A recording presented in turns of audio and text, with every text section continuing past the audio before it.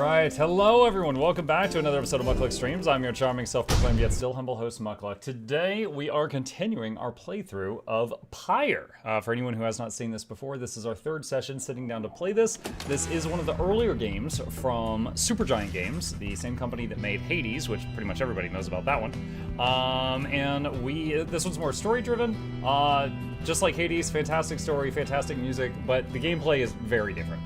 Monsters is Monkey got in the Monkey getting BTD6. I haven't opened BTD6 in a while. No, I have not seen it yet.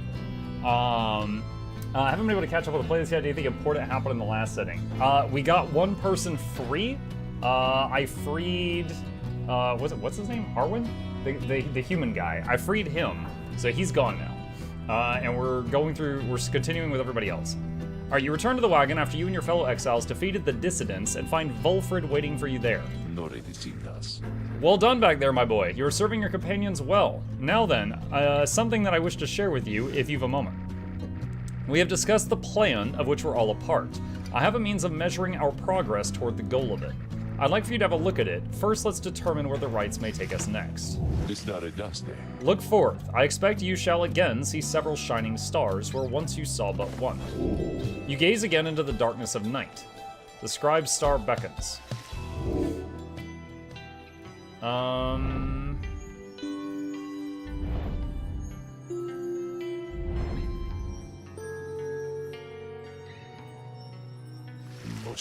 Several shining stars, a trick of the eye or the will of the scribes, who can say? I too once gained this newfound vision many years ago, following my first liberation rite, and I believe only we of the Nightwings have this gift. I realize that in choosing whom the Nightwings confront in each rite, we in turn influence which triumvirate we face when the time comes for someone to be set free. The object I invite you to use contains further detail. Henceforth, you may use Volfred's planner to see your current progress. Using Volfred's planner, you may assess your progress towards your ultimate goal, as well as check the current standings of your adversaries. Volfred shall keep this information up to date for the remainder of your quest. You may look over it now, or any time in the Black Wagon, or while searching the stars. Okay. The triumvirate with the highest favor is poised to take on the Nightwings in the next liberation rite. Okay. Is this like wins, losses? Rites till next liberation, question mark. Liberation rites conducted 1, additional exiles required 1. What does this mean? Number of additional exiles required to join the Nightwings and fulfill a key aspect of the plan. Total rites conducted 9, exiles liberated 1, probability of success 26%. Huh? At long last, the plan is well underway. The cycle of the rites turns quickly for the time. We soon should have another stab upon the fall of Selium. Signed VS. Okay. Alright, and then we choose one. So that's the dogs. Alright, so right now the dogs are at the top of the list. Or this dog guy. If I go fight him here, I'm wondering if if I fight and beat him, is that gonna lower him on the list so that somebody else becomes the top? Let's find out. Your next adversaries are to be the Fate, headed by Dalbert Oldheart and his son. They show unyielding respect to a tradition which shows them no such love. He then shares with you what details he attained of your next adversaries. Dalbert Oldheart, an adversary who showed you respect and even generosity. Despite his advanced age, he also made for a formidable opponent, he and his son. The so-called Ulmer the Helpless, ever present at his father's side. He was abandoned as an infant before Dalbert found him and raised him as his own. Dalbert taught his son everything he knew of his cultural heritage, as a descendant of one of the Alpha Chiefs thought to be a descendant from Jomwer Menimane himself. However, his more vocal attempts to preserve old Kerr traditions in the Commonwealth often fell on deaf ears, or even roused the anger of officials. One day, he insisted on celebrating Feng Song against the wishes of his family. His family's caution was well-founded in this case, and he was taken into custody. What is Feng Song? An old Kerr holiday in which a single pack of Kerrs vanquished an entire Imperial brigade. He celebrated killing a bunch of people in the city? As for Ulmer, as his father was led away, he put up enough of a fight as to where he wound up sharing his father's cell and soon enough his sentence. In the downside, their faith brought them in contact with a pack of spiritual Kerrs residing in Jomwer Valley. In time, they became acquainted with the rites and helped to revitalize the long struggling triumvirate known as the Fate. By the way, is the background volume okay? Can you guys hear me over the game well enough, or do I need to change anything? Let me know. They have since struggled on, at times flirting with freedom, though seldom getting within striking distance. Yet still they long to find a way to return to their ancestral home and family. Should they succeed in all of this, only one of them would be returned. They must know that by now. Either way, you shall see them again soon. Please rest yourself for now, while dark of night remains.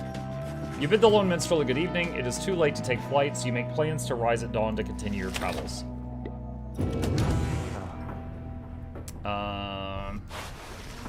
As you approach Ruki, you sense none of his usual anxious energy. I'm free. Then he rushes up to you, a return to form. I mean, I know I'm not. I'm stuck down here with the rest of you. It's like I finally got to set aside this giant bag of rocks I've been carrying around. Know what I mean? I wanted to say thanks, chum, for giving me a hand with the little situation between myself and Barker. I don't think I would have had it in me to stand up to him unless I knew you and the others had my back. Now, at last, old Mama Greentail won't get any trouble from him on the other side. She's still waiting for her Ruki boy to come on home, but at least she won't be getting hassled by a bunch of nasty curs just because I struck a lousy deal. So yeah, chum, if you ever need something, I owe you one, and then some. Cur's oath. Background sounds a little high, but it's really not awful. Your voice is plenty clear. Gotcha. Thank you. Chat. Hey, Jersey. Okay.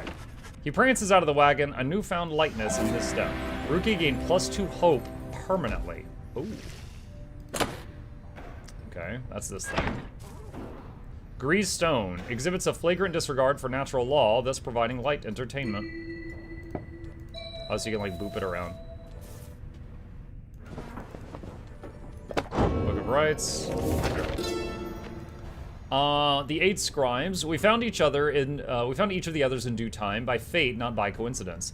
The wise Luslorian stood among the trees, gazing at the stars, expecting us. The wild witch Melith was so enthralled by my liege's utter transformation, she stayed her sorceries. Blessed-born Triesta swooped down upon us, but to warn of imminent attack. The many-maned Jomware thus intervened, and shared with us his humor and his hunt. Even the Underking Oris himself sought out an audience with us, thus we became the 8, and journeyed on together. Okay. Continue journey.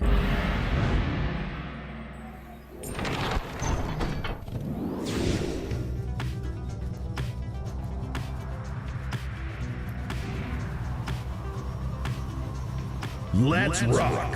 Hi, Shugo. Yonder lies the Ridge of Gull, somewhat less imposing when viewed from this vantage point. Do you not agree, reader? The myths of the downside hold that it is no mere ridge of stone, but the remains of Lord Gandroth, once slain by Gul Gulathanian himself. Though, perhaps such tales are of little import now, when you stand to confront the fate there in just a short while.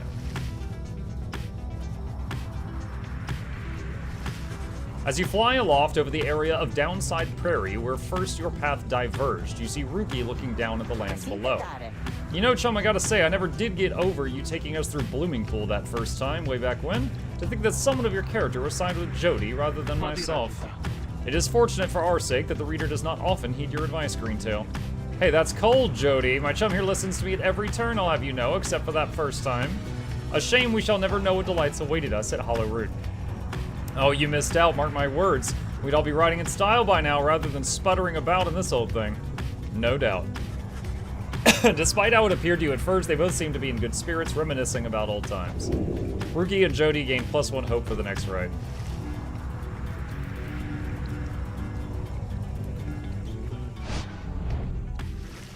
You make a successful landing in Downside Prairie, near the southern edge of the Downside. Memories of having first met Hedwyn, Jadariel, and Ruki come flooding back.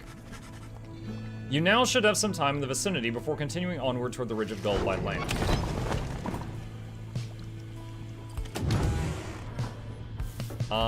Downside Clinger yields fruit from time to time, though only if one says the magic word. Okay. I'm just gonna read one of these pages each time we get a Black Wagon break, because I don't want to get swarmed on them. The Downside is connected to our realm via a single artery, the river known for our prestigious sap colleague, Luslorian. The river gushes into seeming nothingness. The seeming nothingness turns out, of course, to be the Downside. Its existence undermines thousands of years of thought about the composition of our world. The downside's southern edge we call the Sandfolds. It is a desecrated wasteland, speaking well to its land's lack of hospitality. Here, the strength of many who survive the river journey finally fails. If only they could clamber further north, where lies the verdant downside prairie, a better place to perish, to be sure. Okay. Alright, survey Blooming Pool. Having reached Blooming Pool, you decide to accompany Faye for a walk among the untamed reaches. Your conversation soon turns to the matters of rights, which you discuss at length. Oh, mister, I think you must be right about what you just said. By the time you return to the wagon, you sense she has gained a deeper understanding of it all. Your time caused Faye to gain enlightenment. Eh? Oh, did she, like, level up? I'm always confused by this, the orange and the green. Oh, that's, okay, so she's gaining XP twice as quickly while there's green there. Ah, I just had to mouse over it and it told me. Alright, there's something going on in the wagon. Faye. Faye seems to be speaking to herself again. She's unaware of your presence and shows no signs of it at least. Mercy, freedom, they are intertwined. Mercy shall engender union among all our different kind. Mercy shall engender union among all our different kind. She's reciting passages from the Book of Rights, though to your knowledge, she cannot read. Freedom to the worthy, the downside cannot let us all go free, thus freedom to the worthy. Is that not so, O Saint Triesta? Is that not the conclusion which you formed with your 7 most trusted friends? She pauses for a while as though listening and nods her head from time to time. Yes, I see, I see. I see. Well, I am ever grateful to you, Saint Triesta, for your guidance and your presence. And I wish all of your friends safe passage there among the stars. It must be very beautiful out there. With your wings, you could fly freely, can't you, Saint? You could visit me at any time, come and go as you please, from the stars all the way here. You do not need a pair of wings in order to be free. I know, and yet sometimes I wish I was like you, or like Miss Pamitha. But I know I am the way I am because I'm meant to be this way. And I know that you are always watching, so thank you, Saint Triesta Tithys. Thank you and your friends. She wanders out into the afternoon, leaving you there to consider her words. In the Commonwealth, her unwavering faith in the 8 scribes would have been seen as a delusion, such prayer or communion forbidden. The scribes were mythical figures, but even they worshipped the stars, and it was the stars that lighted the way for the founders of the Commonwealth, or so its leaders taught. Waking Wood Wisps. Okay. Yeah, that made lots of sense. Continue journey. Ridge of Gold.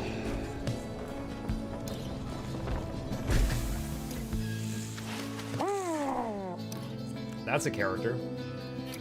Here in the windswept fields of Downside Prairie, you encounter a messenger imp come to deliver news and rumors from the other side.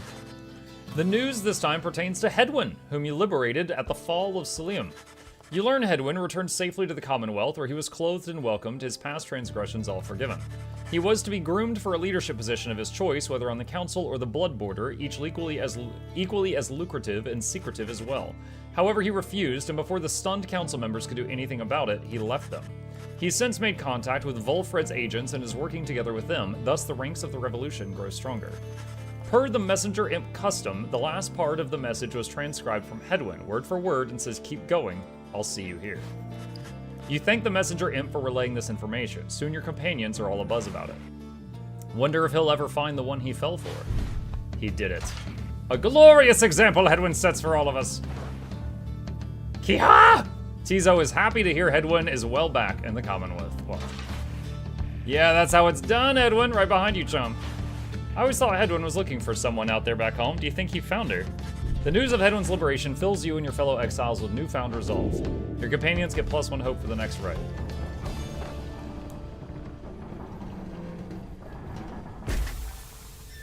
In terms of game mechanics, I feel like the last person to go should be the demon, Jody, because she's the only demon in the party. We have multiple speedsters. We have multiple mid-sized people. She's the only large aura-sized person we've got.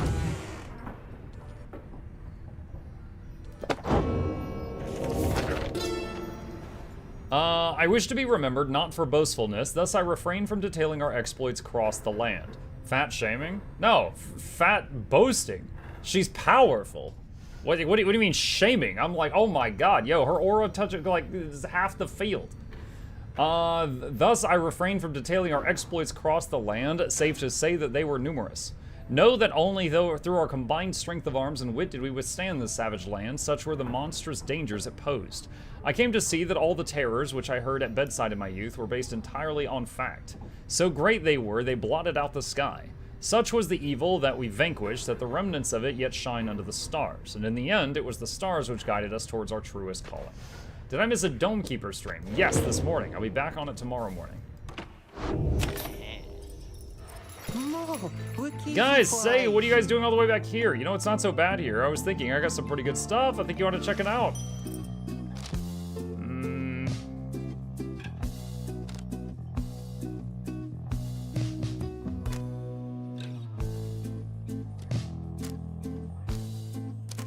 It feels weird, like, leveling up these trinkets, because then, like, the trinket goes on a person, and then we lose the person. It almost feels, like, stupid to bother.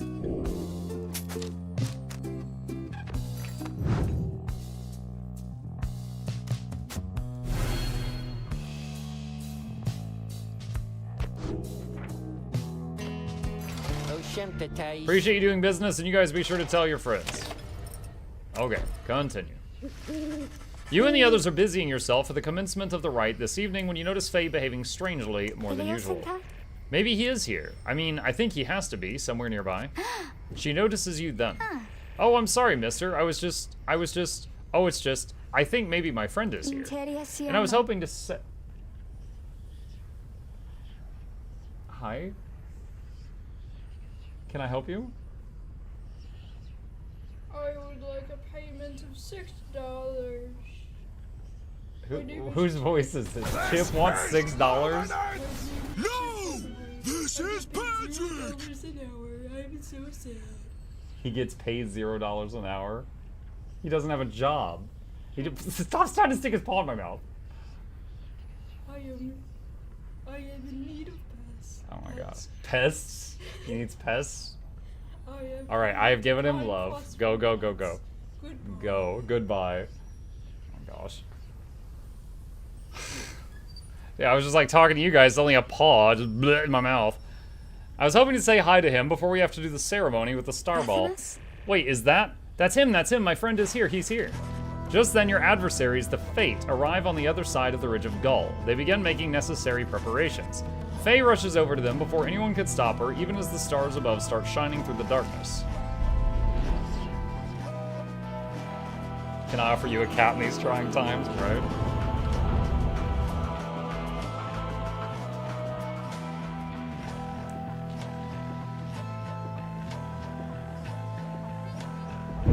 The stars align, you exiles of the Night Wings. The 8 scribes summon you to the Ridge of Gaul.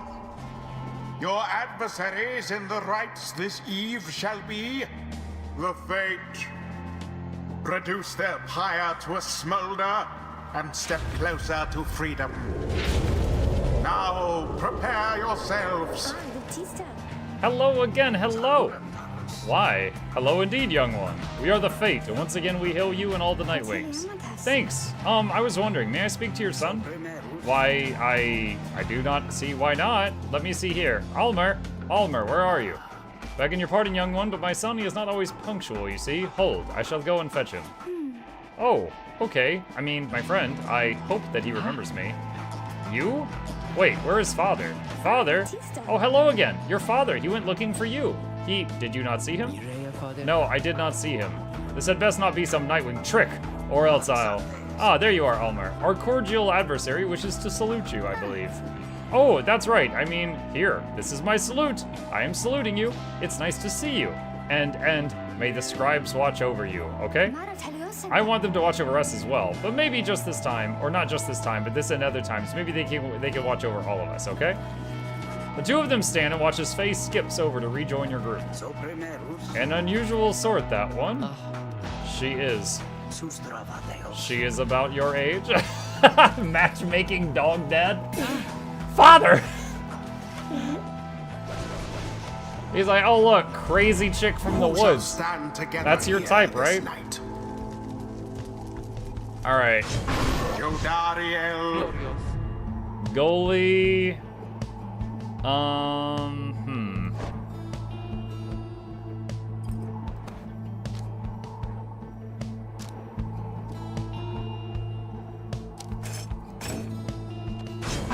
Triesta?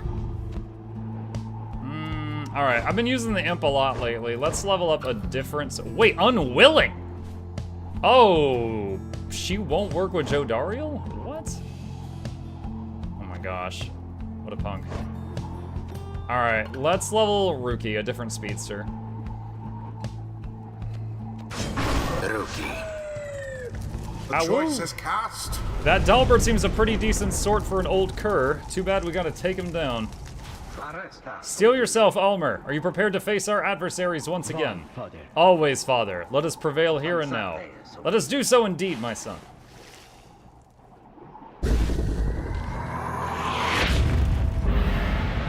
Commence. Oh, shoot. Gracious. I forgot how to play this game for a second there.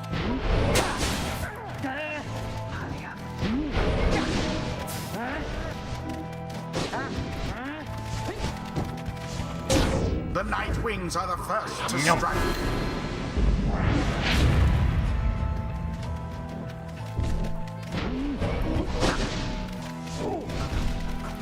Oh, that's not good. Jody too slow to deal with that. What are you doing, you? Put your mask back on. We're in the middle of a rite.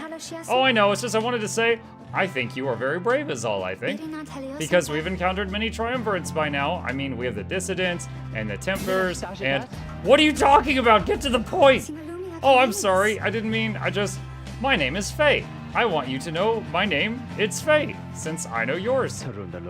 I see. Then ready yourself, Faye. We shall not hold back. Such a struggle it must be for poor old Dalbert and his witless son.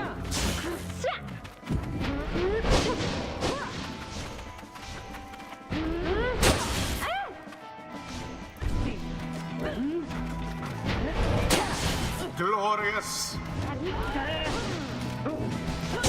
Rookie plunged into their Got it. fire. Why doesn't he throw the ball in? It has a cast time, and I find it difficult to do in the heat of the moment. Like, I mess it up a lot.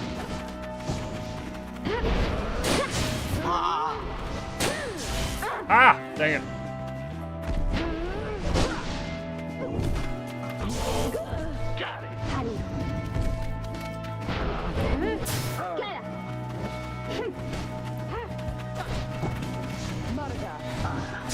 All for naught.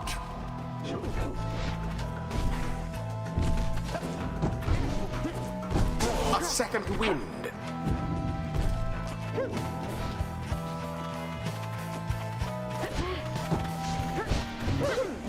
Oh. Glorious.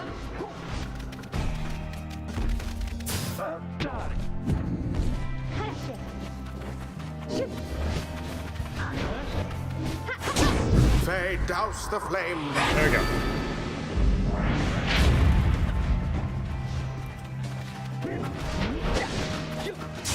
The orb, take it. Ah, yes.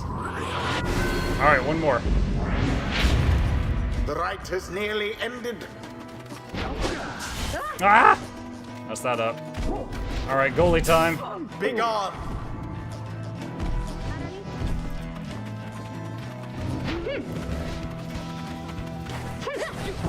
No! No, almost.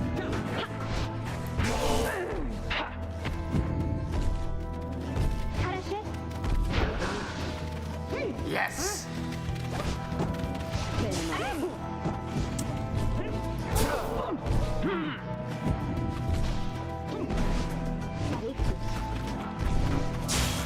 That was dumb.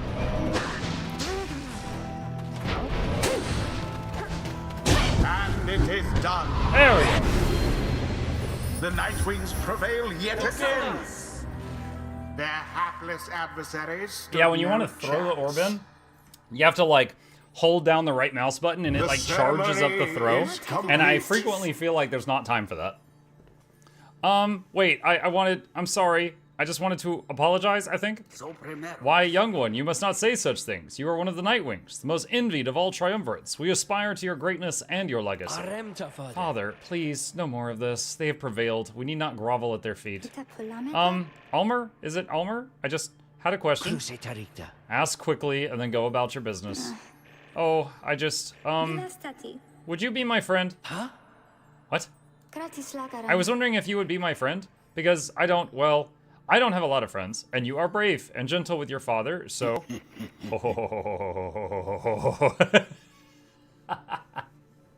The freaking dog.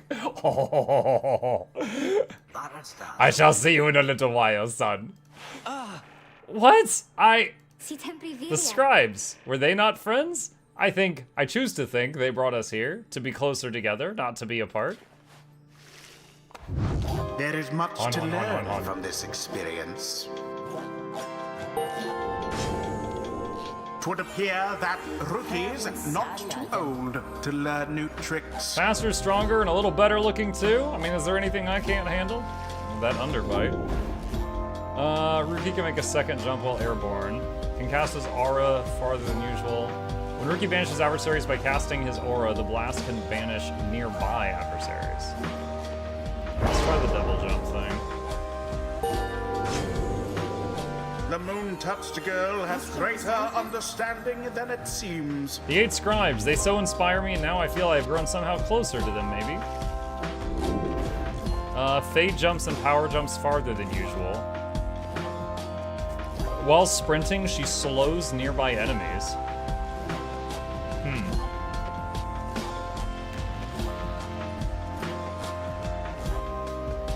Webbed feet. Let's try it.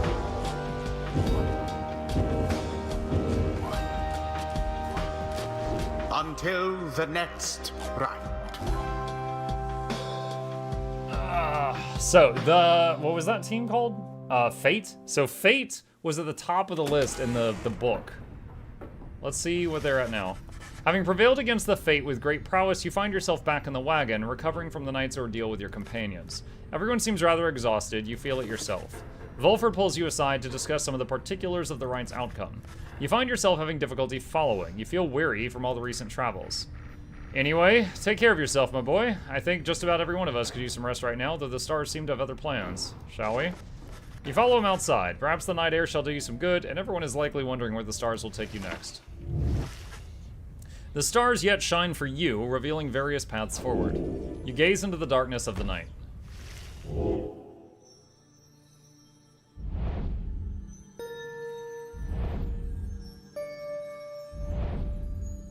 I know that one is the swamp with the witches and stuff. That was the tree guy. That was the one with the witches. That was the fire area with the, was it the harpies?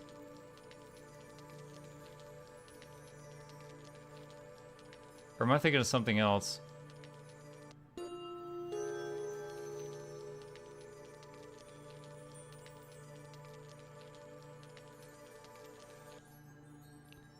I think this might have been the harpies.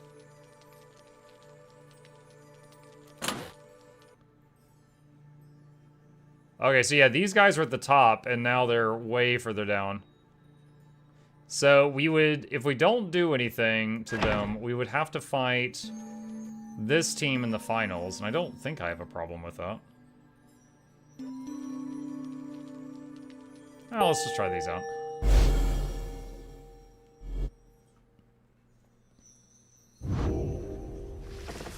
The Withdrawn and Witch Udmilde have designs upon the rites that have nothing to do with being free again.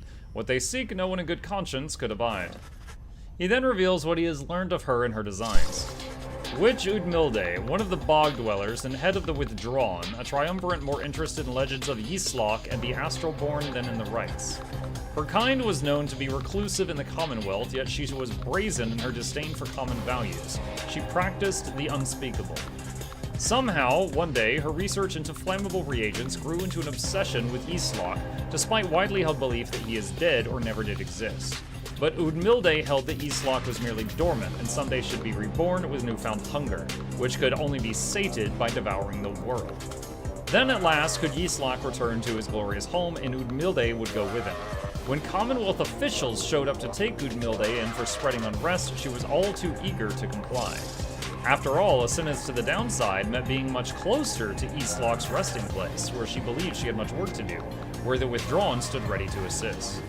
She speaks in seeming riddles, yet the threat of her intentions, I think, cannot be dismissed. Let us be on our guard, and therefore let us rest now while we can. You bid Volfred a restful night in kind. It is too late to take flight, so you expect to press onward come daylight. Does anyone else think Muck's hair is looking fire today besides the one rouge section? Thanks. Talk to Faye. Faye seems very happy about something and has been chanting softly to herself. On closer inspection, however, she seems to be engaged in conversation with the wagon wall.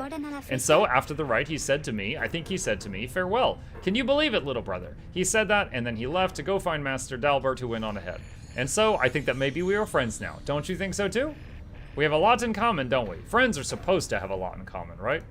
For instance, we're both fighting for those we care about, for those who helped us when we needed it. Is that not so? He is very lucky to have met Mr. Dalbert, isn't he? She falls silent for a time, then, it cannot be that the 8 scribes intended that all of us just have to fight each other all the time. It just cannot be. So many whom we face, they don't like us very much, do they? Because if we prevail against them, it must mean that they cannot go home, even if they really want to. So that's why they don't like us. Back home, when they told me to stop being me, I didn't like them either. You know what I want to think, little brother? I think the scribes put us together in all this so we can learn from one another and grow closer together as friends. That's what I think, little brother, and I told them so. And maybe the next time I see Ulmer and Mr. Dalbert again, they will be happy to see me then. She bounds off, noticing you as she goes. Hi, mister. You sense some burden has been lifted from her, and her knowledge of the rites, however informal it may be, has crystallized into a deeper understanding. Faye gets +1 hope permanently. Alright. Let's read a page from the lore. The serpent titan Gandroth turned to brittle stone not long after his death, of that you may be certain. What remains is a flat elevated basin that stands us closer to the heavens. Upon the fallen Gandroth's hide, the stars themselves alight, and you shall know you stand on sacred ground. We set the metal sigils, lit the candle flames, and we emblazoned on the rock-like forms the sigil of our passage to and from this land. And then the stars themselves, they did reply to us. They sang, shining bright, their voices loud and clear.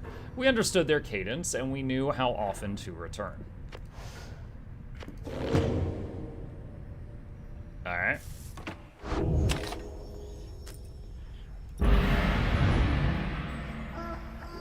Alright, so skipping to daytime, and lifting off, and off we go.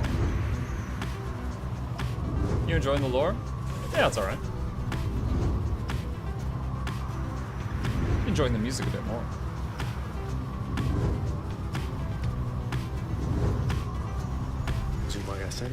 The unmistakable remains of Zilvius Horseheaded, which protrude from the ash and fire there below. Some have taken it to be a work of sculpture, reader. The tale of a titan felled by the Saint Triesta Tithys. That is more unbelievable than the thought that some daring exiles over many years carved the titan's visage out of stone. Be that as it may, the climate and the cliffs are home now to exiled harps such as the Ascent, whom you faced here when you first arrived. Even they do not all know of the locale's sacred significance. Okay, where can I land? Over here? Yep. Your wagon touches down in Black Basin, where you first met Volfred and Pamitha as well. You briefly wonder what might have happened had your paths not crossed, and you consider what to do with the remains of the afternoon.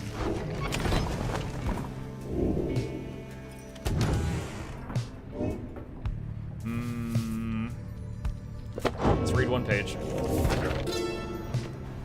The continent we called Black Basin shall one day tear itself apart. Arriving upon blackened molten crags, tolerable only by the harp Triesta, we pressed onward toward a suffocating wood. This land felt to us somehow primordial. Deep in its roots and noxious crevasses lay its innumerable clues as to its ancient history, but we had little time to excavate for our supplies. By then, we're thin. Further, we were lost. Our best attempts at circumnavigation all had failed. It was Luz Slorian who reached out at last under the stars, and they revealed the way. Then we at last could see the sacred Mount Alodiel there in the distance. Greetings to you, lovely reader. I'm at your disposal. Can we do a scribe trial? You need but choose among those unenlightened fools with whom you travel.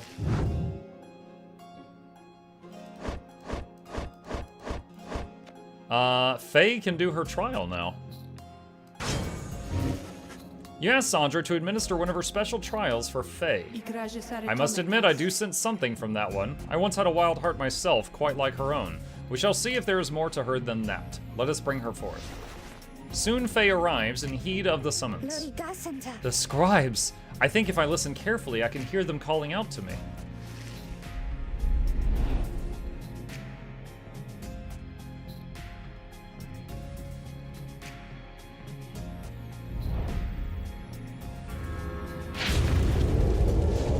Alright, hopefully this doesn't take as long as last time, where it took me like 5 or 6 attempts to beat the Imp challenge.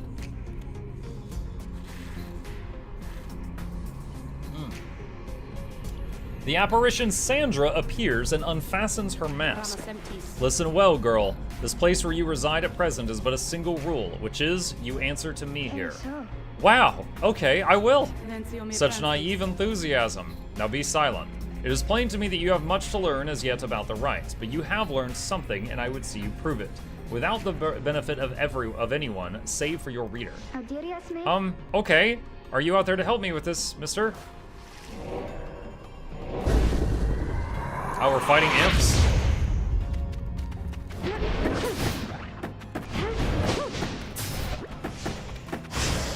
Crap.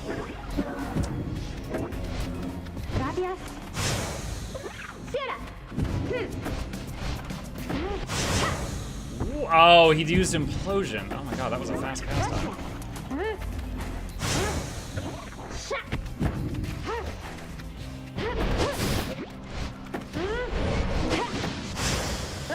Wow, he landed and his aura... God dang. Alright, this is gonna be troublesome. So their aura, despite the fact that they're speedsters, is bigger than mine, and I'm playing a middle-sized version. That is not normal.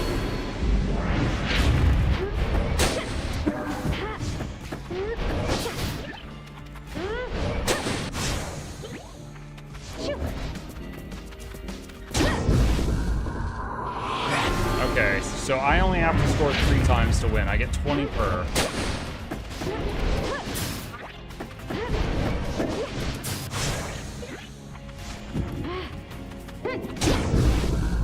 Okay, one more.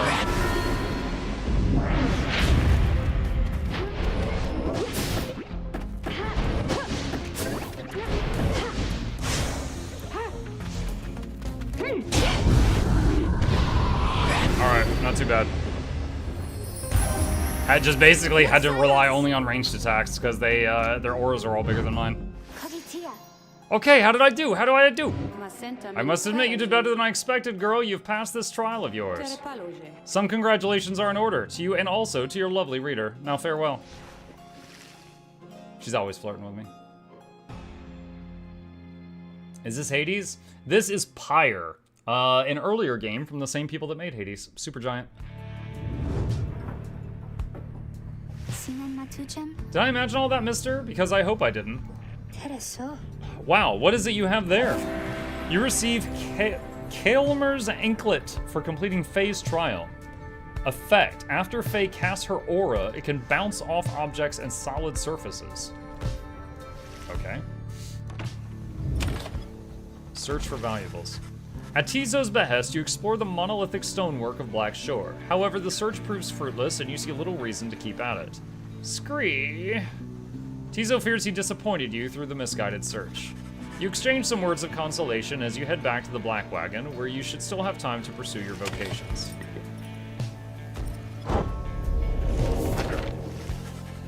This afternoon, you feel especially drawn to the Book of Rites and find a place to look upon its words. Through greater understanding comes the reader's influence. Alright, the only thing we have left to rank up is +1 hope to everyone. You extract a deeper meaning from the words and teachings of the Book of Rites, one you feel at your core yet struggle to articulate. Inspiration comes to you in a flash, whether from the book or from within, you cannot tell. Finish studying. So we can't get any more global bonuses after this. nest of Triesta.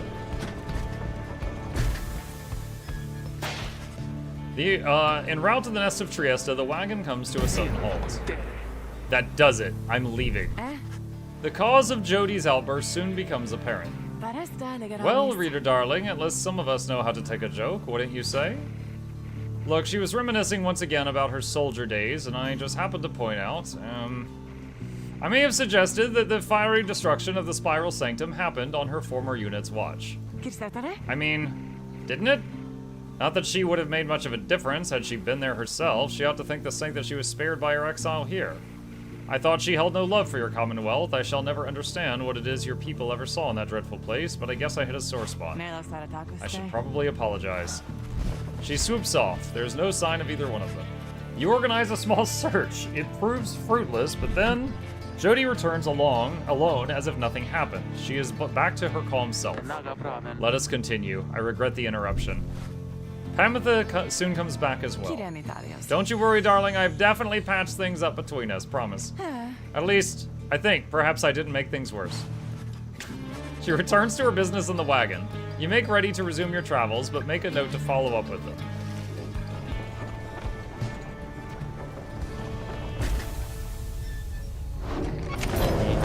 Alright, pages revealed. Okay, look in the wagon.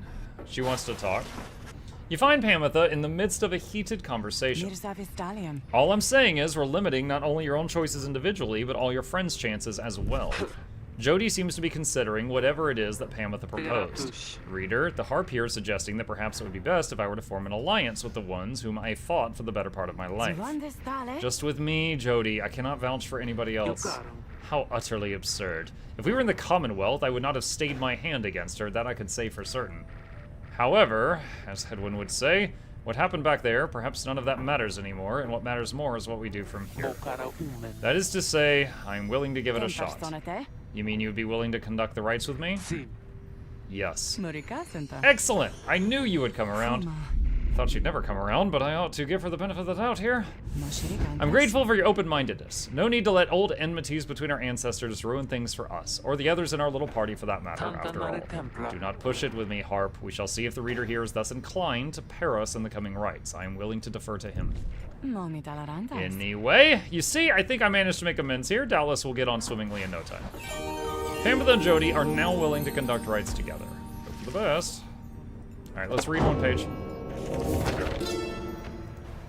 We rid the land of an impending doom, but faced another of its kind, for we knew that we were trapped. Yet for every danger which we faced, for every failed ambush by Arch, we met with gentle souls and kindred spirits in the downside. We deserved more than to fade from memory within this land. It was then the stars themselves showed us the way, delineating a great voyage across the sea.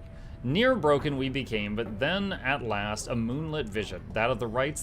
Thus shall they say of us, the 8 scribes gave their freedom, so that we may yet have ours. Alright. Shop.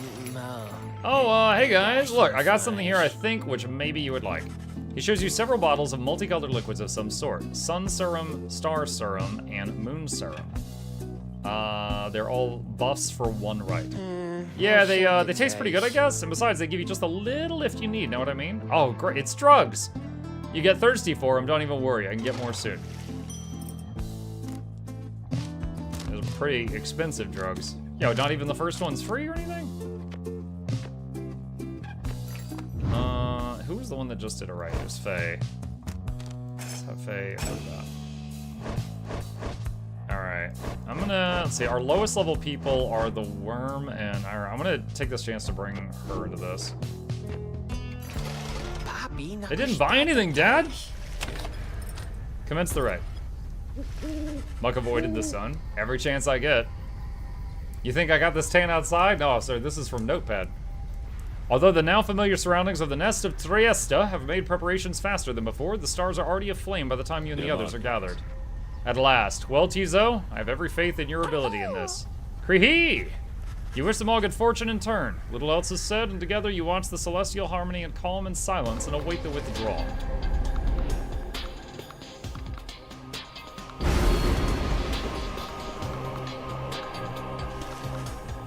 Something else catches your notice in the sky. This time, strange new stars shimmering about the ones you recognize. The greater titans have returned. Some of them, and merely in spirit, not in form, but those dark stars are a portentous sign. Though they may light your way, beware the path which they illuminate, reader. Henceforth, you may invite the influence of the Titan stars. Look upon them without fear. Behold the Titan stars. I think that's a Hydra down there. Limbless Arizek.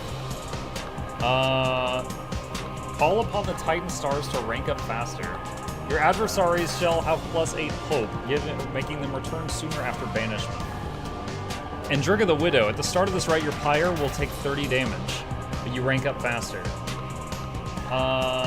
Yislok Astralborn, your adversaries shall be more cunning and much quicker to act. Click this to rank up faster. Oh god, so it's like challenge modes. Huh.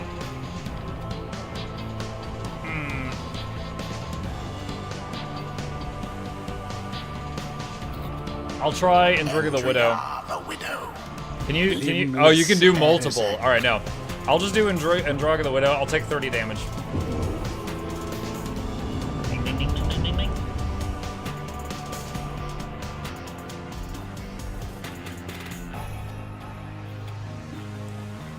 Alright, CM's on lockjaw. We got the moats. Burning remnants of monstrosities felled by the scribes themselves. Dare you to stand against them in their fury? Dark is the knowledge that you seek there, reader. Best focus on your adversaries. Does that horse have Almost boots? to the big It looks like it does. You once again. Put out that fire first. What was the big 40? Conolio, thank you! Fury of the Night Wings. Appreciate that. Welcome. Now then. Lol. Reckless, did you see it? Come on, I'm not the only one who saw it. It looked like a centaur, but its head was still a horse, and it had human boobs. Previous time you snuffed out our pyre's flame, prevailed. This time, all for Yislok. No matter the results, and no matter the cost. The Withdrawn, let us show them what the Night Wings can do. Who shall strive for freedom? Alright. Goalie Jody. Alodiel.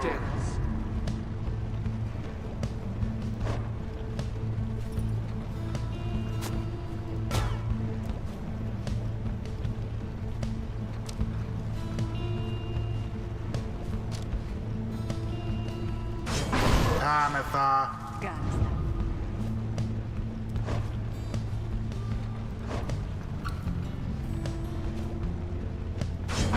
Faye. I think I am ready. Hear us, Yislok. Bring to us thy terrible power.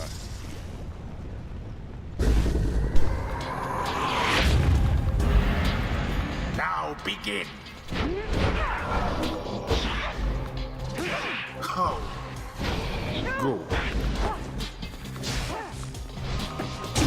The flame is stricken. 20 points. Ye stand against us once again. Begone! Irrelevant to us or to our purpose.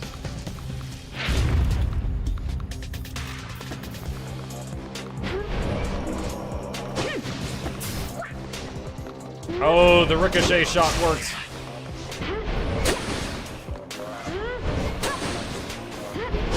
One false move.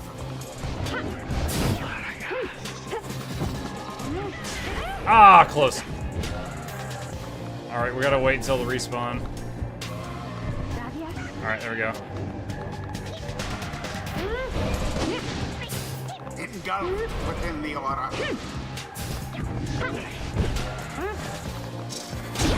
They did it. I don't really get how the aura works on the witch lately. The witch lady's aura is like weird.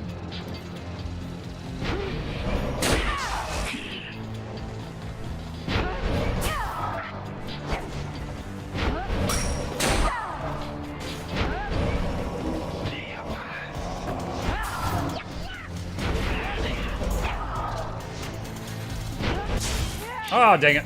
She got hit.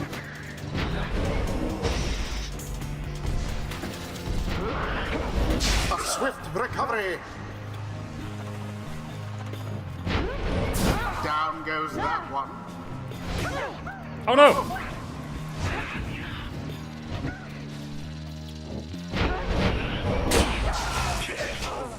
Oh shoot, that hit. Dang it. Ah, he's gonna score. Contempt. Wait, no, he just burned all his stamina. I've got a chance here.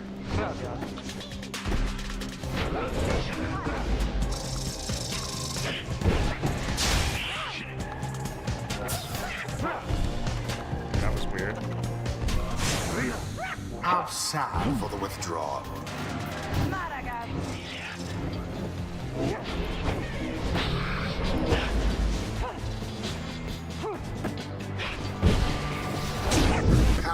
I'm surprised that worked, because I was out of stamina there. I feel like they swapped characters at a really bad moment. Not get overconfident, Nightwings. Didn't see it coming.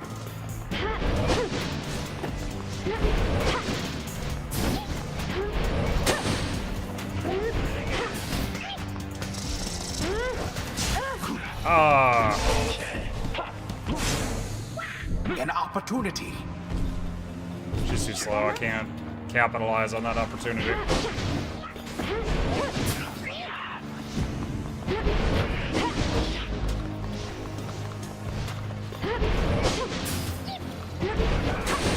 Poof.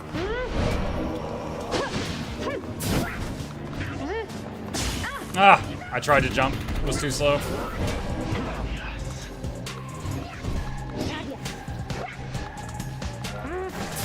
Stand not in glory's path.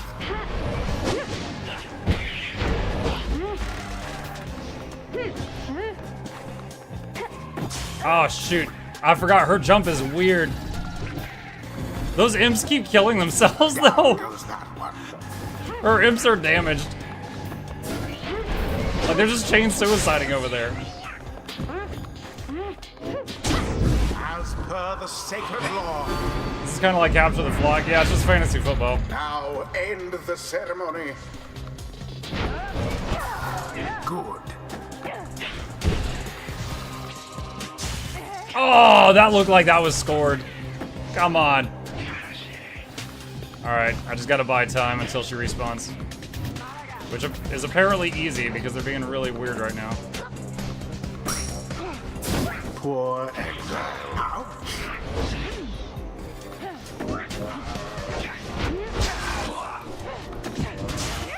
Dang it.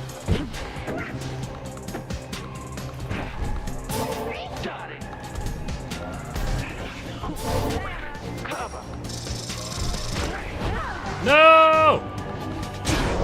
Most foul. What was that? She like I think she was throwing it. She like charged it up. Each pyre now burns no more brightly than the other. A bit of a blunder.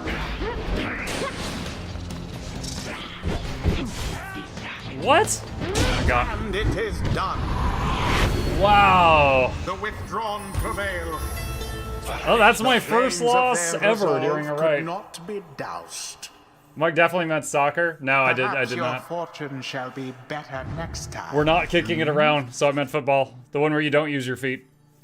You and your Nightwings may have experienced your first defeat, but this is not the end. Rather, this is an opportunity for you and your fellow exiles to press onward. Jody, for example, learned a valuable lesson this night. A rush of enlightenment gained from surviving a tough situation, awarded only this one time. So too Pamitha, not in spite of this setback with the Withdrawn, but because of it. And Faye is no exception. She's gained more insight here as well. We'll just say they all got experience. Your fellow exiles all shall gain enlightenment and learn from and grow from what transpired. Your story shall continue. The choice of whether to accept such outcomes now and all throughout your quest is to be yours alone. Ha, Yislok, grow stronger, stronger. Now to darkness we return. Damn it. We'll have to be more careful. The rites do tend to teach something of trust.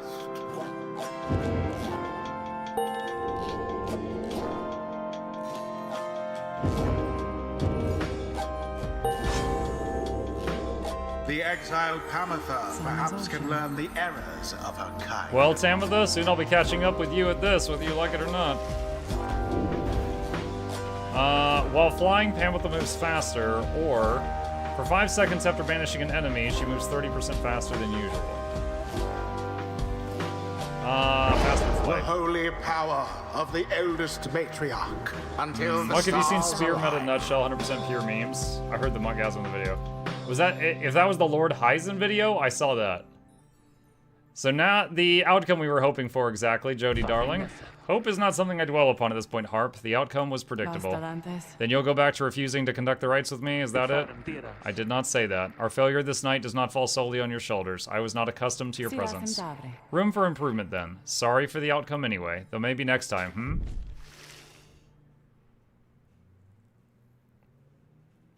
Finally get them to work together and I lose for the first time.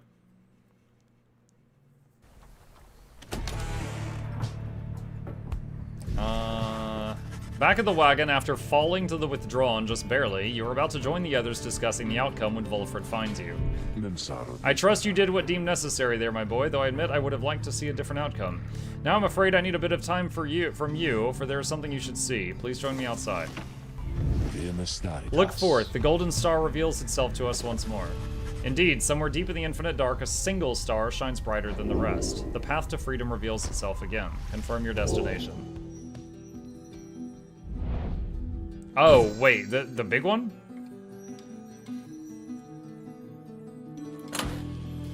So since we lost to the Withdrawn, they're at the top of the board now?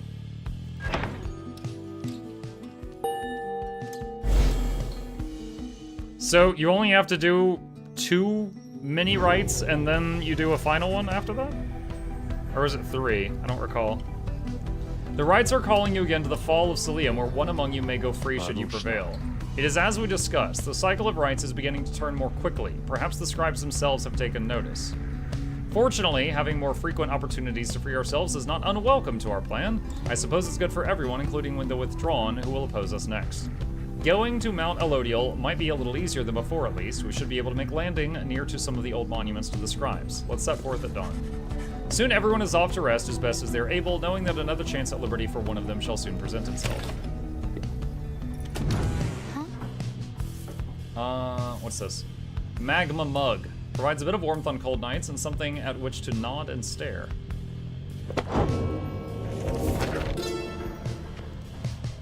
Lore. I oftentimes think the carapace of the Hive Titan Beolanthius shall be an everlasting blemish on an almost splendid bit of land, but Jomware in his brashness felled the monster with a certain flair. Then the moon shone through the ridges of the massive carapace and shined upon the pooling ichor, turning it into the freshest nectar ever to be tasted. The spring shall flow eternally, and those who walk within it shall experience the resplendent glory of the land. The stars begin to fall there in the spring with regularity, and we now know how soon again that they shall do so, and we wish for you to see it for yourself. Oh wait, Faye wanted to talk. Hold on. I saw her right as I was closing the window. Faye seems to be in a happy mood, though she always seems to be around Jody, who is listening to her with patience. So I would just look within the sallow caps each daybreak for the morning dew to drink, and once in a while I would find maybe a stream to drink from too. Though I'd get very thirsty sometimes too. I tried drinking tree sap once, it wasn't very good. Really, it was very bad, I guess. She seems to be discussing how exactly she managed to survive in the downside all alone for so long. Jody watches her intently all the while. Food? Well, food is harder to find, usually because this is a bit embarrassing, but I tried never to harm a living thing, you know, because it makes me very sad. But sometimes it is the way of things, I understand, I do, and so I would eat as often as needed to, and tried a lot of different things to see if they were good. Most of them weren't, though. But I got by. I learned to get by. I already knew how a little bit, because back home, where I came from, there I had to get by there too. Well, here it was harder, but it wasn't that much harder, really, in a way. Jody remains silent for some time as Faye trails off, then she embraces Faye and holds her there gently. Mom energy. Faye lets out a breath, but says nothing either for a while. Faye, may I ask a question of you? Me? Of course. What is it? How old are you? Do you know? Oh, I am 19 years old. That is how old I am, I think. Truly. Then you have seen a lot, in not a lot of time. Know that what you have achieved, it is a feat. I have known seasoned soldiers who could not have lived through the experiences you have described. Oh, really? Wow. Thank you. Thank you so much.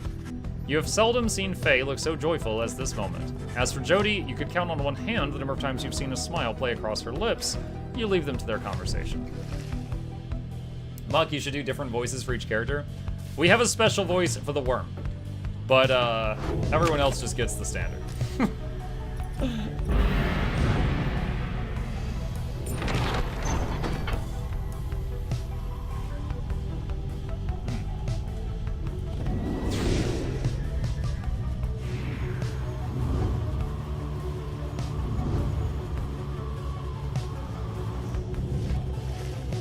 The inverted fall of Solium roars into the sky. Somewhere beyond it lies the Commonwealth, beyond your vision and beyond your grasp. Your home is there somewhere, if I'm not mistaken. Those who transcend the Shimmer Pool after a liberation rite, the fall shall send them on their way.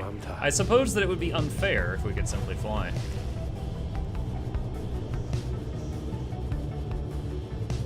Where can I land?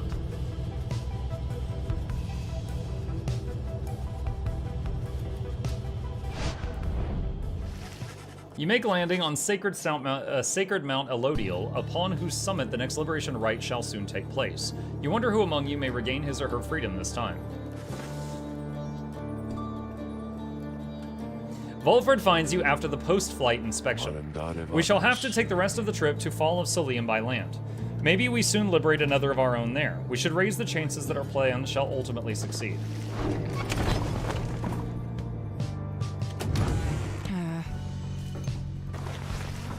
You find Pamitha by herself again, though her expression has grown darker than her custom. Leave me be, would you, reader darling? Trying to get some good and proper moping done here, and you're distracting me. Leave me be, reader, just leave me be, reader, just leave me be. You don't want to know what's lurking in my heart or mind. What you'll find there isn't pretty. Yet something about her thought process is different to you now. You know that with her conditioning, she can resist your scrutiny, but now her thoughts are laid bare to you. See what she's thinking. Pamitha seems to be inviting you into her thoughts. You remain there in that lonesome space with her. What is it going to take, I wonder, Tamitha?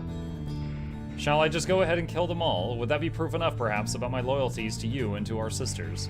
Perhaps I ought to start with this one right in front of me. The bond between you severs as Pamitha opens her eyes and stares at you. Then she smiles sweetly and gives a gentle laugh. You see, reader darling, my thoughts are rather cumbersome at times. But do not fear, I have them very well under control. Still, thoughts being the loathsome things they are, I nonetheless cannot fully suppress them. She exhales and looks askance.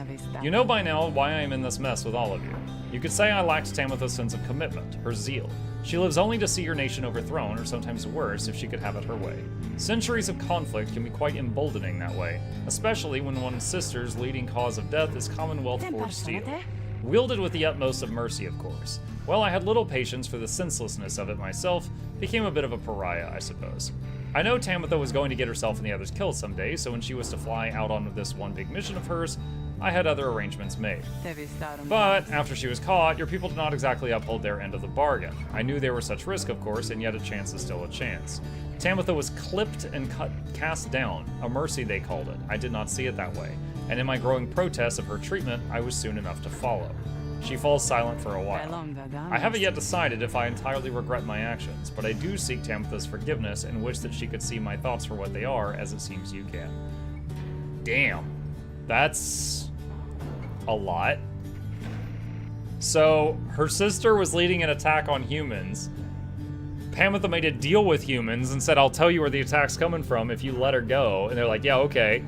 And so she told him, and then they caught her sister and clipped her wings and threw her into the downside. And she's like, hey, yo, that's not what we agreed to. And then they clipped her wings and threw her into the downside. Then she might realize our nation's people have much more in common than she knows. Sometimes I wonder which of them's the stupider. She brushes past you and out of the wagon for now. Alright, let's read a lore bit. The ashen effigy of the nightmare titan Zylvia's horse-headed looms as dark as ever on the precipices of Black Basin, where her chaotic influence sunders the land itself until it wept with fire. The very instant that our graceful friend Triesta Tithys finally laid to rest the greater titan with the power of the holy scepter of the empire, the stars shone down upon us with all-blinding light. Triesta thought that she could bear her children in the warmth there, but alas, now the stars revisit that locale with regularity. The fissures in the rocks do pose more danger than one ought invite, but a summons to the nest is to be honored. Seek the nomad scribe's favor. Later that day, you accompany Pamitha into the fading glory of Emperor's Fall, where a monument to Golgolthanion awaits you. Perhaps due to the nature of this place, you begin to sense Pamitha's inner thoughts as clear as if she were speaking aloud. Talking to the dead again, Pamitha? Fine, why not? Ought to keep your mind off things. Just don't go getting your hopes up. Your life back there, it wouldn't be any better anyway. Soon you and she are finished paying your respects. You return to the wagon in silence, feeling as though Golgolthanian has shown you favor. At dawn you shall begin your ascent. For now, the solitude here is fit for pursuing your vocations. Pamitha gained +2 hope for the next rite.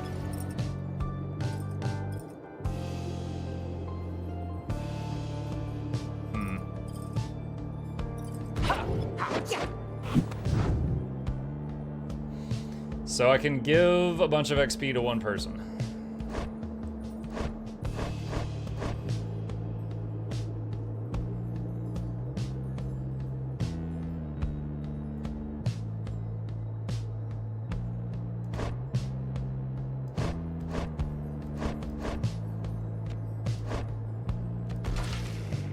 This knight shall be your eager protege. You sit down with Sir Gilman and go over some of the subtler aspects of the rites, such as the state of banishment and how to return from it. You sense he is beginning to understand. Huzzah! A great wisdom clouds over this knight's entire consciousness. Choose a mastery. If Sir Gilman and all allies are banished, he instantly returns. After Gilman banishes an adversary, one of his banished allies shall instantly return. Let's get this one. This knight has little fear of banishment should his self-sacrifice help clear a path for his compatriots. Continue.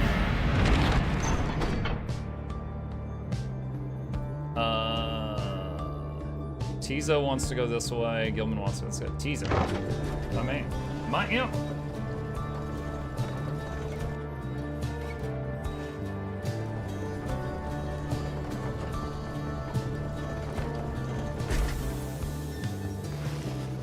On the way to the summit, you pass a monument to Under King Ores, and Tizo happens to take notice.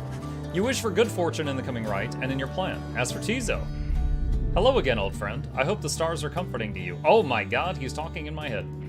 These Nightwings are as strong of spirit as I have seen. Please look after them. He says little after paying his respects. However, as you prepare to continue your ascent, you sense Under King Ores has shown you favor. Tizo gains +3 glory for the next rite. So is it Tizo and the Harpy both have bonuses for the next rite? You and your companions gather once more at the Scribe's Gate, where a single narrow trail leads upward toward the summit past an archway carved of stone. Come this way, please. The minstrel leads you towards the archway where his counterpart awaits. The exiles of the Nightwings have returned. They have. Greetings, Celeste. She all but ignores him and motions to the rest of you. Now then, each of you, in turn please state your name and what it is that you seek while crossing Scribe's Gate. Please do just as she says. Everyone steps forth, one after another, much like before. Sir Gilman passes through the gate. Pamitha passes through the gate. Ruki passes through. Tizo passes through. Faye passes through. Jody passes through. Volford passes through. No one is left to go but you. You step forth and declare yourself as you did before. The Guardian of Scribe's Gate regards you with a still expression, then she addresses all of you in her formal manner. The 8 scribes bid the Nightwings welcome. Go forth with glory. The lone minstrel glances up at the Gate Guardian. You have our gratitude, Celeste. But she pays him no heed.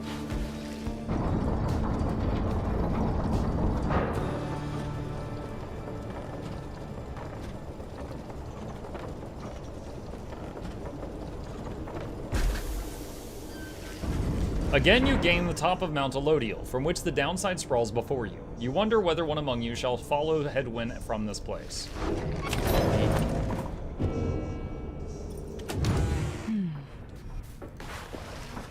Pamitha is staring out the window as you approach. I miss flying, reader darling. Take it from me. It feels as good as you'd expect. It's not enough for those Commonwealth brutes to cast us down here if they can get their fingers on us. They make sure we never fly again as we once did. All while calling it an act of mercy. Let me ask you something. You've learned a thing or two. What have your studies taught you of my kind?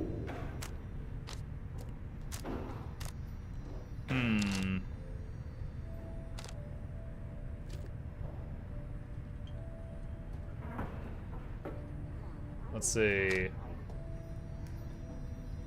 Commonwealth rumors and folktales are to be taken with a healthy dose of skepticism. You admit to having little knowledge of the harps or the high wing remnants, other than your limited experience and Commonwealth hearsay. Oh, come now, there's no need to be so modest. Surely you've heard much of the terrors that we've caused, that we slew and ate all of our males and the like. Here I was hoping you'd indulge me a bit. My kind certainly aren't known for their good sense of humor, I can tell you that. My little tongue got me into no small amount of difficulty till I learned to keep it well under control. The mountains I come from, the views there certainly are something, but there's a bleakness to it, too. Being surrounded only by those consumed by the desire to avenge. We're very proud like that. Everybody vying to be the strongest, to kill the most of you. That way we might just get a shot with the prince. Continue the line, if he even exists. Imagine that being the best case scenario, darling. She shakes her head. Anyway, I was just thinking I rather enjoy the traveling we've done. The change of scenery does me some good. Perhaps I'll stick to wandering after all this. In fact, I've got a fancy for some wandering right now, if you'll excuse me. She heads out of the wagon into the old masonry of Mount Alodiel. Okay. Hey guys, you know, it gets real awful cold up here sometimes, waiting for customers, so come on in, okay? Good luck in the big battle thing you've got, where you're going. It isn't, it's, heard it's gonna be exciting for my friends.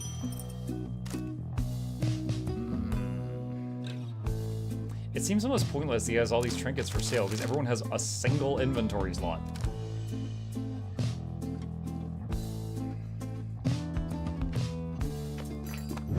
Alright.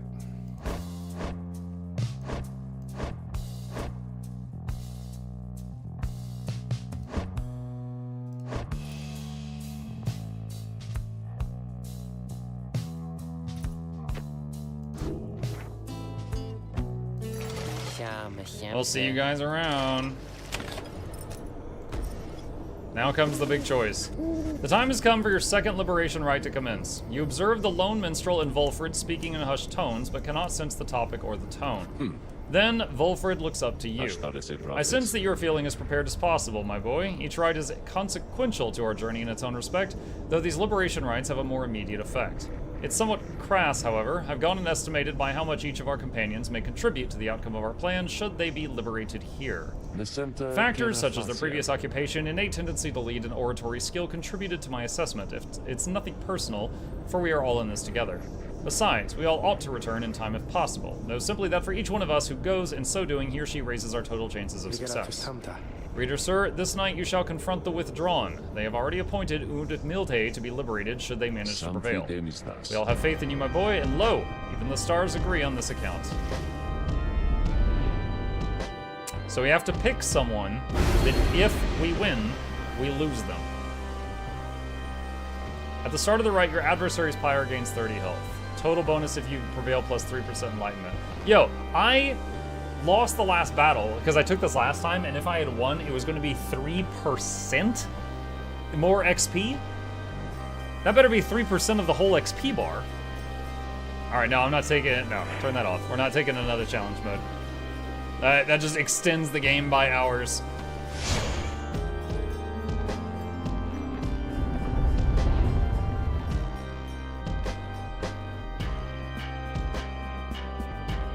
Got that pipe organ going right now. The Night Wings have returned unto the fall of Solium, at which the scribes first formed their sacred union. At stake this night is freedom and prosperity. But only for one exile who prevails in this liberation rite. Your many adversaries all did strive to earn this opportunity. 'Twas the Withdrawn which earned it. Who shall be absolved is up to all of you. The pyres burn, and each of the triumvirates is present and prepared. I concur. The pyres burn, and each of the triumvirates is present and prepared. Then, anointed one of the Withdrawn, come forth now and declare yourself, and pay any respects you have unto your adversaries, the Nightwings. The bog dweller Udmilde appears from the shadows and reaches for her mask. So we are known to be Witch Udmilde, our adversaries. They are nothing to us or the one we serve. Ye all shall be devoured in the coming age, an age of strife, wrought down by the fell wings and many-seeing eyes of Yislak, the Astral Born. You speak blasphemy upon this sacred rite, Ugnilde. If you value your liberty, I suggest you cease your mocking of the scribes. The scribes, they failed to stop Yslock. He shall rise again. As for ye Nightwings, you're of no consequence in Yslock's grand design. She dons her mask once more. Soon we shall return unto the land on which Yslock shall usurp, where we shall offer him our blood and that of many, many others. So, we lost 20 life immediately because of some passive they have. Now then, have the Nightwings reached a decision on whose behalf they shall conduct the liberation rite? Reader, I am bound to tell you once more, the first companion whom you choose shall all go free this night if you prevail. Only the enlightened may be anointed. Not all among you may yet be ready. The other two chosen for the triumvirate lend their aid. Nightwings, make your decision. Who would you set free? Wait, where's the book? Wait, what? Dude, okay.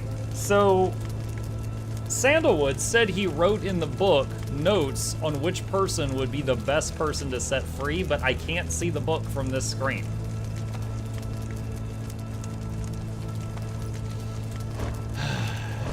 Alright. Unfortunate, I can't set Ruki free, I was considering it. So, look at the XP bar. It looks like somewhere around there is enough to set them free. Alright, so Faye, Jody, Tizo. That's it, those are the options. Faye has spent all her life in the wilds. She likes the wilds. Tizo doesn't mind it. Jody's probably the one that would like to get out of here most. But also, it would kind of hurt to lose her. She's kind of my goalie right now. There's really no replacement for what she does for my team.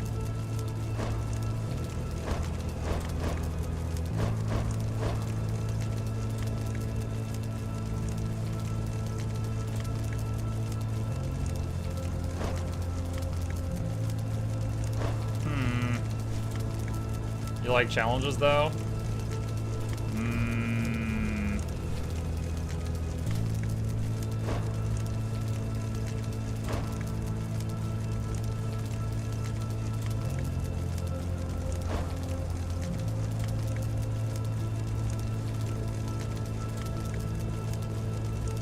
I feel like okay, for roleplay, in terms of the story, I feel like if either of these two get free, they're not going to be able to do anything on the other side to help the rest of us get free.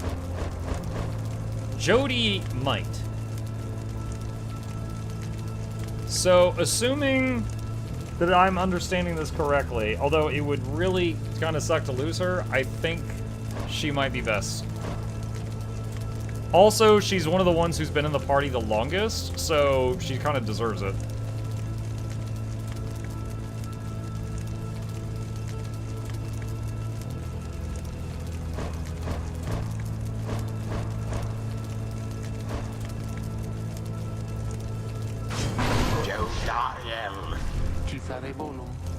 If that is your wish.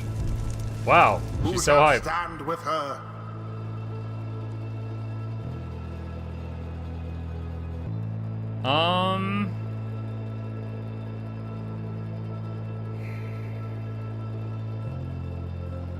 We're fighting the witch that has the two imp sidekicks that are kind of dumb.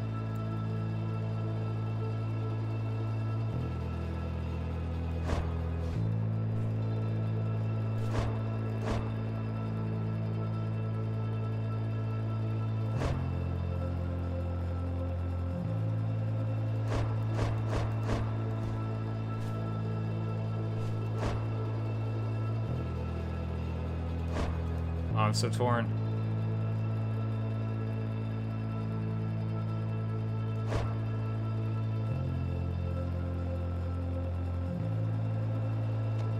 He's got the second largest presence, which is the aura size. Tizo. Scrap!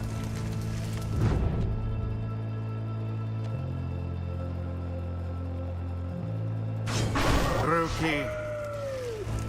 Don't have to ask me twice, not after everything Jody and I've been through. It is done. Soon, Yislok, very soon we shall release thee. Oh wait, it's all witches this time. Last time it was a witch and 2 dogs. As for ye Nightwings, we have much in store for ye.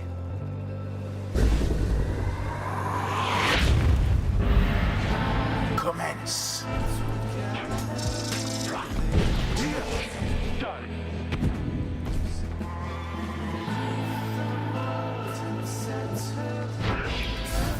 Oh, what?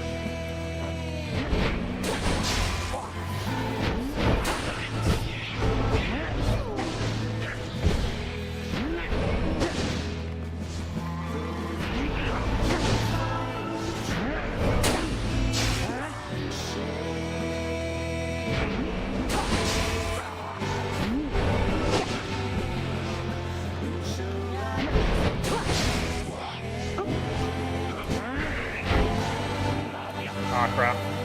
No!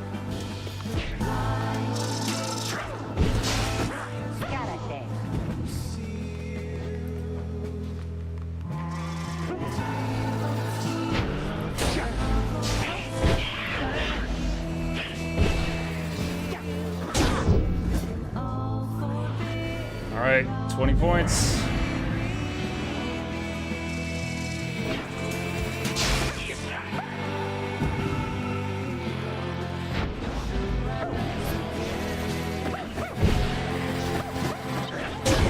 Haha. 28 damage.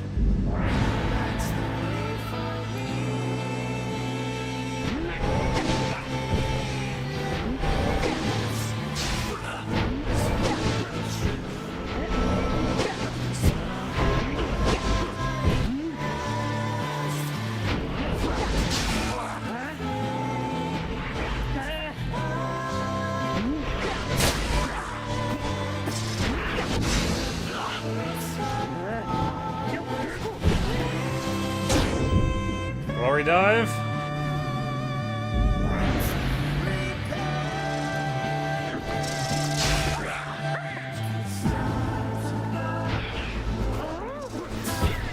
Oh, shoot, there was like residual for a while after that hit.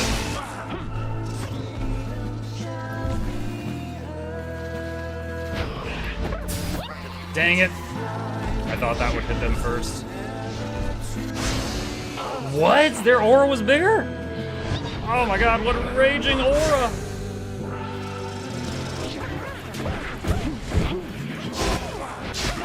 Woo! What? The orb, oh my god, the orb landed on the fire. That wasn't even from a throw. Oh my gosh. Isla, we invoke thee, for we seek thy ancient strength. Befoul our enemies within thy blood. Damnation to the Nightwings, damnation to the Scribes. The invocation of Yislok, your adversary witch Udmilde's curse shall summon forth dark pools of banishing ichor, wheresoever any exile is banished here this night. Ref? Yo, referee. Ah, the foul witch Udmilda. Would that she served the scribes as faithfully as the monstrosity which she adores. Get out, Tizo. Where's my... Yo! Oh, I did not realize he had actually picked that up. Move, move, move! Oh.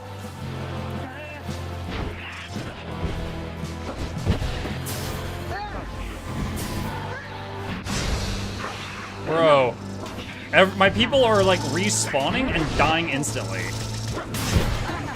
To each his own.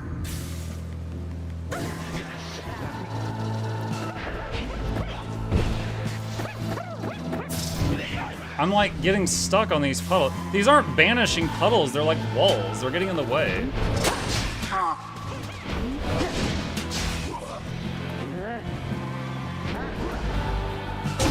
Rookie doused the adversary's flames. Okay, one more.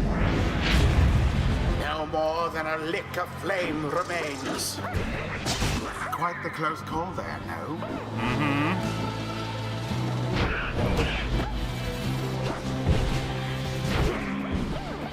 And there it is. Got it. Last. Jody, be free! The Nightwings proved their worth. Rather convincingly. Alright, so now I it's gonna must be a admit. smaller aura, but I guess our imp is now our goalie. Thus ends the liberation rite. And thus, the scribes have chosen. The exile appointed by the Nightwings shall be free. Absolved of all misdeeds. Return to glory in the Commonwealth. Her adversary and all others shall remain to carry out their rightful sentences. Know that this affront against Yislak has been recorded, and his vengeance shall darken the skies.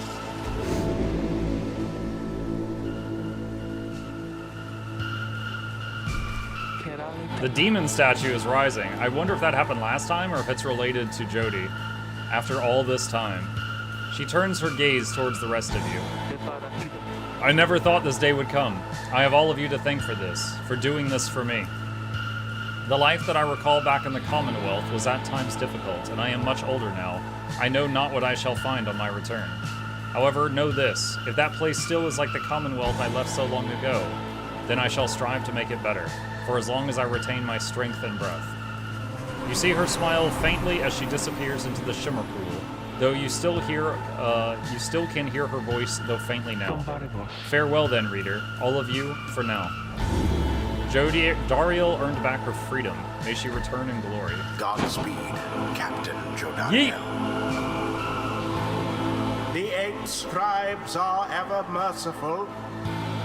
By their grace, the cycle of the rites may soon commence again.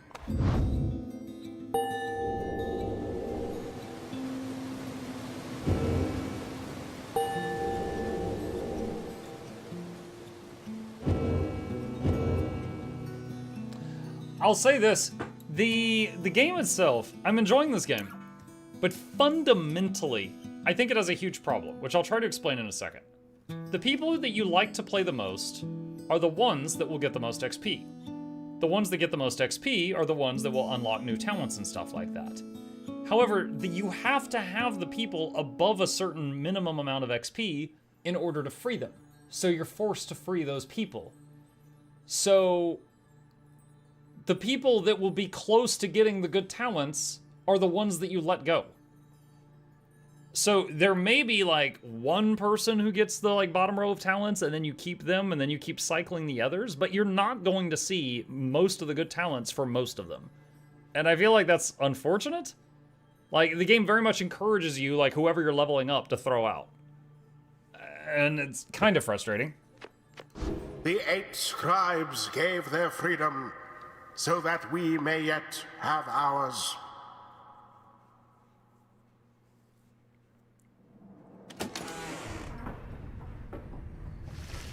You return to the wagon after having prevailed against the Withdrawn in the Liberation Rite. Kururu! Tizo wishes Jodariel a safe journey home. Feels quieter already, huh? You succeeded in liberating Jodariel, who returned to the Commonwealth in glory. We did what we could. With each Liberation Rite, we strive to advance the plan. A brighter future awaits at the end of our path, for now we must persevere. Speaking of which, reader, I take it you have seen the stars, or should I say the lack thereof? You have or did. Once again, the sky is all abyssal darkness, following the Liberation Rite. No stars illuminate themselves to guide you further on your path. Then let us go once more to Moonlight Alcove. I've an errand I must run besides once we arrive. Best we recover now and make our way southward at first light.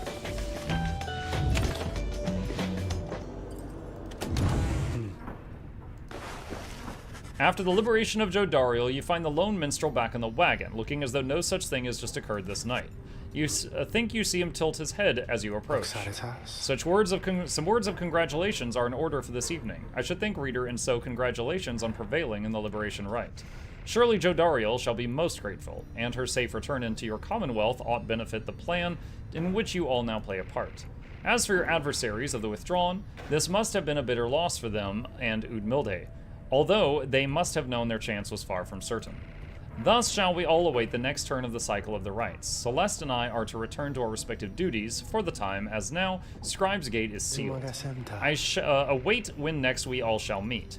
When next you may yet live up to the glory of the Night Wings in the eyes of the 8 scribes, which yet shine down for us. He trails off, then nods to you in his cordial manner, and bids you a good rest of the evening. Let me check this book. Okay, where's the thing on... He said he had notes on who would be the best person to free for the plan. I don't see anything on that. Alright, let's read one more page of lore. From atop Mount Alodiel, the downside may be seen in its entirety, or at least felt since so much of the land is shrouded, but that is hardly all. Through a wondrous miracle, there lies upon this highest mountain an inverted fall, whose waters crash not towards the sea, but rush toward the heavens. We speculate these are the very waters which delivered us, but now bend backward, seeking their return, as do we all. In this phenomenon, freedom can be achieved, but only for the chosen when the time is right. This is a path to freedom we cannot traverse, but shall leave open for you, so that you may strive for it. Common room. Your fellow exiles' living quarters are functional, but little else. Interact to view the roster. In the common room, you may review various notes and observations about your fellow exiles and their respective paths towards enlightenment and the rites. Hamatha's biography. Oh. Wait, does this show the percent thing that he was talking about?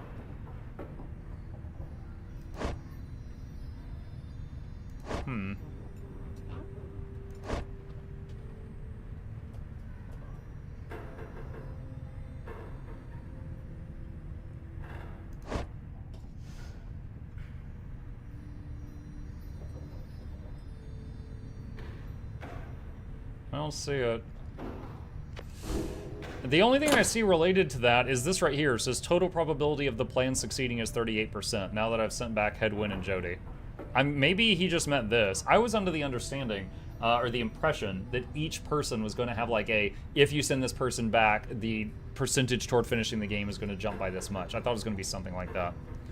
I think, hold on, where was her sister? The Harpy sister. Was this her? Tamitha? Yeah. I bet if we fight her again, we'll, like, advance the Harpy story.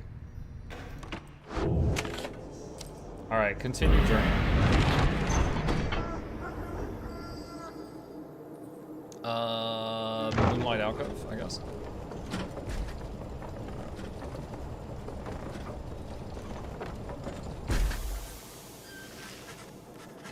You once again find yourself amidst the serene walkways of Moonlight Alcove. Here you can await the time until the stars deign to shine for you again.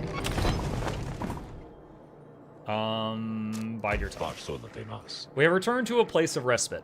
Please make yourselves comfortable, such as you can. We are at the mercy of the stars, but I expect they shall shine bright again in time. As for me, I shall return by then, for there is something I must do. There, from atop the sacred mountain, you gaze down into the abyss that is the downside. You wonder when the stars shall align themselves once more. There upon the sacred mountain, you and your companions once more await the night the stars begin to shine again. The plan of which you are all a part of is set in motion. The Commonwealth, a nation that stood almost for 1,000 years, is in turmoil.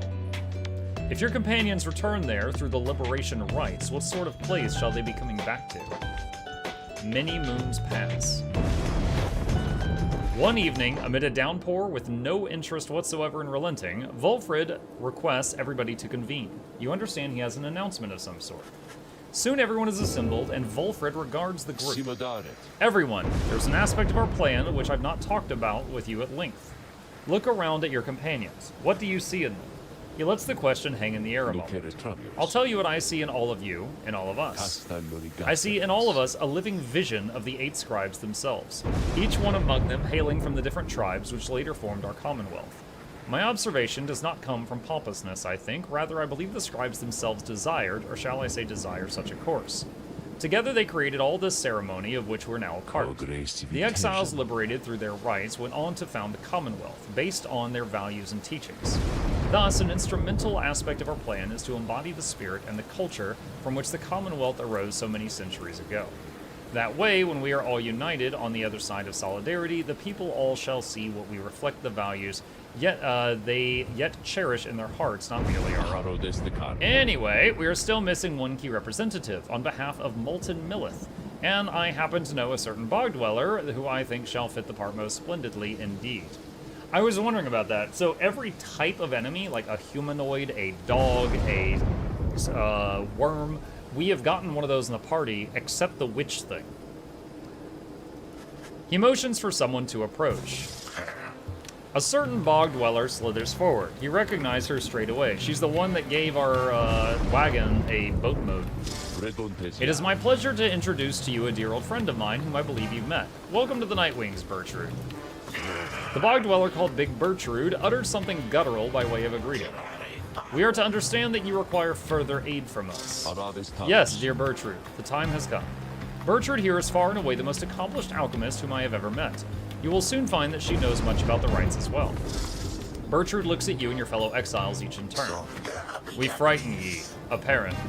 Everyone is silent as Bertrude searches their expressions. Then tremble, small ones, and hold well thy tongues, lest we remove them. She takes her leave without another word. Please excuse Bertrude's blunt manner. I guarantee she shall more than make up for it. Everyone disperses. It seems now that the ranks of the Nightwings are complete. Bertrude joins the group. You sense her powerful presence. Welcome to aboard. Now then, my boy, perhaps you've noticed that the stars are bright once more up there behind those stubborn rains, meaning it is the time we got back to business. Indeed, once more, several stars shine bright within the cold and storming sky. Choose your path towards salvation.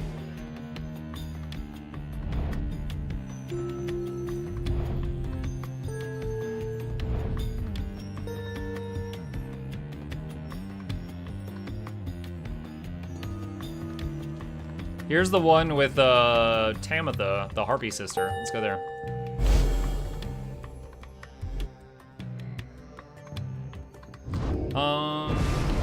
I think I had to answer worthiness is based on enlightenment. Is that the XP bar? Yeah, that's what I was saying. They have to get a bunch of XP, so you inevitably are losing your higher level people, so they're almost never reaching the highest level talents.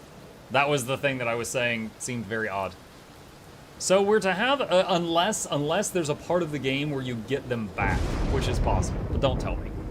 So we're here to have another brush with Tamitha. Perhaps she'll spare me yet another moment of her time. She's here because of me, and I am here for her. Tamitha then tells you more of your next adversary, her own blood sister. Tamitha Thane, a harp of the High Wing remnants, raised from birth to excel in outwitting and outmaneuvering her enemies. She seems driven by her hatred of the Commonwealth. After retreating to the mountains centuries ago, the Harps refused to join the Commonwealth, and those old tensions boiled over into raids, skirmishes, or all-out war. Flight tacticians such as Tamitha gave the High Wing remnants a swift and powerful military presence to this day, despite the Harp's small numbers. She once hatched ambitious plans to overthrow the Commonwealth, breaching its defenses so her sisters could reign untold destruction. On the darkest night of the year, she led a daring infiltration mission deep into her enemy's lands. It almost worked. However, she was betrayed by someone very close to her, someone branded a Commonwealth sympathizer, Tamitha. Tamitha was caught, clipped, and subsequently exiled as a prisoner of war, but being trapped within the downside only stoked her fury. I wound up in here not too long afterwards. Anyway, it's complicated, what happened between us. What I did for her own good, and that of all our sisters. Though I'm beginning to doubt Tamitha will ever see it that way. We'll see, I suppose, darling, but, we'll see, I suppose, but for now I'd best try to catch what sleep I'm able. Pleasant dreams then, darling. You bid a good night to Tamitha in turn. No time now to make flight preparations, though come morning the Black Wagon will press onward. You find Big Bertrude looking about the Black Wagon in a disapproving way. She fixes her gaze on you. Her expression does not change. Nyah, such a clutter, added to this wagon since we looked upon it last, unsightly. We remember thee from our abode in flogging hands. Then thou must be the reading one to whom Sandalwood referred. She moves in close, studying you. You recall that the mere touch of a bog crone of the southern bogs can induce paralysis or worse. That one such as thee can extract meaning from that tome. 'Twas a feat we wished to witness for ourselves. Thy flesh has seen but the smallest fraction of the years which ours withstood, and yet we are expected to believe that thou canst understand the Book of Rites. Then she backs away, for someone else has joined you. Hail, Bertrude, madam. Is everything to your liking at this time, or is there something more which you require? We have been unable to locate a supply of rotworm gizzard extract among thy belongings. Other than that, we shall lodge no complaint at present. It is possible Volfred has a small supply among his possessions here. If you would care to accompany me, we may yet procure some. That would be agreeable with us. Then after you, madam. As they depart, you think you see the lone minstrel nod his head your way. Page of Lore. With these blackened nails do I hereby inscribe the rites of flame. The bylaws shall be written here in full. We the Eight decree the rites, a test of one's true worth in body, mind, and spirit. Now until the stars abandon us, this shall be the binding law within the downside. Those deemed worthy in the rites are to regain their freedom from the downside and return from whence they came. Exiles shall conduct the rites as one of 9 triumvirates and look toward the stars for guidance on their path. Exiles shall bear this book as status. Statist. Continue journey. You rise early that morning, though Bertrude's already awake. She scowls at you. Good morning, reader. Bertrude, I trust your stay has been not too uncomfortable. Nay, Sandalwood, the comforts of this place are not for us. Fly us forth from here to lower ground. Let us get on with all of this.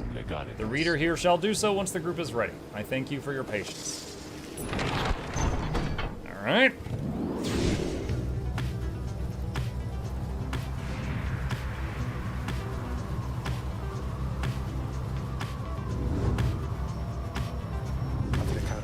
The hidden glade of Lu is nigh impossible to find on foot, though here it lies below us, protected even now by the enchantment of Lu's Slorian 100 Mines. I understand the river named for him is rather famous in your Commonwealth.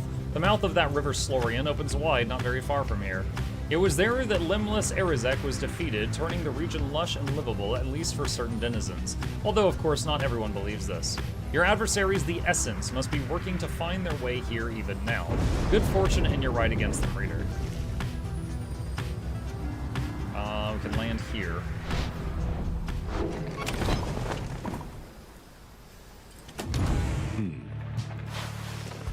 Volfred is poring over a copy of the Book of Rites as you approach. He looks up at you and smiles. The road to freedom, written in a book that hardly anyone believes exists and fewer still can read and comprehend. Sometimes I marvel at how absurd all of this is, my boy.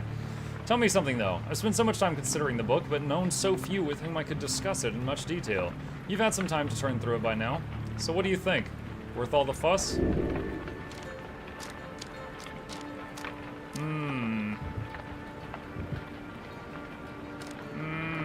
I find it fascinating. You tell Volfred the book has fascinated you and that you have never seen anything quite like it. He nods slowly as you describe your experience with it. I share the sentiment. To have in our possession a genuine artifact from a forgotten time, how much of it is exactly true and how much of it is the scribe's retelling of events? I find it endlessly fascinating to consider, I must admit. He puts away his copy of the book with care. It is amazing that these volumes have survived for all this time, I think. Whatever they are made of has withstood the ravaging effects of time quite well. And the ideas they contain, they remain rather provocative as well. To think that the Commonwealth disavows of the existence of this book despite official recognition of the 8 scribes. Although the reasons why are in there, written plain. How fascinating that its secrets have been kept for all this time. Anyway, I'll have to excuse me for my extracurricular interest in its teachings. I used to teach a version of this history. To have access to the real thing has brought me some small pleasure. Let us be certain to preserve these volumes for whomever shall be next to use them. He turns his attention to other matters and bids you good afternoon. Collect on old favors. You follow Ruki to an inconspicuous-looking locale somewhere in the thick underbrush of Needlefield. You soon procure something from a hidden stash. Alright, chum, we got what we came for. No funny business, just the way I like it. You receive owed dues, another debt prepaid. 80 gold. Return to the wagon. Continue journey. Blade of Blue.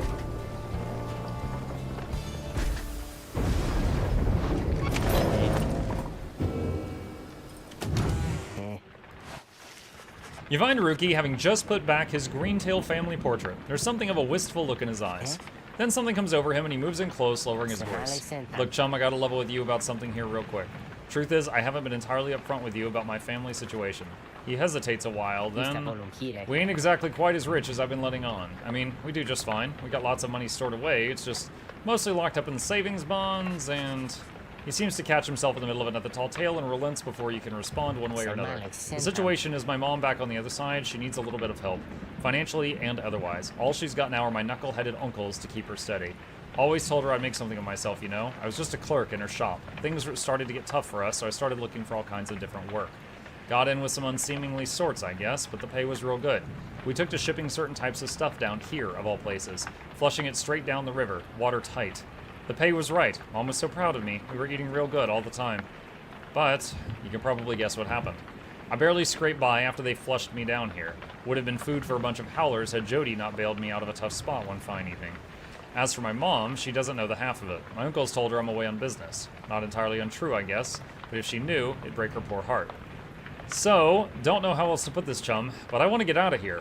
Get back to what I was doing back home on the straight and narrow, though. I'd go straight this time for sure. Just don't go telling everybody that old Rookie Greentail's just a mama's boy, okay?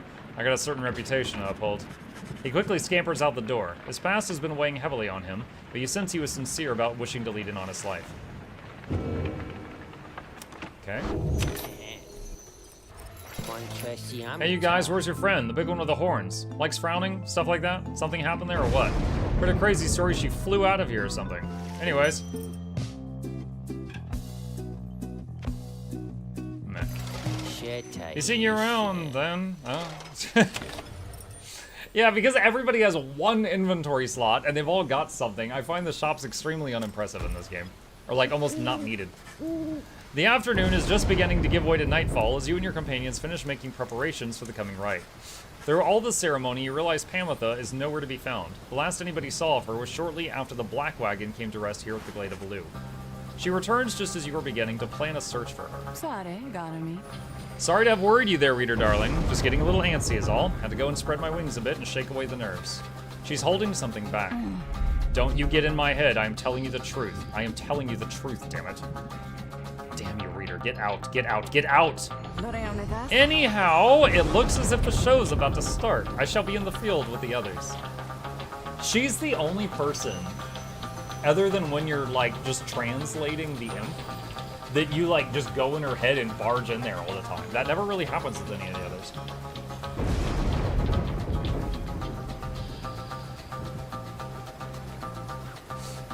As Pamitha departs, you see she is right as the stars above begin to shine. You know she's about to face her sister Tamitha once again. You accept that this is a very private matter between them.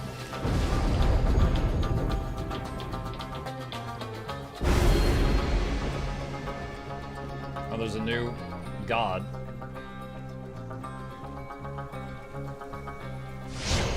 Evil god.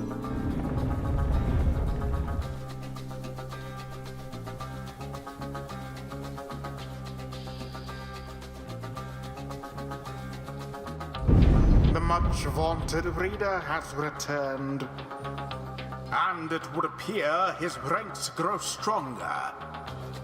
Consorting with the bog-crone Bertrude, are we? How very strange that you befriended her. At any rate, your adversaries in this rite shall be the Essence. Put out their flame and walk the path to liberty. I think Monk needs to get this OST. That's good. The winged exiles of the Essence take position opposite your own companions, and their leader soon asserts herself. Pamitha, come forth. No trickery this time. She appears as asked, though remains silent as her blood sister studies her for a time. Tamitha then reaches for her mask. You look weary to me, sister. Oh, too little sleep, I guess. I do get rather anxious sometimes on the night before one of these things. It can be a lot of pressure. Understandable. The two of them say nothing for a time. You cannot discern what they are thinking. The High Wing remnants all seem to be very mentally acute, trained as they are from birth. Soon enough, Pamitha cuts through the tension, her tone light as ever. So given further thought to my proposal then, or I have. And I think that now is not the time for talk. Besides, your comrades there, surely you give them pause. Even now they must be questioning your loyalty. What? But Oh, cut it with the stammering, Pamitha. It is very unbecoming, you know that. And you be sure to tell those comrades of yours what you proposed to me. She dons her mask once more. As she rejoined the other exiles of the Essence, Pamitha hesitates before returning to your group. I told her she could take my place. that I would keep her up to date about our progress, and that she could take my place if ever it was time for me to go. But you don't have to worry. For one thing, she refused, and for another, well, I better tell you later. For now, remember, you can count on me. Liberatus. Hold a moment, reader. The crone Bertrude slithers forth, wearing the remnants of the rites. Now that Bertrude is among our ranks, it would be best if you become familiar with her repertoire. You have no obligation to make use of her abilities, of course. Good Bertrude, please show the reader something of your aptitude. We expect thou shalt be soon inclined to bring our sorceries to bear. Long have we studied these rites of thine. Let us show thee what we know of them thus far. The bog crone Bertrude shows herself in full. Press W to Now, pounce. I have to wonder what became of her accomplices. Of one accomplice in particular. You watch yourself around her, reader. None are sentenced into exile without sufficient cause. Is she doing damage behind her with that fart-looking thing, or is that just... I don't know.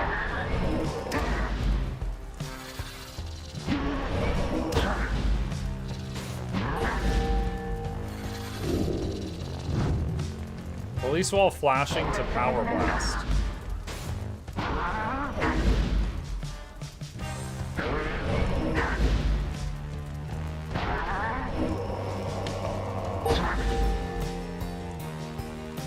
Okay. Press T to proceed. Now then, reading one, know that our freedom is of little consequence to us. We side with ye because of Sandalwood, because of his plan. We shall aid ye in the rites, and we aid ye in that plan. Thus we are at thy disposal and await thy bidding. Ashen Coal, plus 25 to their Let flame. us begin. Alright. Alright, so I'm looking at presents for aura size. I'd like to have a fat aura goalie if possible. And actually, it looks like Bertrude has got the thickest aura of all. If that's right. I know the witch auras are kind of weird. Oh, talisman.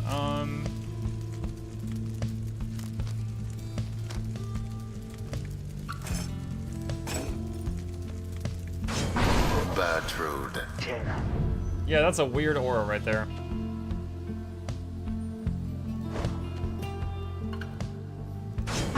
Alright, him, because he's got the larger aura. And her, because of her sister.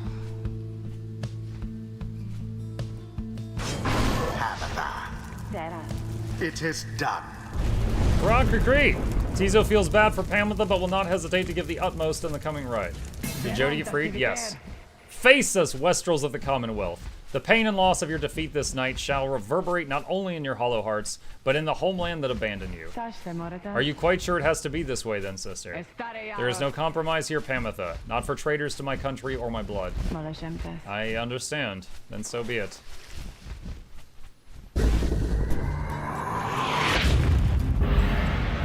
Commence. Oh my god, no, no, no, no, no! A stroke Wow. of luck is all. I'm in difficulty, moving around.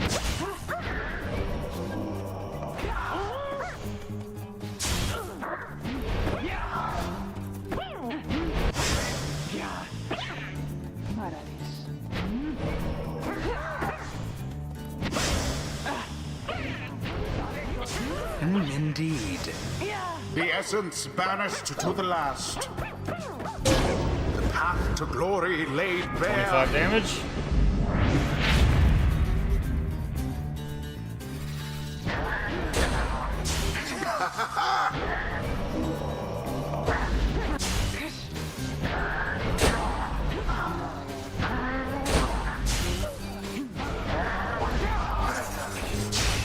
Ah!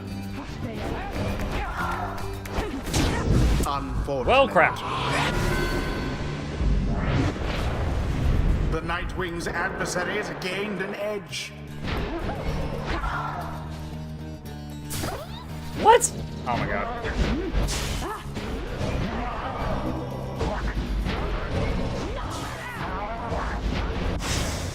Both banished.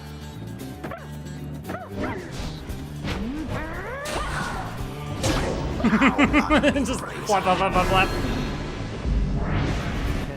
You seem so distressed, Pamitha. Is there something more you wish to say to me? Words you feel I am owed, perhaps?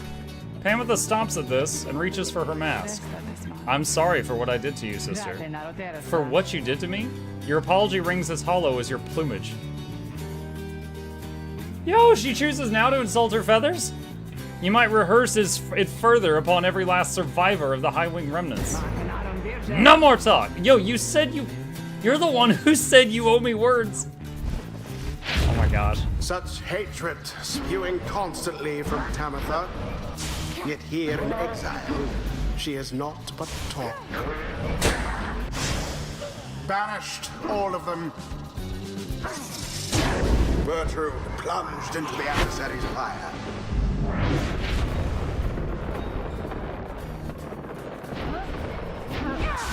'Tis taken. Splendid.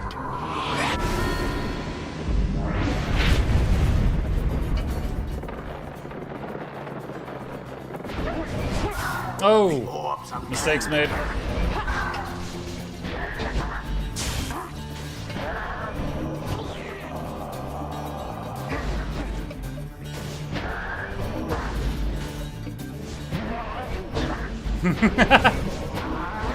Wait, what? What? Oh my gosh. She went right through that and didn't take damage.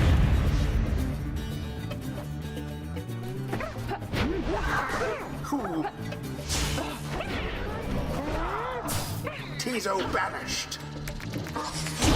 Your Oh my god.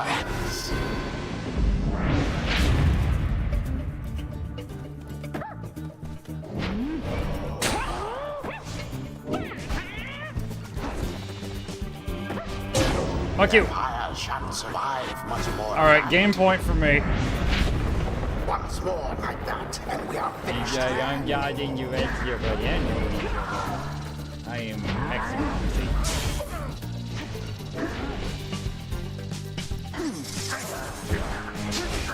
Dang it. Effort. No! Such is the fury Now it's of game the point for either side.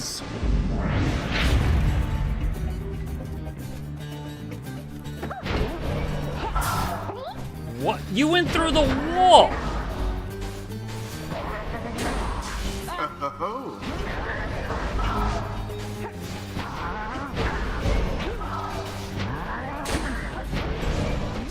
Are you kidding me right now?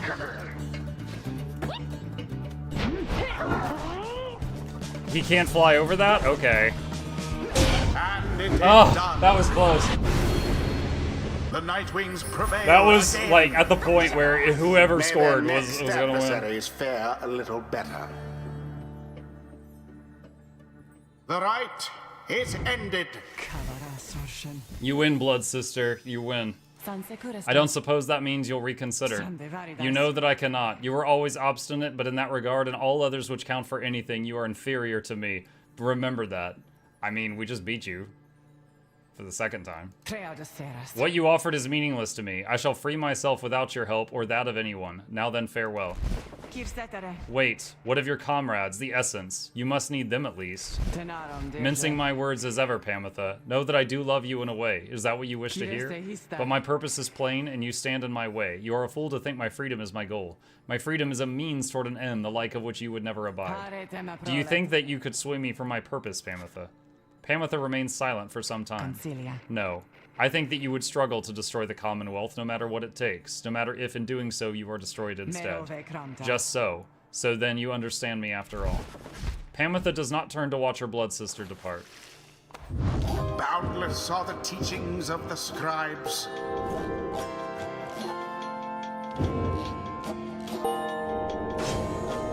If only wings could speed us on toward greater understanding. All in all, having to unlearn everything I've learned is going somewhat faster than expected. Pamitha can use dash ability in rapid succession for less stamina. After saluting adversaries, she instantly switches place with her nearest ally. For 5 seconds after banishing an adversary, she moves 30% faster than usual.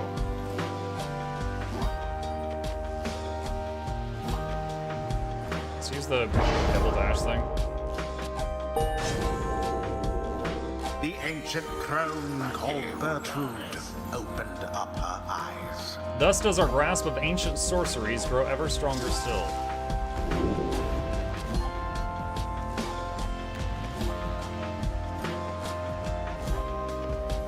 While Bertrude's Pyre has less fire than the enemy, she does an additional 5, or while Bertrude's Pyre has more fire than the enemy, she does an additional 5.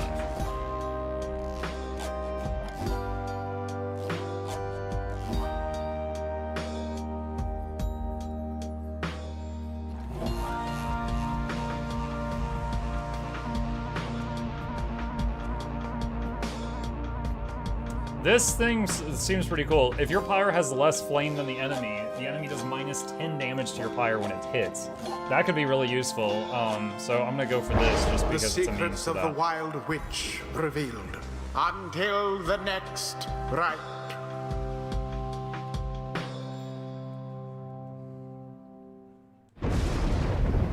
Hey Muck, I want to buy Ginger Wilds with your referral link, but I don't have a Twitter account. Where can I find it?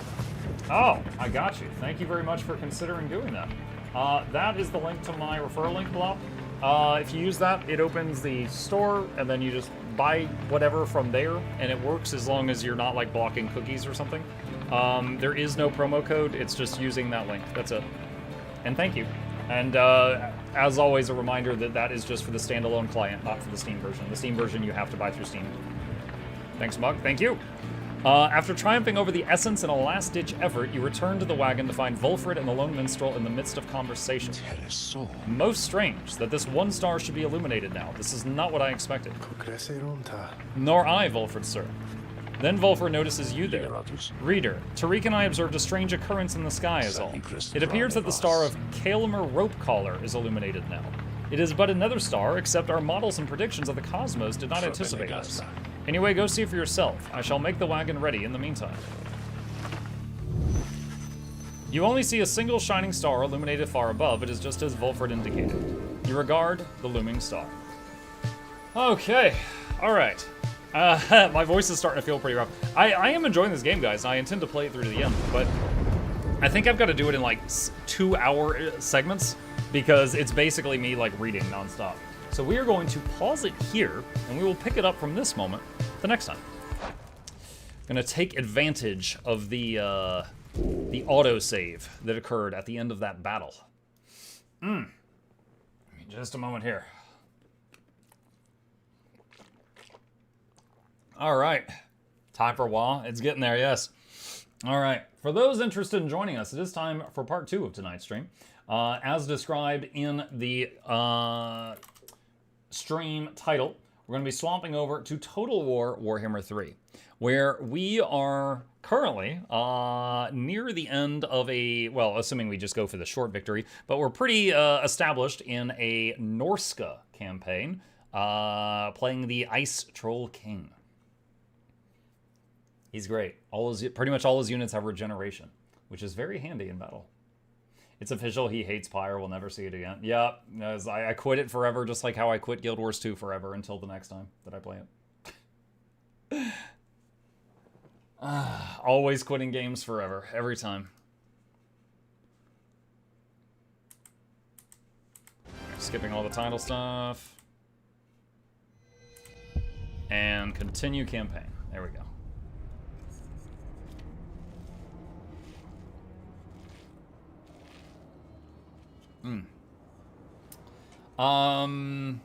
Yeah, so last time we got to try out the max tier units for the Norska faction for the first time, which was the armored war mammoths and the two-headed dragons. They were pretty cool. Gotta say that they're not my favorite max tier units among all of the races, but they were all right. Honestly, I like the mid-tier units for these guys the most. The trolls and the skin wolves. I love that your evening streams recently have all become Warhammer After. I'm glad that you like it, because the alternative is really bad for me.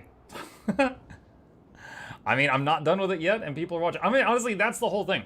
If I am still having fun with the game, and also people are still up for watching it, I'll keep playing it. Those are the requirements. And Warhammer After is still fun to me, and a lot of people still have been watching it. All right, back in Total War Warhammer 3, continuing our Norska campaign. Let me see. Had we already moved everybody this turn? No. Wolfric has not gone yet this turn. Let's see. What is this guy? That is a very small army. I think we can just run over that. Let's try. We are down 3 units, but that shouldn't be a big deal. And says we will win. No, I'll manual this. So if we just hit the auto battle button, we will lose 2 units, and I don't think we need to lose them. So we're going to handle this. The Skin Wolves have been putting in work. Yeah, the Skin Wolves and also the Trolls, I think, are basically carrying my playthrough so far. With the occasional caster unit that gets like 500 kills in a single battle from like a well-placed vortex. Those have been helping too. Oh, this guy has cannons. I'll have to be careful of those. I don't know what that thing is. Let's see. Start deployment. Can we inspect them? Okay, we can. We have vision of them. All right, hold on. So let's look at the enemy troops. What do we got here? We got some knights with lightsaber lances. Bunch of dudes, We're looking for something out of the ordinary. Here's the cannons, which I already know those have insane range. Blackguards. Reichsguard, not Blackguard. Blackguard's a different unit. Null Ironsides, Hawkrider. Ah, you. What are you? I don't recognize you. Templehof Luminarch of Hish. What? Look at that range. What? What are you? Are those magnifying glasses? Does this guy, this is a laser? What is this thing? Armor-piercing missile, Solheim Bolt of Illumination. Fires a highly accurate beam over large distances, causing tremendous damage to its target, but with small AoE, making it a poor choice against weak infantry. 14 ammo, 2,500 damage? It's a sniper laser. This guy just called forth the power of God into these magnifying glasses and then fire it? Oh my lord. Oh, that's not great. Probably gonna delete my mammoth or something. Alright, I've never seen one of those. He got a fancy flashlight? Yeah, he got a fancy flashlight. Alright.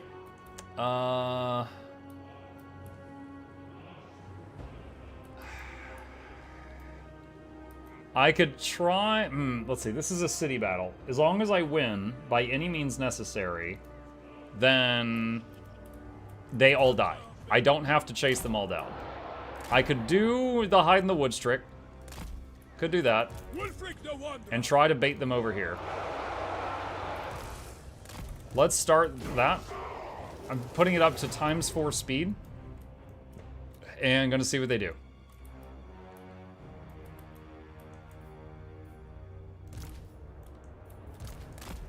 I'm gonna take this one mammoth. It can survive a hit from that laser if it gets hit by the laser. Let me peek out here and see if they do anything.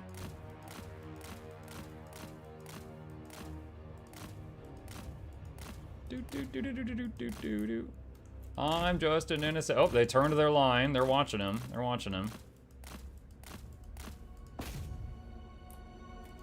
I'm just a mammoth. Oh, the cannon just fired.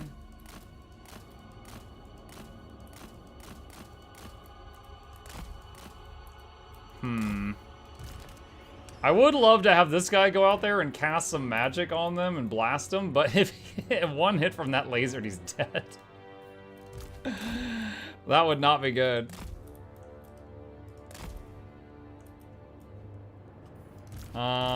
Let's do this.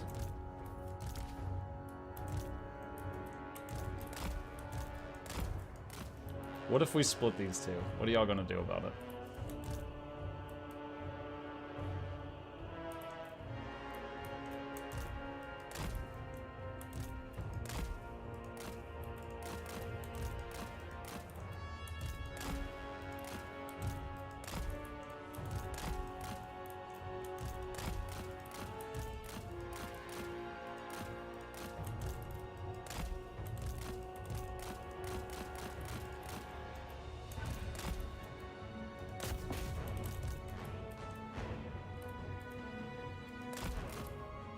Whoa, camera is being really weird for me right now. Alright, is that enough to get y'all's attention?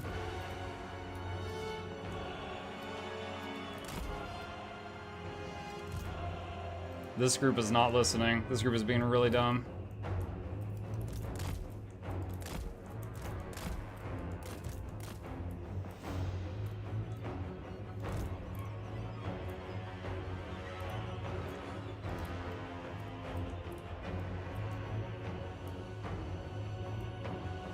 God, are they just gonna line up and stand there? That's not good for me if they won't come over here.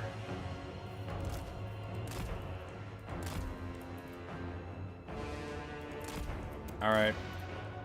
Plan B. Or C. I don't know what we're up to right now. I do not want to fight them on the open field, though. I'm gonna go throw a boat at them. Oh, wait, are they charging? No, they're just repositioning. They're just shifting.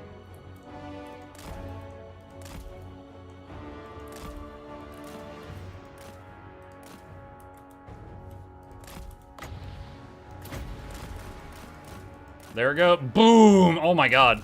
How much damage was that? 10,000. That was 10,000 damage. Okay, they're all rushing forward. Which, yeah, oh no. They immobilized him with something. That's not good. Come on. I gotta admit, I didn't think he would have trouble getting back because of the mass of a mammoth. 6,500 mass. I thought he would be able to just walk and they couldn't stop him. But, surprise, they did.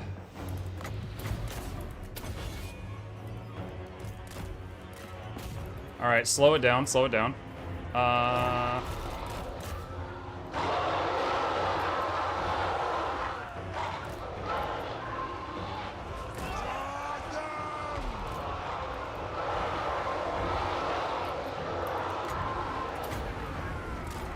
another boat.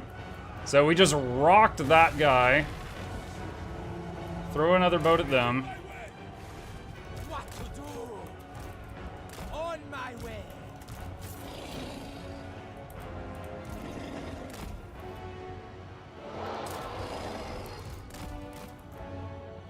You back up. You're too low. Ready to merge. Hurry! Into position.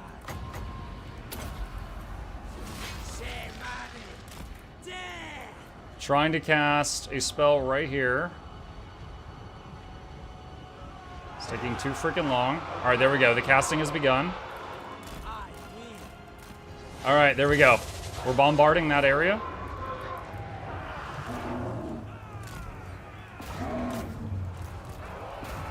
I don't know why this idiot just landed back here, but swarm him. Don't let him leave.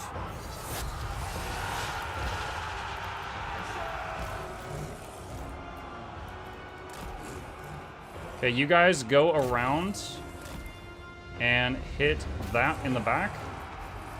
Oh, no, they got caught immediately. God dang it.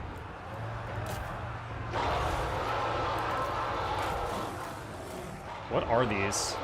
Spearmen? You should be able to outrun those.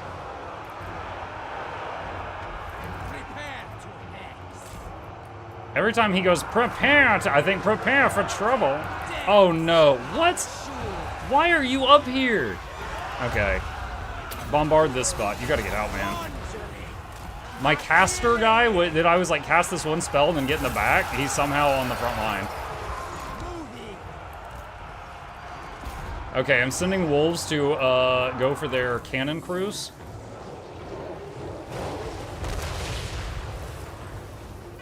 That should do work. Final transmutation.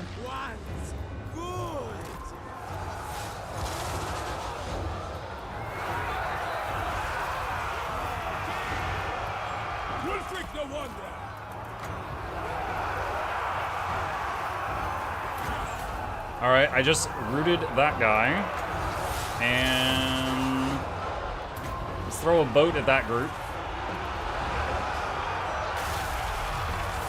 I love how Wolfric is a legendary lord, and now he's just bait for Throg.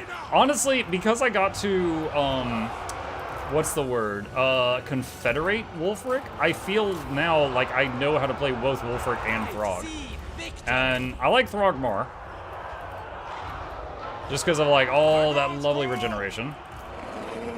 But it is what it is.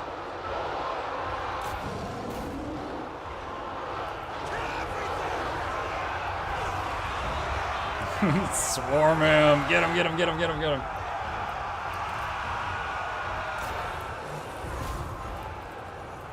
I've seen death. Oh, knock these guys up.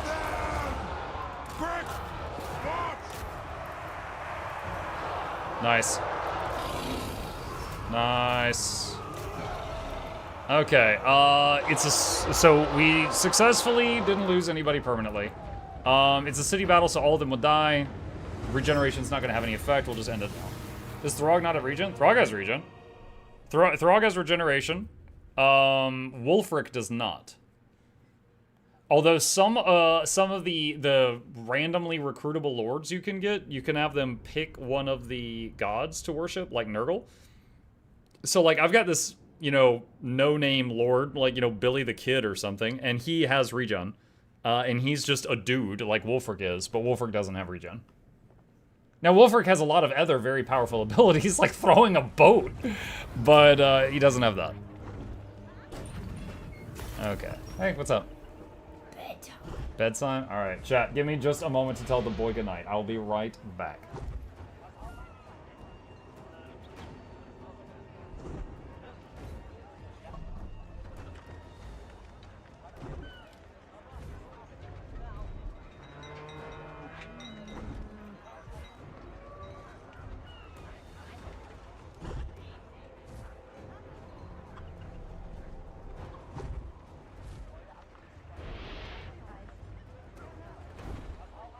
Okay, he is off. Alright. Let's see. I think we were almost done with Eagle, weren't we? 78 out of 100, yeah, right of the Eagle. Stop moving so much! Oh my gosh. Undeniable. Okay, and Wulfric leveled up. And let's see, unnatural selection. Where's my This next random one? dog. Thick-skinned. To Okay. the four corners. Didn't I have... Did he die? I know I had a random lord over here. I don't know if he got killed or something. Overrun the It was world. this guy. That's the one. Alright, he can... The crow directs me. Wait, why does it have a sword? That should just be, you know, go colonize that. Alright, so he's done, he's done, he's done. Alright, Surthu. Slave the southerners. Alright, these are the guys that were dealing with the... dwarves. How to handle this? The tribe consents. Hold on, can both of them reach that? Enslave the southerners. Sent by the serpent. Wipe them out. Alright, Crack-a-Drac. Decisive victory. Auto. Alright, so those two armies can crush that. Alright, so I'm gonna do, Raise for the Eagle. Well, Then, can I have the other one immediately capture it? No, no, I was trying to click on the city. understood. Colonize. There. Alright, so we got Raise for the Eagle done, so we got more credit towards that. And then we took it, so now they can rest in this area, which is what I wanted. Chieftain. And since I raised it to the ground, even if they take it back, it will, In agreement. it will be like a level 1 town. Okay, they got a bunch of XP for that. Alright, this is what I was talking about. This is just a random Marauder chieftain that we recruited. And he, although he doesn't have the melee line, you can choose, does he get some corn stuff, some Zinch, some Nurgle, or some Slanesh? And I chose some Nurgle, and he gets Plague of the Crow, which gives him poison attacks and regeneration, which is pretty freaking awesome. Wulfric has some very powerful stuff, but he doesn't have that. He doesn't have that. Alright, so, what does Spawn of Chaos do? That's XP per turn. This guy's... We got Frostbitten before, which is buffing like trolls and stuff. Unnatural Selection. War This is unceasing. the fire guy. Level up the Piercing Bolts. Tribesmen, gather. This guy is training, first and foremost. Bring death. This guy, Assassinate. Yes. This guy, Putrefying Ooze. Ruinous Flash. I submit. Evasion. Okay. Alright. There we go. Okay. Alright. So orange is a little bit reduced now. Okay. So everybody has done their movement now. Let's see, we can upgrade a few miscellaneous things, because we've got 100... How do we have 100,000 gold? I don't know when that happened. We have 100,000 gold. I don't know when that occurred. Just put random watchtowers and stuff to increase how defensive some of these things are, I guess. Alright, that's satisfactory. Outpost available, no, and enter. Alright.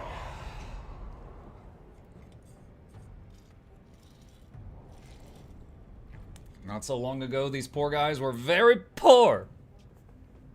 Very poor. How did PYRE go? It's good. Made 2 hours more progress. We got another person permanently freed. No more Jody. And advanced the story a bit. Gotta kind of keep it to around 2 hour increments, because it's rough on the voice doing all the reading out loud for that long. Let's see. One of your allies is going to war. Do you want to help? No, I'm good. I got enough enemies. I'm good.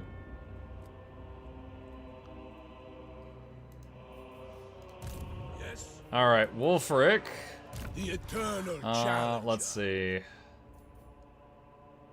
Can have wound. Okay. Let's go into raiding camp so that you heal. And go toward a Mao. Embarking. And we have 17 out of 20. So we can recruit some tougher units. However, that means sitting still for more turns. 72, 29, 73. So armored skin wolves take 2 turns to acquire, and they have slightly slower speed, just a little bit, but they have armor, like, way more. Anti-large frenzy, anti-large frenzy, yeah. Or we could just get trolls. Also an option. We can get trolls in 1 turn. Let's just do that. Alright, so he'll get those. And then this dude is on the way over here to get that city. And then we got these 2. What is this unit? A level 1 master engineer is following us. Can one of these wolves assassinate him? 62%. Successfully assassinated. He is gone. Not just wounded, he did. Cool. Alright. Specialists, level that up. What? Alright, and let's go towards this town here. Despoil and ravage. Bloodthirsty. Let's move these 2 over. Impossible. Okay. And Throg himself is trying to beat up Kislev still. Alright. Let's save the game. And try it out. Pyrrhic victory.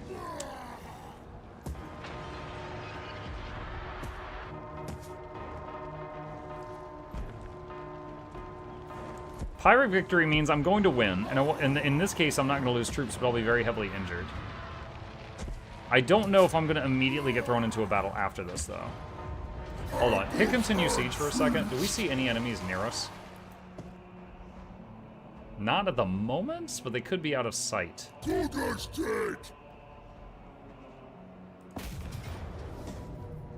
Alright, auto it. So yeah, I take heavy damage, but I win. 51,000 gold if I sack it. Oh my god. Alright. I'm gonna sack it. So, the town is still theirs, but it's a level lower. And then I'll go into raiding camp. Kislev is a capital? Yeah. I'll go into raiding camp, and then I think I'll raise it on the next turn. But I wanted the money first. That is so much money. Kislev is a capital. Yeah, well, I need to beat the Kislev faction. That's one of my win conditions. I need to delete their faction. I gotta get them gone. Let's get Scarred Veteran. Great realms. Specialist. Winter Tooth.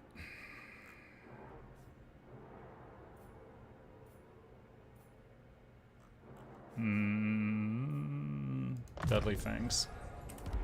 The motherland needs. Okay. So he's there making a pain out of himself. Yeah, Kislev is a city, but I was also, but the Kislev faction, which is, what are they actually called? Hold on. The Ice Court of Kislev. Because actually I think there's like 4 factions for Kislev. The Ice Court is the one that is this right here with the snowflake symbol. They're the ones that I need to like 100% delete in order to get my win condition that I'm going for. Okay, that's all done. Let's do that.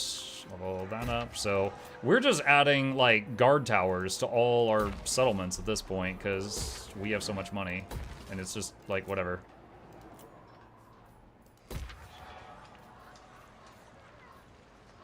No, cancel that and upgrade that one.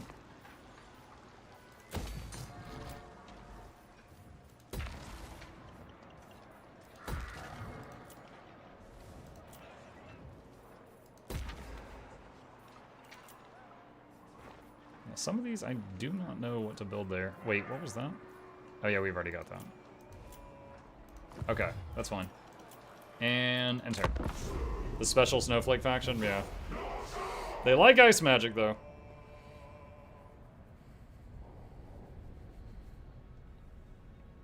Yeah, they had one spell, I think it was called the Heart of Winter, I really liked. It was like a big circle, and it did like minor AoE in that area, but it was labeled as direct damage, which means there's no friendly fire. So you could just do it where all their troops were smashing into yours and it would not hit your troops. And it did like, let's say like, you know, 5 damage a second for like 10 seconds. Then it did 10 damage a second for like 10 seconds. And then it did like 20 damage a second for 10 seconds. So it would just did a massive amount of damage over about a 30-second period. Azazel ended their military pact with you. Yeah, because I didn't go to war with him when he's like, I'm going to war, you got my back? And I'm like, no. Spent multiple turns in raiding stance. More income from raiding, -2 control to the enemy province. Nice. Confederation. Okay. Alright. Alright, and we're gonna hit it again. Alright, raise for the eagle this time. Armor of Fortune, that's pretty good armor. Okay. I cannot go into raiding camp this time. We destroyed their capital. Let's burn it to the ground.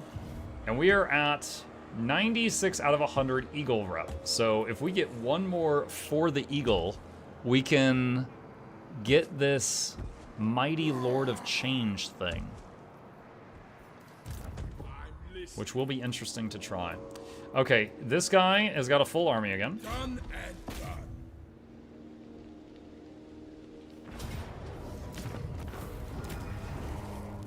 And here it is. Oh, something's happening! Your allegiance and devotion is unmatched, my lord. But take heed of your actions and watch the horizon carefully. For you have enraged the other gods, and they come for you now. What? Sending their most prized champions to challenge you. Total devotion. You give yourself to the eagle as its mighty champion. Go forth with the gifts of magic and torment. No one told me in by the worshipping a eagle's god, name. all the others would get mad. I was not informed of this. Legendary Lord now available. Azric the Maze Keeper. Eliminate Phaetor the Serpent, Vashnar the Hound. Ah, script. Is set. No one told me the others were gonna get jealous. They're literally yondirs. Wait, get Mentor. Mentor's better. Alright, you go here. And colonize that. Okay. Alright, so... wow, dude, this guy's so far back. How big's his army? Decent. And he's level 30. Oh my god. Alright, so... well, I wanted to beat Orange. Hold on, can I get peace with Orange? No, he still thinks he has a chance against me. So, these guys are going to start hitting me in the back. I'm going to have to backtrack with these armies to deal with them.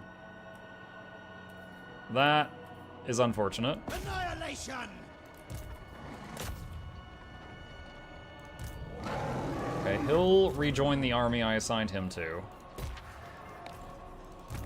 Alright, he's done, he's done, he's done. He's gonna do his thing. He's fine. Alright, well, one thing that I want to see is... I'm gonna save game. So we're getting... while they're in raiding stance, our income looks stupid. Azric the Maze Keeper. I really wanted to see what these guys do, because I can't inspect them easily. Look at that, chat. Oh my. That is a big angry bird demon. Lord of Change. The Lords of Change are one of the highest tier units for Tzeentch. I know one of the legendary lords is one of these that has 2 heads, and I know one of them can see anything in the past, and one can see stuff in the future. Okay, so this line here is standard Tzeentch magic. I'm familiar with that. Hates Nurgle is a trait. Hidden in Time ability. Unstoppable and Stalking. Gaze of Fate. Target cannot move and loses attack.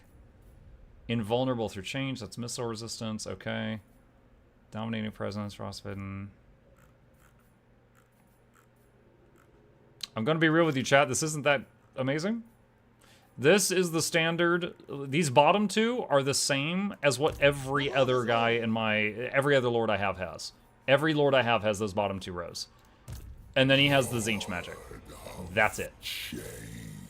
From what I understand, the Nurgle legendary lord has, your entire army has horrible regeneration.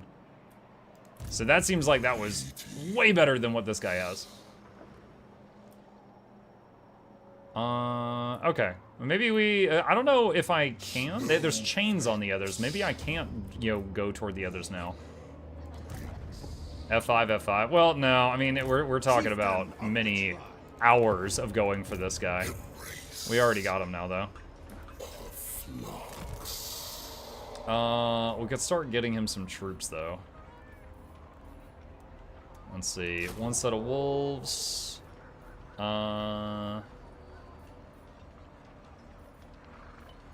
Let's see, where's the armored skin wolves? Are they in this recruitment area? I don't think they are. I don't know where they are.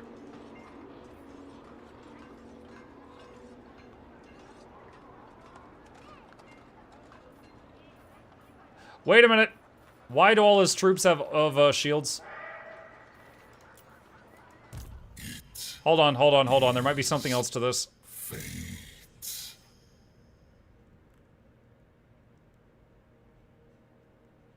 Winds of Magic cost minus 25% for all spells. For all characters. Okay, that's something. So every single one of my armies use 25% less mana when casting.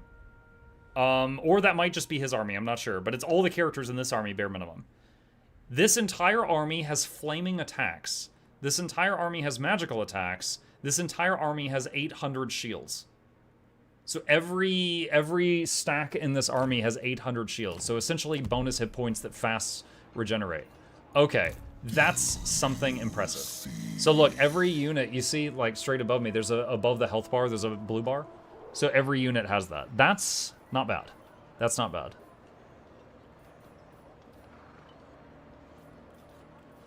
I don't remember, where do we get the armored skin wolves? Which region has that? Ready.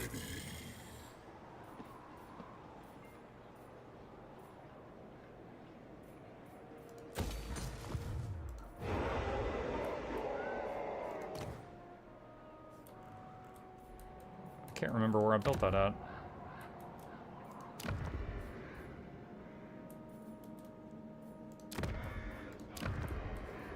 There. It's there.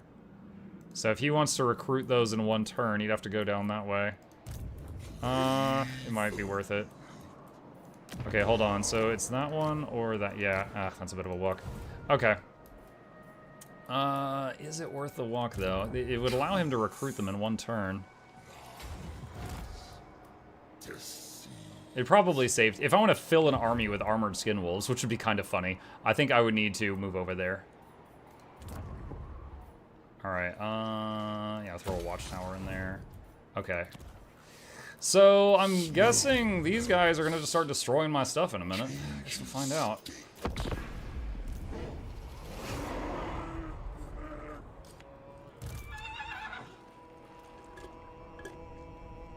Muck, I meant to say this yesterday. The Chaos Gods don't play well together. If you please one, the others will come for you. Cool. I will say when I play, a couple of the Warriors of Chaos are able to get troops from multiple gods. I love having Nurgle frontline units and Tzeentch backline units. Unfortunately, like you said, they freaking hate each other. Like this guy, Bellicor. He can use guys with multiple gods. He can pull troops from multiple gods.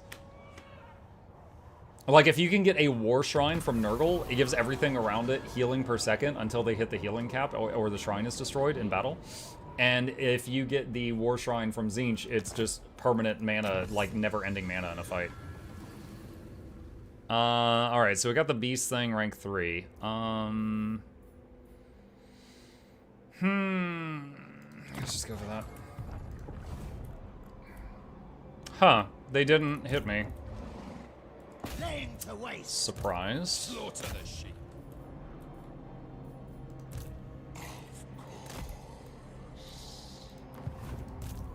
So maybe they're not gonna, like, raid all my stuff.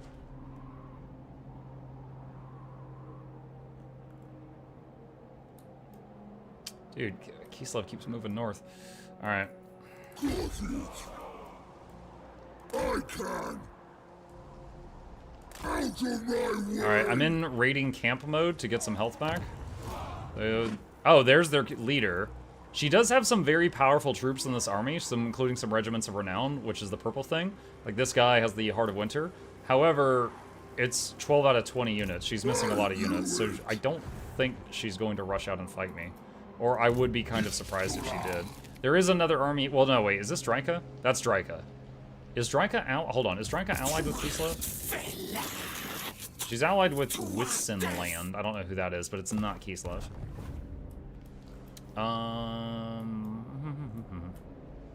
Alright. World Walker. No problem. Okay, so... And then there's the beast thing is over here. Wandering. Speak this way. Okay. That up. And... That's... Crack-a-drac. And is that all... Yep, that's all my armies. And no, I don't... You know, I don't really understand outposts. I should probably freaking learn this. I think if I build an outpost somewhere, I don't know if that allows me to build there. Like, it says, like, okay, this is my ally city of Hergig. I have the option to build an outpost there, and then it says you can recruit marauders there. Does this allow my ally to recruit marauders, or is this for me? When I'm in that area, I can recruit there. This will... Hold on. Construct an outpost in this settlement. This will provide recruitment of the listed units from your ally using allegiance, and will provide the settlement garrison with additional units.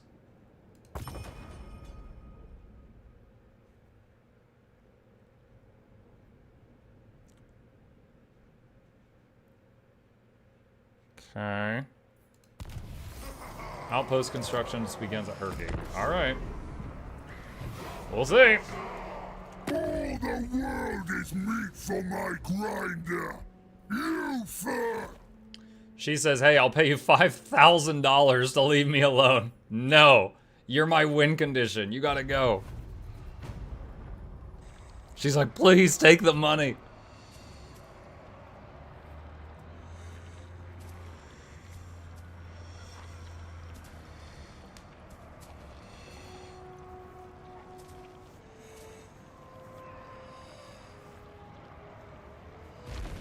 Outposts and allied towns are for them. If they build an outpost in your territory, you get to recruit their units.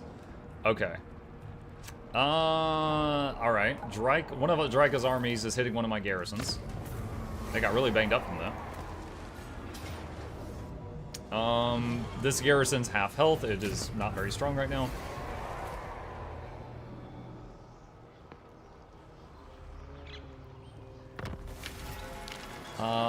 Argolin and Widrioth. I think that's Orion's faction? I don't know who Widrioth is. Settlement sacked, Erengrad, settlement sacked, settlement lost, okay, okay. Useless contraptions, okay. Alright, Throg. Alright, and save game. Hit this, which will pull them in to the battle. Says Pyrrhic victory. I can just auto it. If I do that, I just lose the wolves. But then I don't have to do it. You know what? In the interest of time, I'm just gonna auto this one. So they lose every single unit. So yeah, I can play. It says I can pledge to another one. But there's chains up here, so I'm kind of guessing that that's not gonna work. I'll test that with a different city. Alright. We are going to sack and then immediately occupy.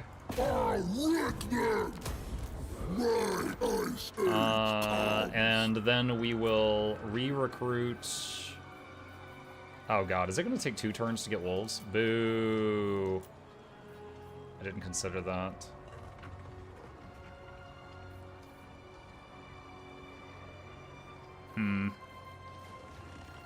I really don't want to have him without wolves. Okay, yeah, I'll recruit him again. It's just, it's such a difference having them versus not having them. Okay, increases hit points. This guy is honestly level whatever at this point. Fangs. Thick-skinned. Okay. And then my hope is to go here and then start going upward and finish off all the Kislev cities. Alright, this guy. Take this, colonize that, so this is now our area. And get that dock going. And we're gonna have this guy head over here. So next turn he can do this battle, I hope. Let's level that up, level these up. I am surprised and happy that these demon armies are not currently messing with me. Let's move him here. And then I think if the other army attacks the demon army, it will pull both of these mobile armies as well as the town into the battle. Because this is a very high-level army, but we've got 3 that are all full health. Alright, it says Pyrrhic victory, but one of my armies will lose their wolves. I'll take it. He's got so many hell cannons. Yeah. Alright, and now we're all severely beaten up. Okay. And that's a quest complete. Alright. And hire the wolves back. And, you know, while we're here, he can get another unit. What? Chaos Frost Dragons only take 1 turn to recruit? So do Feral Mammoths? That's a huge surprise. That is a very big surprise. 1 turn to recruit dragons. Yeah, sure, throw a dragon in, why not? I guess. Actually, hold on. Get Pit of Shades. I didn't realize for a second that army did not have that. Fury Bolts of Burning. Wait, no, not that. Magical Reserves is what I wanted. Gives more mana to use. Specialist for assassinations. Same thing. It's because Frost Dragons are cool. Plague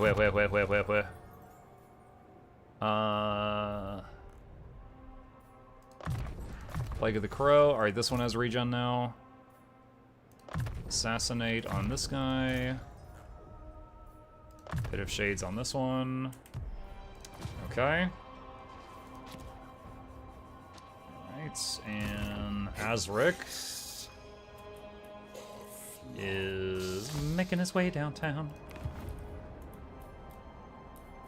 Building upgrades. Do that, and that, and that.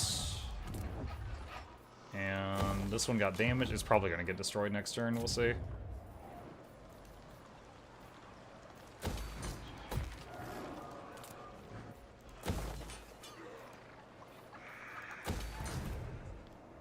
Okay, and enter. Like, I'm trying to decide what to main for Gen 3 Wilds. Would you recommend NG or Necro? Those are both fantastic. Those are my second and third most played classes out of all 9 of them. I play Ranger, NG, and Necro. Those are my top 3. Certainly, you know, whether or not you enjoy it the same as I did will depend on if we share the same taste. They demand a gift or we go to war. Dude, I don't even know you. No. I'm over here, like, swimming in money. No, I can't spare you $5. War it is. Cowabunga it is. Got some stuff to do. I'm going to lurk. Oh, I'm seeing that message way late. But if you hear me, Blue, take care. Urson, Revivalist, and the Ice Court. Okay, so 2 surviving Kislev factions just combined.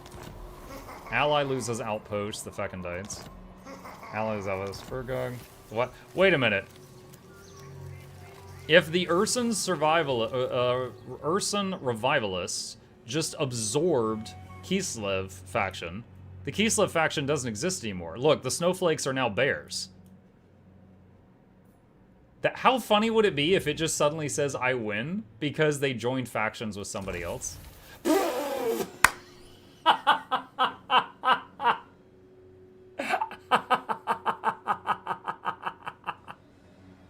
You stupid game. I freaking knew it. Freaking called it. Freaking called it. Oh, man. I was just sitting here, I'm like, wait a minute. The last condition for me to win is to take out the Ice Court. But the Ice Court just went into an alliance with somebody else and got absorbed by them, so technically there's no more Ice Court. Is that... Boom, you win. Well, that was fun. That was fun. Yeah, so if you confederate... So, for example, chat, we did that in our game. I am playing the Thrawn campaign, but we beat up Wulfric. Wulfric is a different legendary lord you can start with. We beat up Wulfric and confederated him, which means we get to keep him alive and use all his stuff. And he becomes a secondary lord for you. So the Urson Revivalists just did that to the Ice Queen. So the Ice Queen became, you know, part of his units, but the Ice Queen icons are no longer on the map. They gone. Also, I'm not at war with Urson. So look, I'm not at war with any of these guys, despite the fact that I've been murdering them for the last 10 turns. Like, what? Okay. Oh, silly, silly, silly. Okay. Interesting. Okay, there is one more goal I had. I want to finish another monster hunt. So let's save here, and let's go into this objective. Look at that. It's got one... It's like a Minotaur combined with a Cyclops. The Salzamund Spirit Eater. Armor-piercing, special ranged weapon. Yeah, it's throwing islands. Causes terror. No forest penalty. Well, yeah, it's taller than the forest. And a Cygor. That's the thing. Cygors. Okay, let's do it. The Miniclops.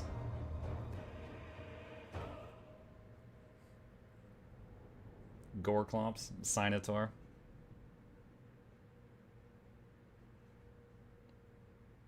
See, they got harpies. Oh, after it's like halfway loaded, you can't mouse over stuff for information anymore. It looks like they might have 3 squads a minute. Oh, here we go. Do not take these behemoths lightly, my lord, for they are no ordinary Cygors. They hurl clusters of boulders with frightening speed, and will do so with reckless abandon. They are soul eaters, so it may be difficult to wield magic against them. Difficult, but not impossible. Like all Cygors, the brothers see the winds of magic through their single eyes, which causes them to be in a constant state of fury. So they're just always mad. Oh, they don't have my brand. Take the angry beasts down.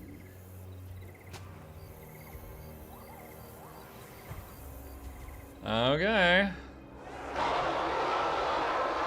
This is very big. Alright, hang on a sec.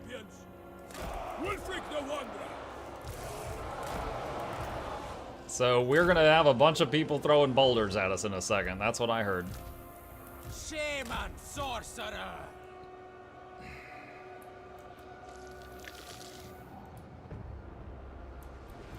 Alright. Shield Minotaurs. Shield Minotaurs.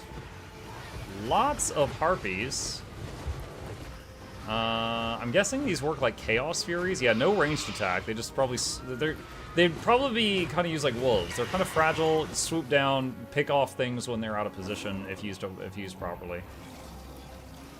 Razor Gore Herd. Bruh. This reminds me of every animal in the Eastern Plague Lands in World of Warcraft. These things got the blight. Okay. Where's our target? Maybe he, like, struts onto the map. I mean, he might be hidden from view right now. I don't see him. Amongst the Beastman herd are 2 giant Cygor brothers, the Soul Eaters, one of which has already taken to the field. Slay them both for a great sacrifice.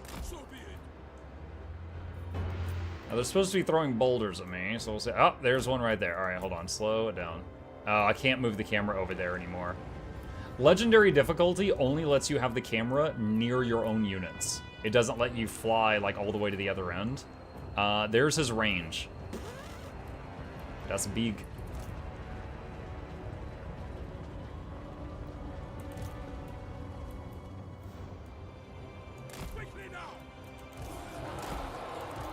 Putting the caster as well as our wolves into the trees. Everyone else is going to start moving forward. Let's do double speed for a bit.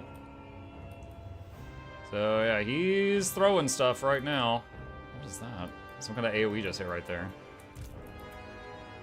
The skin wolves are much faster than literally every other unit. So they're taking time. Now, the skin wolves and the trolls in any army have regeneration, but in Throg's army, they have the horrible regeneration, which is much better. This is not Throg's army, so they do not have that. These marauders are taking forever to catch up.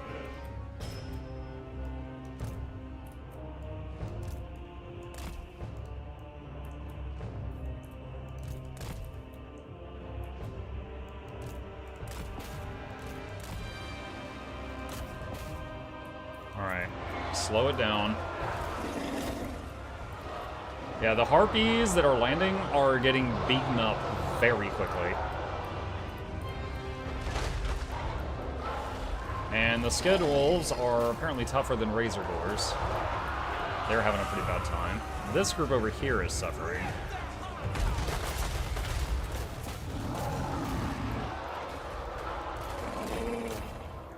Let's join them.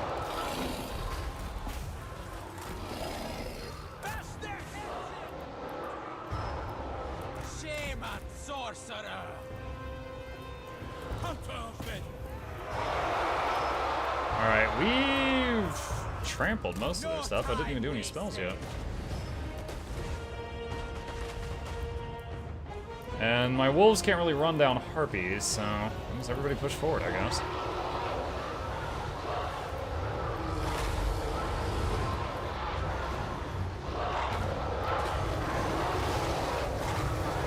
Stampede!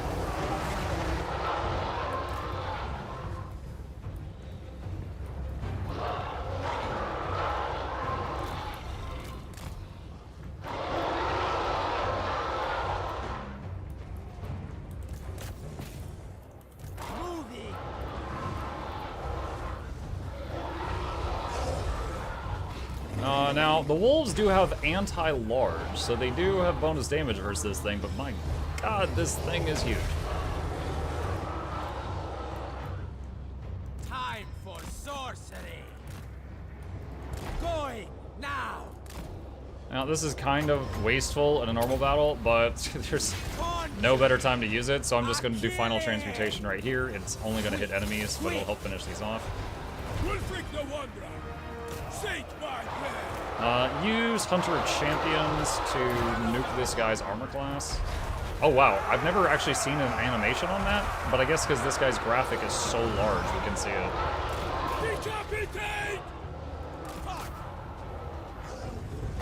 Oh, he's got reinforcements coming in. Hello.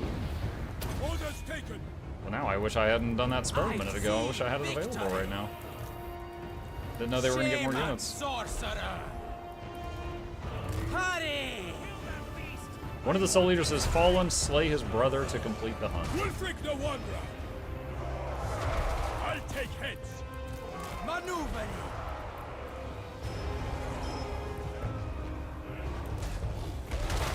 Another one just came into the map. I guess, well, this one's just called Cygor. That one's called a Soul Eater. So I guess this one here, just called Cygor, is not actually one of the guys.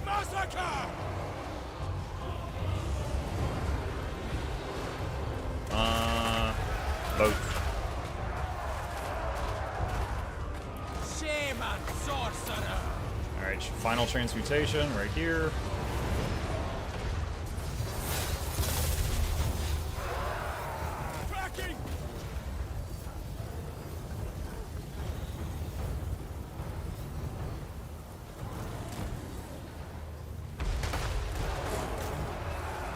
The wolves get these minotaurs which are falling back. Dude, Wolfric, get over there. I've told you so many times. Go.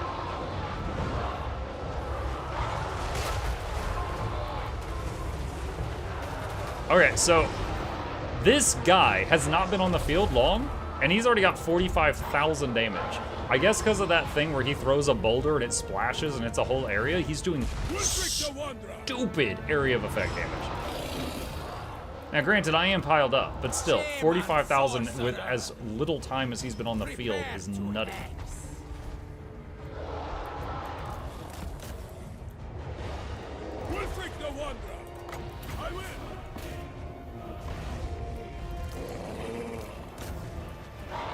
Send the wolves in to help Wolfric. Get his ankles! Nom nom nom nom nom nom nom. You can't miss!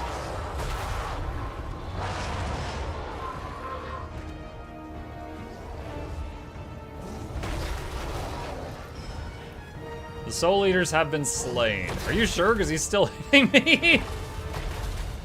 It's like Path of Exile when it says you died. You're like, what? And then it shows your hit points at 0 a second later. Are you sure? Oh, there it is.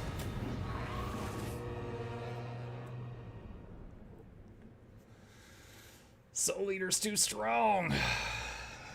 I've never played any faction I know of that gets Cygors. I'm guessing from what I just fought that it's like the Beastmen, which I've never played. Correction, I think I own one Beastman, or like half of a Beastman army, and I played it for like 5 turns. But I haven't really played them. Not really, really.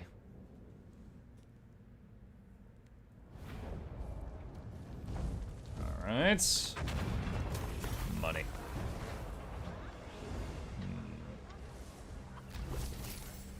Mammoth Tamer, Grayling Werekin, Giant Cygor Eyeball. Bound Spell, the Curse of Anra here. That's not a bad one. It does, though, it's AoE and it hits enemies, so there's no friendly fire. So once per battle, you can cast the spell, debuffing a bunch of enemies in an area. Defense, attack, accuracy, and speed. Ability, Doom and Darkness. 3 times per battle, you can cast minus leadership in an area. And your whole army gets 25% spell resistance. Depending on your opponent, that can be useless or very useful. To the 4 corners. Okay. Where's my next quarry? Rally. My eyes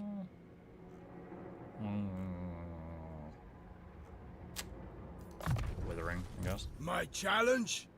Undeniable. Specialist. The eternal challenger. Thick skins.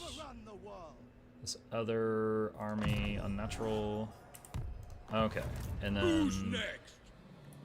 Let's see, save that, because we just did that. Alright, so I want to look at the book. So, we've done these two. And there's 6 pages. Alright, I'm not going to do all these. I just want to look at the other stuff. Mountain Cleaver, a Dragon Ogre Shagoth. It gives you Dragon Ogre Greathorn. 2 times per battle, you can call down a bombardment. It does small damage in an area, strong versus multiple opponents. Brood Queen of Karakazul, alright, giant spider. Reward, Arachnarok eggs. 5 times per battle, you can summon a bunch of spider hatchlings. That is the same ability that, oh, it gives regeneration, too. Interesting. So whatever lord you give this to gets regen. So you could get regen on Wulfric with this. And they can summon the spiders and have poison attacks. So that's the same spider summoning ability that when I played Grom the Paunch, his giant spider units had that. Okay. Blorgar the Mad Titan. Stinky Giant Club. Explosion. Base weapon damage plus 60% and melee attack plus 24%. Affects allies in range max 1. Recharges if engaged in melee. Interesting. Also lowers your defense. So it's a Berserker type deal. Alright, Forest Dragon Fang. Plus melee attack. Enables poison attacks. Ability the Dweller Below. Ah, the Dweller Below, I know. That is the... One of the, like, the Pit of Shades I used a lot in this playthrough. Big Shadow Magic AoE Vortex. Dweller Below is the life magic version of that. Basically, like, the ground becomes a blender. It's pretty good. You know, big AoE damage. And this lets you do that twice per battle. Let's see. Next up. Wow, there's so many. The Mawherd of Bloodfjord. So it says Angry Mammoths. Gives Last of the Great Mawherd unique item, which gives you the passive ability Frenzy as well as Death Blow, which are both really good, as well as the Great Maw of Bloodfjord Feral Mammoth. So you get a Regiment of Renown, like the unit, you get 5 Angry Mammoths that join your army if you want them. Terrorgeist. Oh, Terrorgeist is like a giant undead bat the size of a dragon. It is a unit that is in the Vampire Count's army. I've used them before. Terrorgeist Skull. You cause fear, you cause terror, so debuffs to enemies that if you're near them. And the skull has imbuement blinded? Like, you're blinded, or you do blinded when you hit other people with it? Decrease cooldowns by 60 seconds. Okay, so the way I interpret that is if you use this, all your cooldowns are decreased by 60 seconds. So you could like use some big abilities, use this item, and those big abilities immediately are ready again. But it blinds you for 10 seconds for using it. I guess because like, you know, blind as a bat. Page 5. Mother of Flame. This is a Phoenix. Let's see, Burning Phoenix Pinion, 20% fire resist, 15% spell resist, bound spell Fiery Concoction, which is a wind spell, you know, damage in a line, kind of like Winds of Death or the boat. Does a bunch of damage. And passive ability Rebirth. Let's see, if your hit points are less than 10%, you heal massive amounts of hit points for a few seconds. And... Interesting. Chance of unit gaining hit points. Chance of unit instantly dying. Okay. Alright. Let's see. Beast of Rama is a Hydra. Spell resistance 20%. Ability Unidentified Hydra Head. Summons a Vortex, which causes fire damage. Chance of user gaining fire resist and hit points in a huge stationary area of effect. And you cause terror. Alright. Foul... Oh, this is the last one. Foul Hellbeast of Seepgore. I'm trying to see what it is. Molders of Hellpit, Hellbeast of Seepgore. Clan Molder is rats. That's Skaven. This might be rats. Oh yeah, you can see the picture in the background. Yeah, this is one of the rat monstrosities. Warpstone Teeth. Melee attack 8, bonus versus infantry 8, ability Doom Rocket. What? Is that the, wait, is that the nuke? Is that the nuke that Ekid gets? Or this might be something different. I don't know, but that is pretty powerful. That's crazy. It's like once per... Dude, that's better than him. Because Ekid has to spend tons of money to make those nukes. This is just like, yeah, you could do one per battle. That's insane. That's funny. Yeah, no one expects the barbarians with no shirts and axes to hit you with a nuke. Alright. Okay, well, I know I could keep playing this. I could. And the same is true for any faction. I do not wish to keep playing this faction right now. I want to go on and try something else. So let's do a little review. So this faction, we played Throg, the Legendary Lord. He was my first time playing Norska, and this is Throg in all his glory. Very early on, we got a chance to confederate, which was merge our army with Wulfric, who's the other guy you can start as when you play Norska. So I actually got a pretty good feel for playing both of them, I think. Overall, I definitely enjoyed Throg more, just because I like sustain, and him and all the troops he likes using had a lot of regen. Now, that was enjoyable, although it was pretty simple. Essentially, all the battles was just like trolls and skinwolves, which both had regen, and just juggle who was getting hit to try to not lose units and, you know, beat them down until I was victorious. You know, it was a pretty simple strategy, but it freaking worked. I kind of felt like there wasn't a lot to grow out of there, because the mammoths didn't have regen, so funny enough, it felt like they died faster than the other stuff, plus the mammoths got stuck on your units constantly. The frost dragons were alright. It took so long to get them, like I'm at turn 70 and I've kind of just unlocked them. It is pretty cool that you can train them in one turn. That's pretty insane. So like you could very quickly like make a new lord and summon a bunch of frost dragons if you wished. There's also this whole mechanic where you raise cities and give them to one of the gods to unlock bonuses from those gods. That's kind of neat, except it's also kind of a shame at the same time, because if you raise a city, you are then left standing in not friendly territory, and you cannot, it ends your turn, so you can't go into encamp stance. So the end result is you just were in a battle, and you cannot recover from it. So if you raise a city, you often have to spend the following turn healing. So it's not as big a deal for some factions, example, the Changeling, who can recover hit points even when he's not in encamp stance in enemy territory. Same with the one vampire count that has the wizard hat. I forget his name. His army also recovers health even when in hostile territory. So they can raise a city and they do not have to pause for another turn to rest. Yeah, Khorne as well. With these guys, it encourages you to raise cities, but then it's like none of the mechanics really work well with that. So it often is like raise city, turn 1, recover health turn 2, and then maybe I can move on turn 3, which is what Khorne does in one turn, so it's a massive time investment. Overall, I did enjoy playing Throg. He was super simple, but I enjoyed it. I don't like starting up here. This, you know, there's a huge world map. I have played factions that started all over this map. This sucked. You know, like the distance between the towns, it's like even in the early game, it was like 2 to 3 turns between each town. This was awful. Like I described it, it was 30 turns of Benny Hill music, especially when there was like one dude remaining that I was having to chase around and he was like on a boat and it was like, it was all over the place.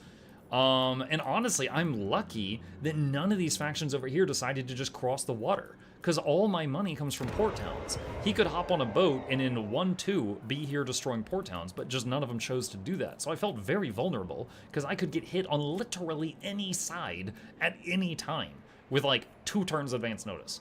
So I kind of just like captured this area, prayed no one would mess with it, and then went off to the next thing. Funny thing, I think there's a rat that has a start further north. I think clan, what is it?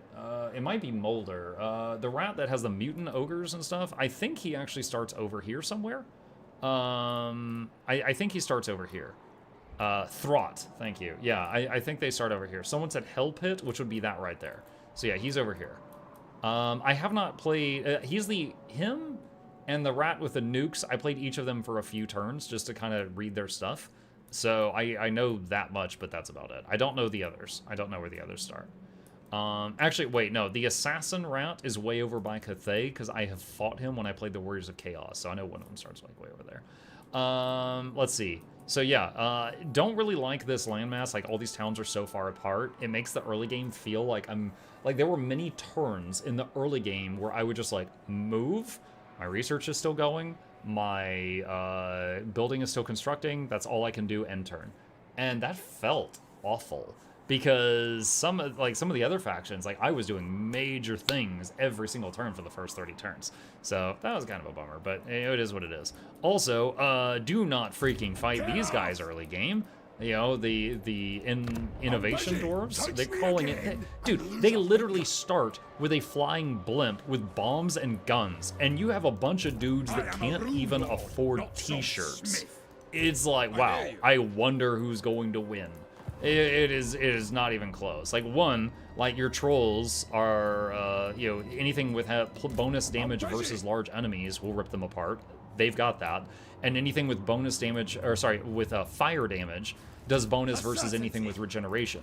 They literally have guns with bonus damage versus large that do fire damage, so they do, like, triple damage versus trolls. So, starting next to these guys sucks. That was awful. Like, I actually, I think we played like 10 turns of Throg, and I was like, okay, we're gonna start over. And I started over, and the next time I went west and just did all this for 30 turns, and it was like, excuse me, Mr. Orange Dwarf, sir, and then I went down here. Like, I didn't mess with him until I had, like, you know, an extra 2 armies.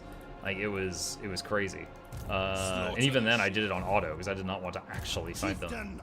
But yeah, that was cool. I got to try Norska. Oh, you know what, another thing? I hate this research tree. This is, look at this, 15 turns. How fun and enjoyable it is to start a research and then not get to do anything on this screen for 15 turns. Are you serious? Yeah, so this research tree can bite my whole butt. That's very boring. There is better stuff here than when you play Daniel the Demon, but it's pretty rough. I was excited to get the 10% movement range here, but that was pretty much it. That was pretty much it. Like, there is some cool stuff, like, you're like, oh wow, I can get bonuses for fighting the counts. Dude, in 15 turns, I can kill the counts. This won't be done in time. Are you serious? This is awful. It sucks unless you spam wizard and stealth research progress. Yeah, even that, like, I actually went for this for the 20% research rate, but still 20% is just like, okay, well, 14 turns. So not a huge fan of the research tree for them. Monster thing is cool. You don't really get to appreciate this until, you know, later on, but it was pretty neat. I do wish you could teleport to the monster hunts. You know how when you get a quest like this, you can teleport to it? I wish you could do that with the monster hunts. I'm not saying it's required, but it's a small thing. Oh, also, while I'm thinking about purple things, this guy's artifacts is just this one item, and it's not that good. So that was kind of a bummer. I mean, the other guy gets a sword that lets him double his damage for a time. That's all right, if not for the fact that his mammoth gets stuck on literally anything. But the quest items for Norska as a whole seem kind of, yeah. But they were pretty fun even without that. But yeah, they're very, very unimpressive quest items. Hopefully they would get reworked after the next DLC. Yeah, I have to try it again after that. But yeah, that was my first time trying Norska. We did it on Legendary. It was pretty enjoyable. Got to the short victory condition, and I know we could keep playing, but I'm eager to see what else is out there. So we are going to just enjoy our short victory and be off to the next one. That's the awkward end of the YouTube series for Norska, chat. Yay! All right, you all saw it. Sublime! Sublime! It was sublime. It was. All right. To the menu. Ulfric is way better on foot, smaller hitbox. Hey, yeah, look, but as someone who had never... How are you today? As someone who had never seen the Norskins in action, when I saw that they got a War Mammoth, I had to freaking try the War Mammoth, right? I had to try it. Next faction? I don't know. I don't know. There is a lot that I haven't tried. All right. Empire's blessings, yes.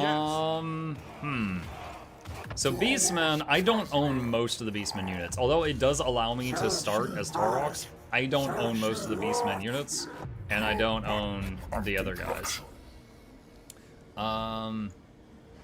What's that? Oh, that's cool. He's basically got like Mortis engine thing. Aura of Vile Transmutation. Okay. Alright, let's see. I've never played Bretonnia. You know what, I should, hold on. Let me take some notes here. Okay. I'm gonna write down the ones I've never played. Alright.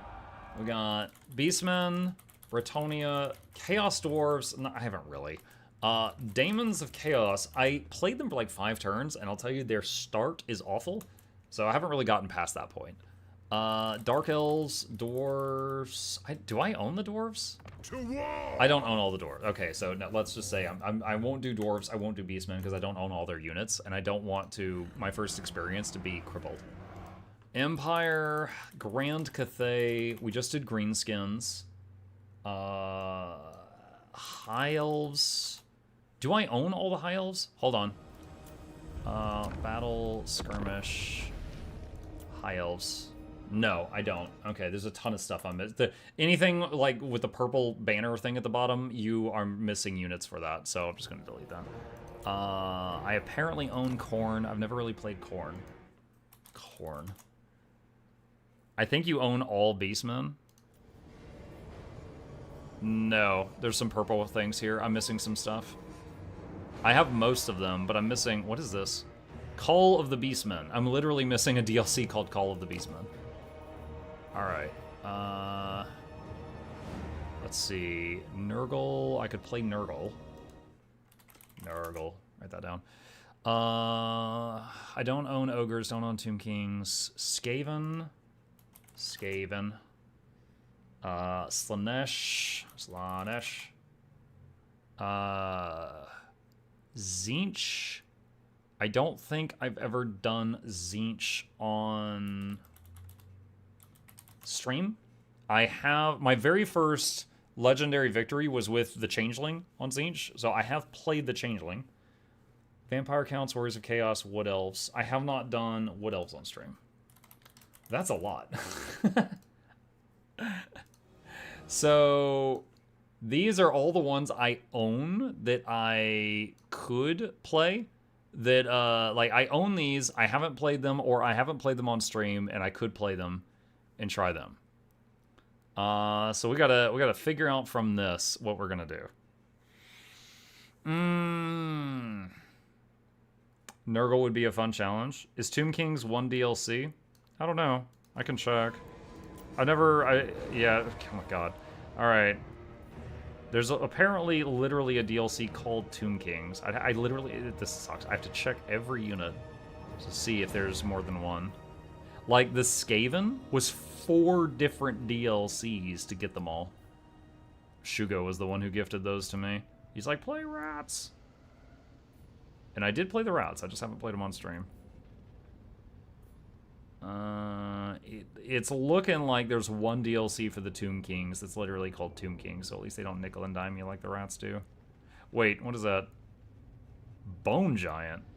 Okay, so apparently for this, you need Tomb Kings, and then you go to a website and redeem Bone Giant, and then you can get that, whatever that is. I know this seems silly, but as you just saw, the Beastmen had like 3 units that were from a different pack. Okay, yeah, there's one DLC called Tomb Kings, yeah. Let's see. I see 2 people in chat saying Nurgle.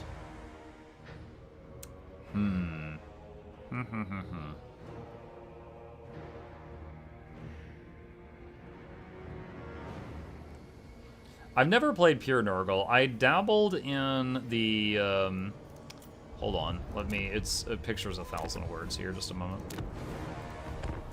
Bring me to my men. The Warriors of Chaos guy for Nurgle, this guy. But Warriors of Chaos have completely different mechanics, so I've not actually played Nurgle. Cathay is pretty neat, I just did a campaign with them. Dark Elves, wait, do I own all the Dark Elves? Hold on, I said Dark Elves, I don't know if I own all of them. I don't know of a better way of checking it than this. Oh no, I've got a lot of holes in that. Okay, no, Dark Elves are out. I don't own enough of them. I'm missing stuff. Nurgle seems really cool. I played a few turns with him. The disease mechanic seems neat. I command here. So we got, let's see. Bretonia, Chaos Dwarves, Daemons of Chaos, Empire, Grand Cathay, Khorne, Nurgle, Skaven, Slaanesh, Tzeentch, or what else? Khorne of the Beastmen will be a lot like Throg. I think a pace change would be more interesting. I'll put in a vote for Nurgle. It's Queen in the Crown DLC, which is High Elves plus Dark Elves. Tell you what, anyone who's interested in putting your vote in, say in chat what you want, and once I see a few that a lot of people are saying, we'll do a poll, because I can only have 5 things in a poll. Slaanesh or Bretonia to make Muck hate micro? Hate micro? Yeah, I think Slaanesh is mostly fragile, fast units, right? Have you done the orcs yet? Yes, we just finished a Norska campaign, and before that, we did Grom the Paunch. We just did Grom the Paunch, which was greenskins. Yeah, we just did that. Comanchik is not here to vote for Slaanesh. Does Comanchik want Slaanesh?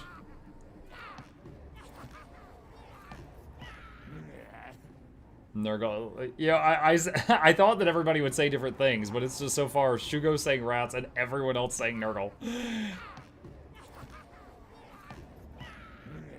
Okay. Alright. Nurgle. If we're doing that, there's 3 options. And I do have all 3 of these. Nurgle is pretty much known as the worst faction to play. What? I haven't heard that at all. I've actually heard that about Norska. Alright, so we've got Kugath Plaguefather. We've got Tamarkon the Maggot Lord. Tamarkon, I have heard, is busted. Like really, really strong. He is just a melee powerhouse, and he has a mechanic where as he gets enough, like, reputation for destroying cities, he draws powerful hero units to join him. Like, he gets, like, 10 custom heroes that are really strong in his playthrough. So he's, like, a melee dude. This guy is, like, a ranged guy that just, like, throws basketballs of plague from across the map. He's just a mortar. He's just a big, slow, fat guy on a chair and just shoots. Yeah, he's Asmodean, yeah. Epidemius? I don't know much about Epidemius. It's powerful, rewards based on number of plagues. Cycle, time, -1 for plague flesh poppies, buildings. Tamarkon's really OP, but you use mortal units like Chaos Warriors. Recruit rank +2 for Plague Bearers of Nurgle and Exalted Plague Bearers of Nurgle. Campaign movement range +25 for Plague Cultists. Ability, Tallyman's Blade. Summon a unit of Exalted Plague Bearers. So like, once per battle, he can summon some extra dudes to help. Wasn't this one of the people from the drama stream? Wait, what? What are the people from the drama stream? No, you're thinking of Slaanesh. Slaanesh only has 1 option to play, which is this guy. And Mitch was playing this really well and killing everybody. And that's why we were all having a rough time with it. But Slaanesh's units are all, like, speedy glass cannons. If you don't micro them well, they all die.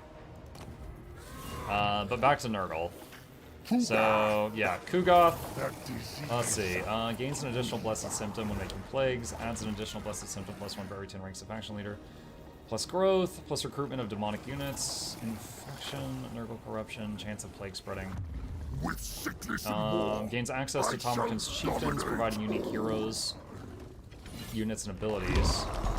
Campaign movement range is increased for all armies. Plus 10% recruitment health for all non-demonic units.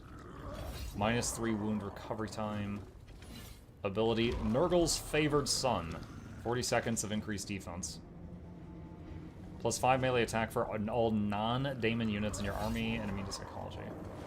Yeah, the big thing with him is the chieftains, because like he gets all these weird custom heroes that have different things. Like one of them's a dwarf. Like one of them is a corrupted dwarf, so he has a guy with a gun in his army, just like one random dude. And then Epidemius. Powerful rewards based on number of plagues on non-Nurgle factions. -1 cycle time for plague and flesh copies buildings. Recruit rank +2 for plague bearers of Nurgle and exalted plague bearers. Plus movement range for cultists. Ability, Tallyman's Blades, and regen when fighting against an enemy plague. Yeah, so I'm not sure. Let's see, looking at the armies, these guys start with Rotflies. I'm really not fond of the Rotflies. This guy has a very small starting army, but they're decently powerful. And then Kugoth has like a whole range of stuff. So if we want the classic Nurgle experience, I think Kugoth is the attended one, because the others were both like DLCs. They were added much later on. Tomarkan's the melee powerhouse. I don't know much about them. Are they carrying the platform with they carries dudes that carry a throne? Yes.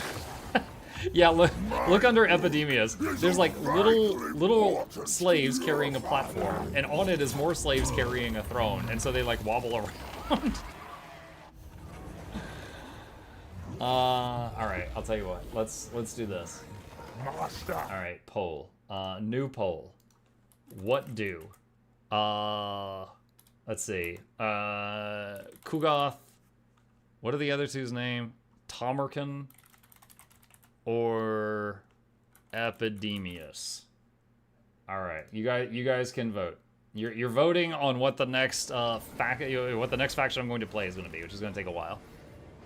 So Kugoth is the classic experience. Very, the whole faction was kind of built around him. Tomarkan's a melee powerhouse. He plays a little differently. Epidemius is a new DLC that I have, but I haven't tried.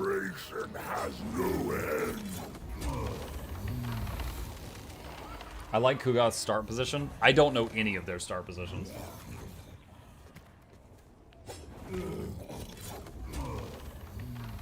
I think they all get plagues, but I think Kugoth's just better at it.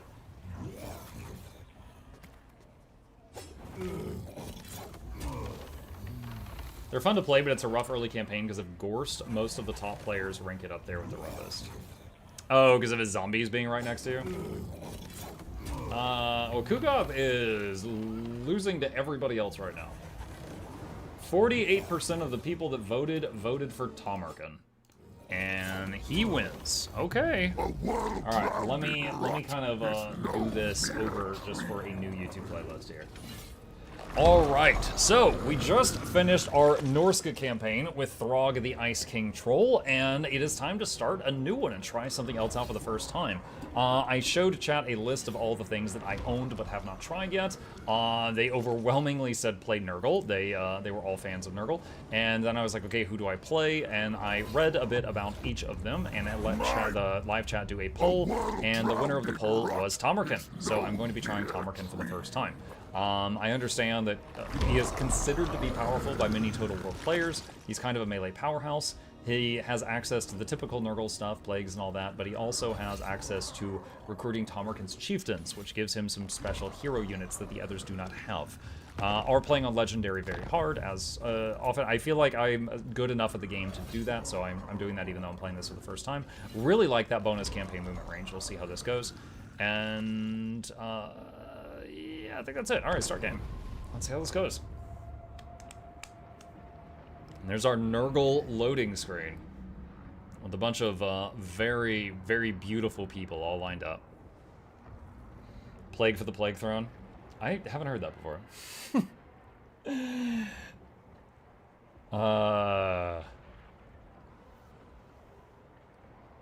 So pretty. I know. Fabulous. I didn't even read the exact units that this guy starts with, but I know it was a very small army, so I'm guessing they're each pretty strong. From the farthest reaches oh, he has a movie. Of the chaos wastes. It's really quiet. Came, spreading decay in the name of Nurgle. Many heroes fought fiercely to defend their lands, but all fell. Their lifeless corpses, pierced by his razor-barbed teeth. Powerful fighters, made unwilling host to the Maggot Lord.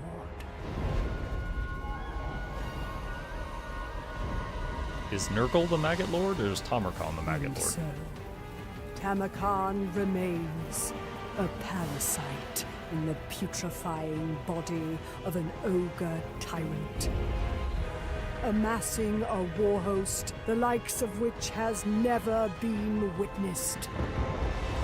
What will consume all? That was a nice bit of lore exposition there. So the body he's in was an ogre, but now it's like a corrupted Nurgle ogre. All will be overrun by blight or by conquest. Okay. Path to victory. Tamarkan the Maggot Lord seeks to conquer the Throne of Chaos as its greatest champion, wielding the plagues of Nurgle and aided by the services of powerful chieftains of chaos from across the world. Hi. Chip says hello. Performing deeds looked upon favorably by each faction grants the Maggot host access to their associated units and unique powers, eventually leading to each chieftain's final battle. Noises! Alright, having enough chieftains reach the devoted level of fealty will lead Tamarkan to his campaign victory. Mission issued. Recruit Kazak the Befouled. Defeat an army belonging to the following faction in battle. Dulgan. Oh, wait, mission issue, recruit Kazak. Recruit hero. No. Fecundity. Virulence, lethality, Okay. contagion. Alright, so I'm gonna hit save. Alright, so it looks like I just have this one army. So in some games we start with a hero and an army. We just start with an army this time. Attack this guy. And I know I could auto, but it's our first time playing this, so I'm going to... Ooh, he starts with trolls? I gotta deal with regen units right now? Alright, so I'm gonna hit fight battle, and I'm gonna take a look at what our units are. What do we start with?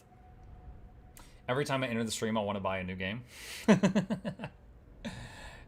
hear referral link for Total War.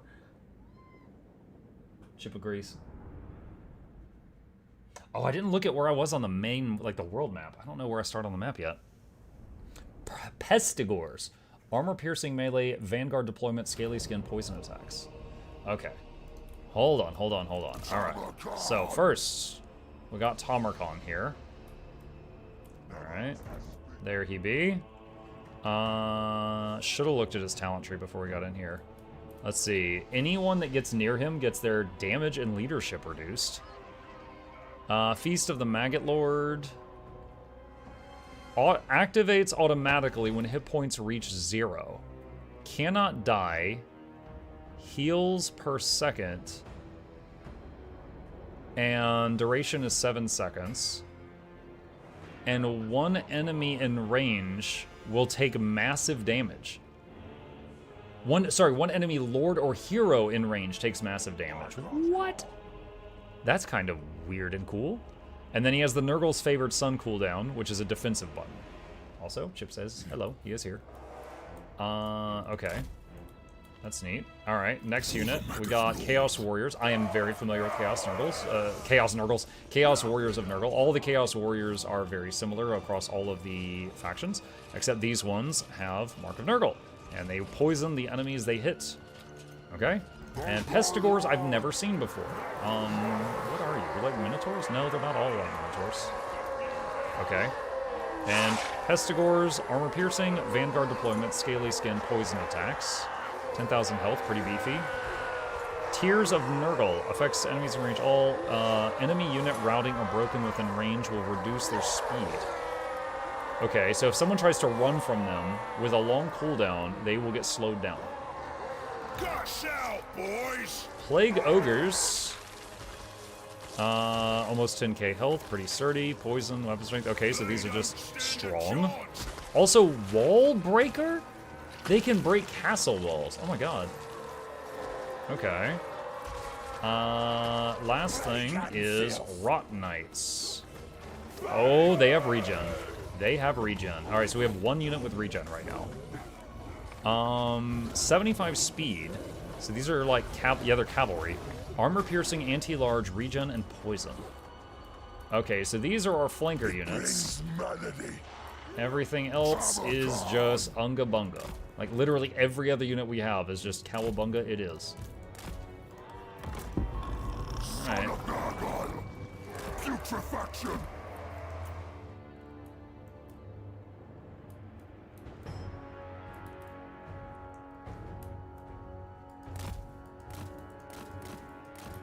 Alright, so I'm just gonna like crash into these and then back off.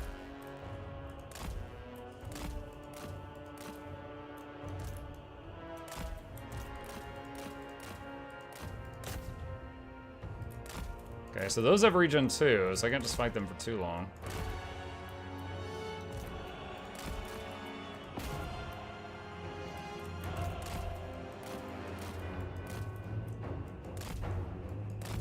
One of them got picked off.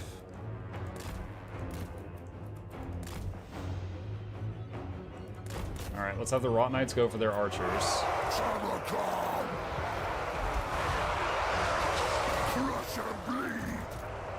I imagine the Rot Knights will easily kill these. Friggin' regenerating cavalry with poisoned weapons charging into you is probably not going to end well.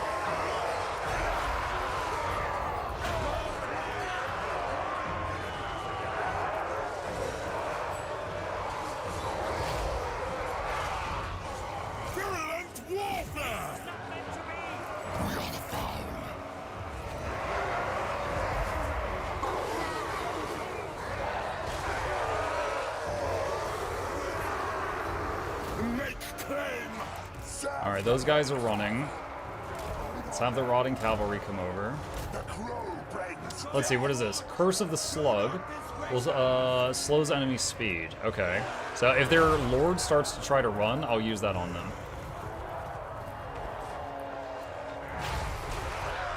Bringer of desolation. How does this bar fill? Points generated based on the number of enemy units debilitated by sources such as spells, abilities, and contact phase effects such as poison. And almost every unit in my army applies poison, so as long as I'm meleeing stuff. Whoa, whoa, whoa, whoa, whoa, whoa. Shoot, that didn't work. They were supposed to keep chasing that guy, but for some reason they stopped, and that made them stop routing. Okay, so this guy, Curse of the Slug. And you guys keep hitting this guy. Alright. And that bar is filling back up again pretty fast. Cool. The Nurgle abilities pass like a disease to nearby units. Yeah, I saw that this is labeled as a chain hex. Affects enemies in range max 5, so that's neat.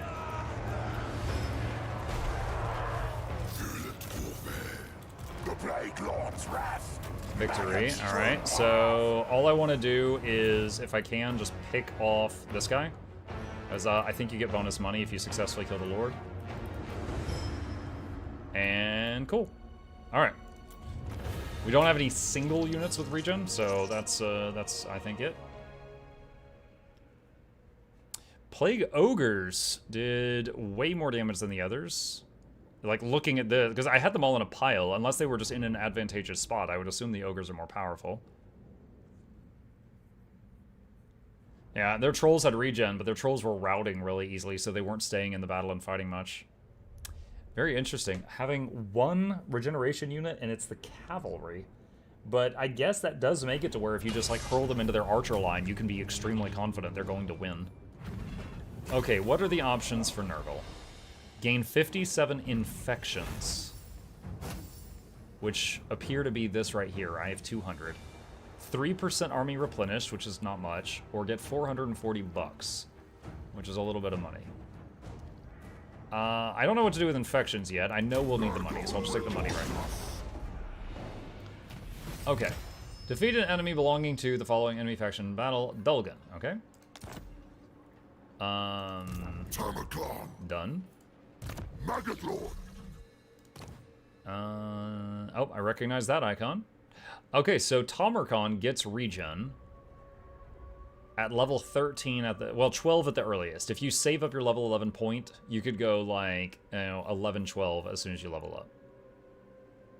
Alright, inspiring presence. These dead hands value Okay, I'm them. gonna save game Master of and hands, new conquests. go here. I can just auto this one. Trying to decide if I want to. Okay. I just saved it. We're not too badly injured. I think that's fine. Okay, let's see. What are the Nurgle options here? Alright, Occupy, that's standard. Loot and Occupy, you get infections, but only 10, but the town freaking hates you. Sack it, you get infections and gold. Raise it, you get infections and gold. So anything other than Occupy, you get infections. So that's good to know for the future. Right now, we're just going to Occupy it. We need more towns. Turn 2. Province secured. Okay. Tomarkin's Chieftains unlocked. The Maggot Lord's rising dominance amasses his decaying warband with fanatical acolytes and twisted monstrosities. Go forth and secure their fealty. View the Tomarkin's Chieftains panel for more information. Okay. Come back to that. So first off, does he have a tongue coming out of one of his shoulder spikes? That's weird. Let's see. Route Marcher. Get that. He got a potion of foolhardiness. That's one of my least favorite ones. Chieftains. Oh boy. So these are the boys, chat. What do we got here? Kazk the Befouled. Kargan the Crazed. Ketzak Fimdarak. This guy is like the casters from the Norska army. Mornhowl, that's a skinwolf. Gruckmer Threehorn. I have no idea what this guy. I assume a beast man. I see a horn. And a guy with a gun. Ezar Doombolt. Okay. So one of them says recruit. I also noticed there's units here. Purchased units are recruited from the Chieftain Units recruitment panel. So Chaos Chariots of Nurgle, Rot Knights, and Toad Dragons, I guess, are attached to this guy. So and this guy gives Corrupted Dwarves and a Mortar. Oh, there's a Cygor. We just fought one of those for the first time in the Norska campaign. How did Domekeeper go? Good. I'm going to play it again tomorrow morning. Norska Mammoths. Thimir. Chaos Dragons. Yeah, so all of these are kind of giving you a little bit of a peek at other factions' units, I guess. Okay, so I'm supposed to recruit this guy. Kazak the Foul. It says recruit down here requires 7 dominance. In the top left, it says we have 7 dominance. Okay. Chieftain Fealty. You increase the fealty of Kazak the Befouled via the following actions. Creating plagues, defeating warriors of Chaos, Khorne, Slanesh, Tzeentch, or Norska. Pledged. Recruiting Kazak the Befouled will earn you these rewards. Unlocks the Chariots of Nurgle unique talisman and trait for Kazak. Recruit. So now it says for 2 dominance, I can buy chariots. But the other guys cost 7 dominance, so I could just get units or save up for more heroes. Oh wait, they start with epic items? That's so cool. Okay, so he has plus 5% movement range on the campaign map for his army. Icon of Decay. Plus 15 charge bonus. Passive ability. All enemies within 55 meters lose 25% mass? I have never seen a spell that affects mass. Minus base weapon damage, minus armor-piercing weapon damage. Yo, he makes them shrivel up. He makes them cold, chat. Charge bonus 15, and passive ability wasting sickness. Okay, yeah. Alright. Less sad small mukluk, Mr. Bezos. Thank you, Jester Zero. Welcome. I came back at a good time. Praise Jeff. Hey, Blue Belt. Yes. He has joined us for Nurgle. This is cool artwork. These are literally the dudes we were just looking at. Look, there's Tamerkin. There's the dwarf. There's the beast man. They're just like all chilling around the fire. Kazak the Befouled joins your cause. A bloodthirsty knight dedicated to the cause of rot and ruin. The Kurgan warrior Kazak the Befouled has dedicated all to the service of Nurgle, Lord of Decay. The rotting pestilent mass that was once his flesh is untouched by pleasure or pain. Even should such feeling be possible, he would not give voice to it, for his vocal cords are no more than an open wound. Not even his soul remains to him, for it was offered to the Plague Father as a trinket long ago. Now Kazak stands as nothing but a testament to the full horrors of Nurgle's blessings. Okay.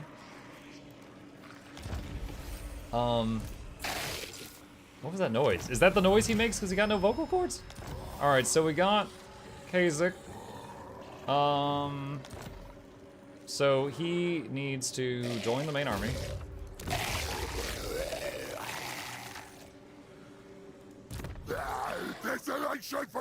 Alright, so a couple of things I'm immediately noticing. One, he's already on a mount at level 1. He already has a rot beast. So he's speedy. That's cool. 2, I'm noticing he has regen at level 1. Okay, so he's kind of like our cavalry units. He's kind of like the Rot Knights. Alright, level 1. Let's get training and Blade Master. Okay. We already know about the Icon of Decay. We just read about that. What is the Sword of Filth? Dude, he's got... Oh my god. Dude, this gear, this equipment is crazy for level 1. Plus 3 corruption to the province you're in. Plus 6 melee attack. Enables magical attacks, 20 armor-piercing weapon damage, and Sword of Filth. 5 enemies in range lose defense and armor. Okay, so this guy could just kind of run around with the Rot Knights, sniping things. He's got a poison attack, because he's a Nurgle boy. Alright. Wait, Ultimate Riders. What is this? There you go. Allies within 55 meters have better speed, acceleration, and charge bonus. He's literally made to escort the Rot Knights. Alright. Pretty good level 1 hero. Okay, so we got him. Next up, next thing I'd like to see is what stances do they have? Okay, full march, standard. Ambush, standard. Raiding, reduces movement by 50%. Okay, so that's normal. Norska is worse. In camp, 50% reduced movement. Pretty standard. And channeling. Campaign move. Okay, so these are like the standard set. Nothing really special there. Okay. City stuff. Alright. Income generated. Okay, so we got an income building. This is an infections building, so we don't have the growth building. Alright, so... a few thoughts here. Growth is going to take a while. Currently, so you can see the growth right above my finger. It's going to take like 4 turns for this town to allow me to build another building. Like, that's going to take a while. Actually, like 8 turns, because we need 2 growth to make this. So that kind of makes you want to make a growth building to speed that up. However, my understanding from just talking with the other Total War players I've met is the way that Nurgle buildings work is they grow and incubate. So, like, you just make this, like, let's call it a level 1 barracks, and just as time passes, it grows and gets better. So I'm not sure if it's better to make one of these barracks early on, or to make the growth building early on, and basically double our growth. There's also the buildings that give you the hero units. I could get one of them right now. That would be great, too.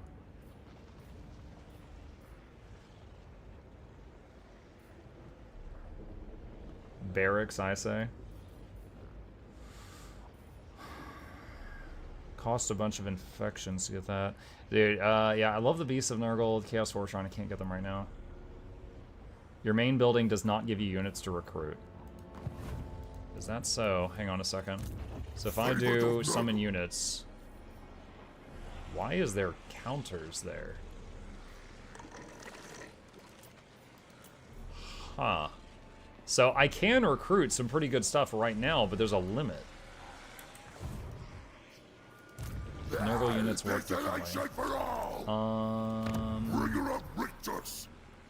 Okay, so starting these buildings require 400 infections. Started me with 200, I can't do that. So I could start any of these ones. That barracks builds those numbers up.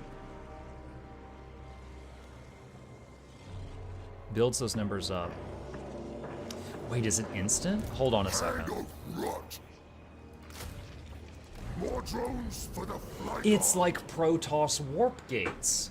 It's basically pre-building them, and then once they're pre-built, you can just instantly summon them whenever you want them. Oh. Okay. That's kind of neat. So you essentially stockpile ready-built units and then can just grab them when you want them. Those are unit caps. You can't field more than that amount of units across your entire faction. If that's the case, I didn't realize that, but at the same time, you understand what I meant about, like, is like usually if I end a turn recruiting, you get the unit at the start of the next turn. I just instantly got that thing I just hired as if it was like a regiment of renown. So that's pretty neat. Okay, hold on. What are my options here? Plague Bearers of Nurgle and Nurglings. Nurglings are just kind of like fodder. They have 0 armor. They die extremely easy. Plague Bearers are pretty beefy frontliners. Over here, you've got Forsaken of Nurgle, which are kind of like Berserkers as far as frontliners go. They've got more damage. They can rip through armor. There's Marauders of Nurgle, which are kind of like bread and butter units. They were injured when you hire them. I saw, yeah.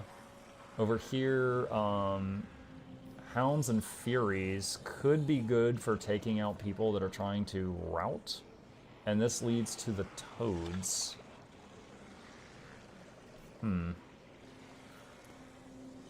Wild Trolls.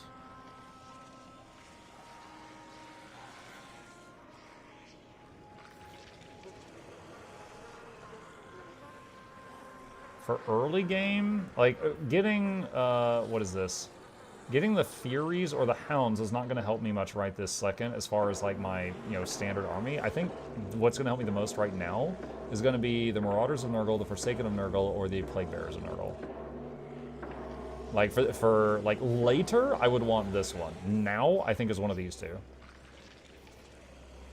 This does lead to Chaos Warriors, which are super solid, and Pestigors. There's a second military page. Yes, but I'm on turn 1. I don't have enough for that. But yeah, the second military page is right here. It requires 400 infections to start these. Nurgle's Chosen are ridiculously good. I don't know. I don't see Chosen here. I see the Chaos Warriors and Pestigors in this column. The Chosen might be on page 2. Alright, I'm going to go for Rancid Ally. Alright, now, for right now, since I now know recruiting is instant, well, okay, I'm torn. I could recruit now and then they have a turn to heal, or recruit next turn, and they will not cost me upkeep this turn. Probably it's better to have them heal. I don't really... Okay, what are the Toads good for? They have about the same damage as the Plague Bearers. They have slightly more armor. Slightly less defense. Oh, they have doubles the speed, but half the health. So the Toads die more easily. The hosts swell with the faithful. Should I get the Toads? The Nurglings are just cheap fodder that die easy. I could use the Nurglings just to kind of fill in.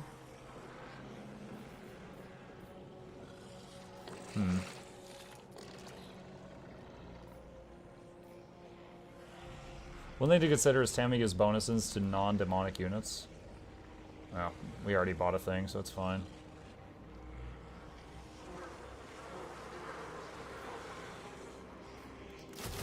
So many true. Okay. Oh, we can do a commandment. All right, what are the Nurgle commandments? Let's see. Infections per turn. Corruption for the area. Plague duration, chances of plague spreading. Control and growth. Rush cycle, minus 10%. Recruitment cost, minus 10%. I don't know what a rush cycle is. Alright, infections per turn and corruption, probably great later. I think right now we need control and growth, so I'm going to do that. That's the chieftain panel. Okay, I think we're done. Favored of Nurgle.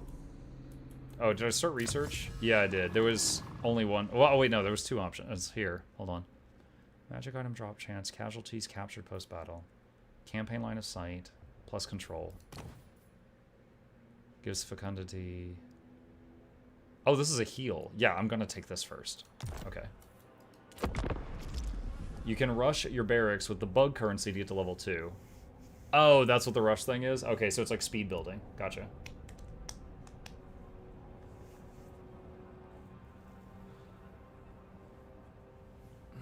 Check on the dude. Hey, buddy.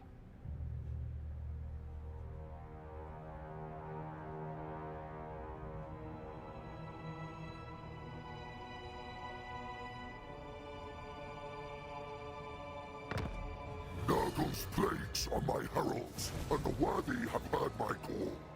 Recruit a champion from the Tomarkan's Chieftains panel. Wait, sorry, was that recruit a unit or recruit a champion? I may have misread that. Recruit a unit. Recruit a unit. Well, the only unit that's an option is the Chaos Chariots. However, I do not have dominance. Okay, so the starting person I'm at war with is these guys. So these guys are on my... Where am I on the world map? Alright, so that's North America. There's Europe and Bretonia. That's Norska that I just played. I'm over here. Okay. So I played the... Was it Village or whatever? The Warrior of Chaos guy? He was over here. So, alright, so we're up here this way. So who is this? Dolgan of Norska. And who is this? Cool of Norska. And that's Warhost of the Apocalypse, the Writhing. Okay. The gods Can might I, compel me to kill, but I do it freely. I can't open relations. I am told you want to talk. How disappointing. Maybe because I'm Nurgle? I only deal barter in warpstone or slaves. You better have one or both. I can do... Oh, I can get this rat to pay me. Huh. They're a vassal. Who are they a vassal of? Okay, hold on a sec. I am told you want to talk. Vassal of Warhost of the Apocalypse.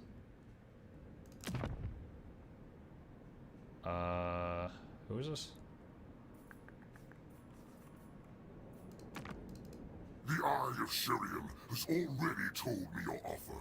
But I will hear it from you. Well, I wanted to see if I could make peace with this guy, just so no one's hitting me in the back. Because my first thought right now is, like, if I'm going down here to the right to chase this guy, my back is wide open.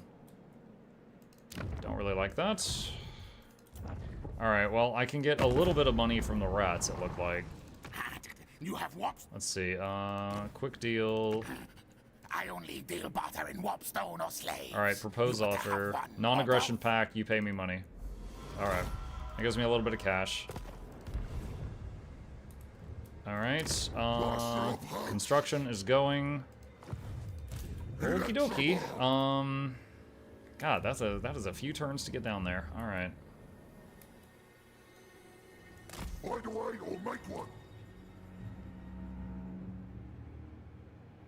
Alright, so I could move like one more step, but here I'm in my land, so my troops will heal a little bit more. So I'm just gonna chill right there. I really would like to get a hero that gives me replenishment so they heal faster, because this is really slow. So I can summon the Nurglings before I proceed. I honestly don't know if they're going to help much, though. Because I know they're super glassy, and that would be quite a chunk of my remaining money. So I am not going to do that. Alright, intern. Barry says, is this a better starting area than the Norska one? You could say that. Because the Norska one, if people wanted to, they could attack you from literally any direction. Here, it's basically left or right. Now, it is a fact that the farther I go pushing one direction, the more exposed my back is in the other direction. So if I keep chasing this enemy to the right, it is very hard to respond if I get hit from the back. But when I was over here, I could literally get hit from any side, 365 degrees. Increase Kha'Zix the Befouled's fealty to aligned.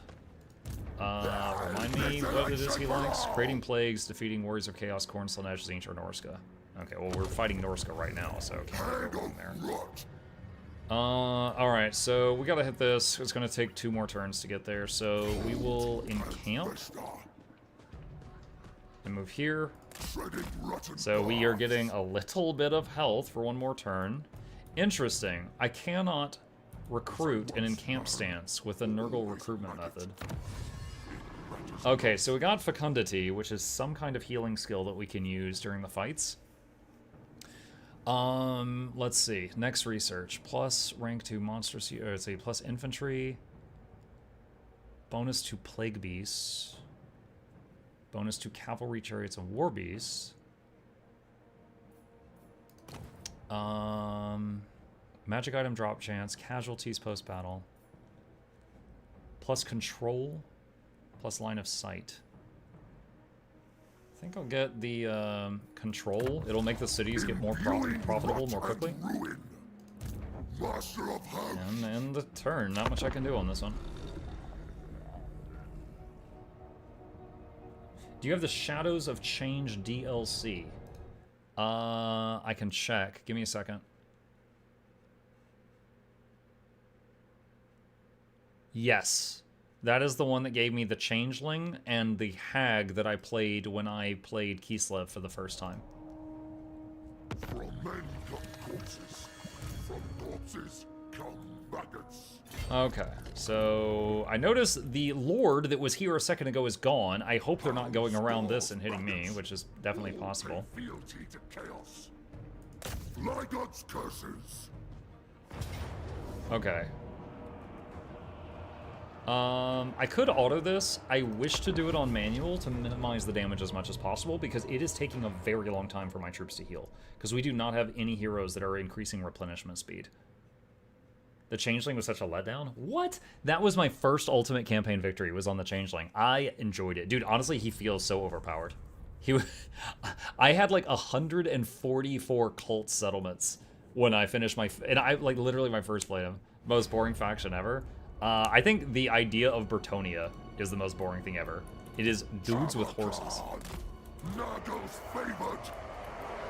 Alright, let's see. Okay, so we're gonna try this guy combined with the Rot Knights, because they are both regen. Actually, have him lead the charge, if possible. Kill them all.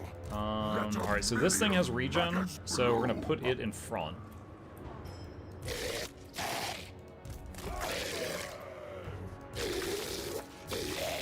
Okay, let's double the speed here.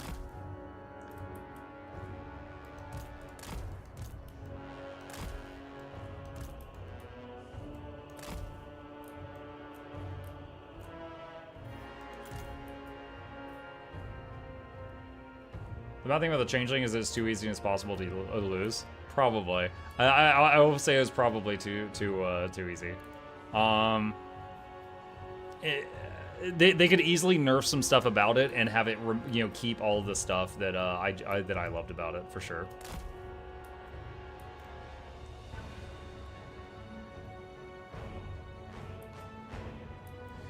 Yeah, in the Shadows of Change DLC, I think that one gave the Hag, the Changeling, and someone for the Dragon faction. Cathay?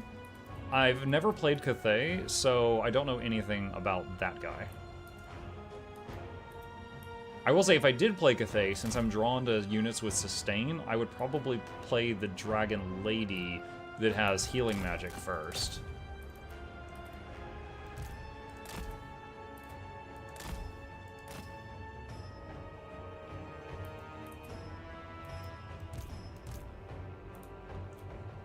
Alright, they are wrecking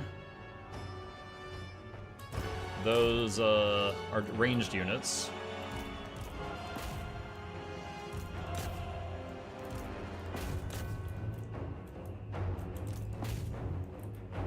Again, my goal here is to minimize damage I'm taking for easier recovery after. That's what I'm trying to do.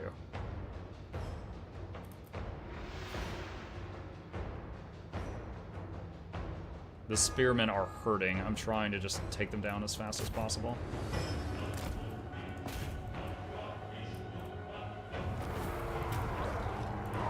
Okay, is there any benefit to dragging this out?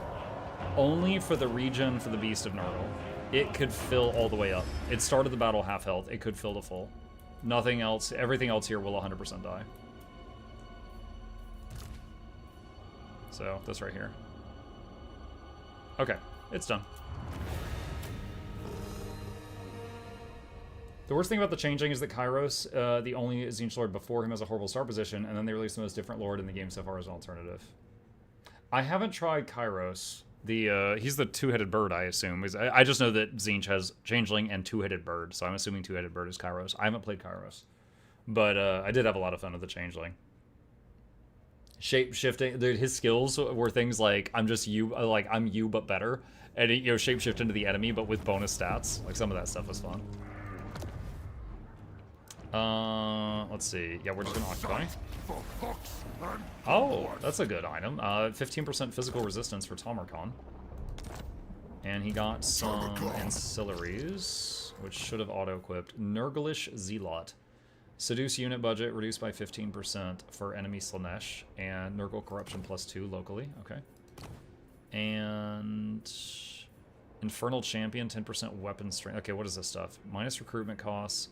Plus income from looting. Minus upkeep. Minus upkeep, really good. I'm gonna go for that. Just because that immediately is gonna be a gain in money. Which will benefit us every single turn. Let's do control. You know, for a long time, I knew that the spread control passive ability increased control for your province when you were in it. I only recently learned it also lowers control in enemy provinces when you're in enemy provinces. So even when you're just, like, approaching the enemy, it, like, messes with them. You should see what's down the Infernal Champion line. Tamerkin gets a Mortis Engine effect. The Infernal Champion line. Foetid Stench. Leadership, no? Okay. Pestilent Decay.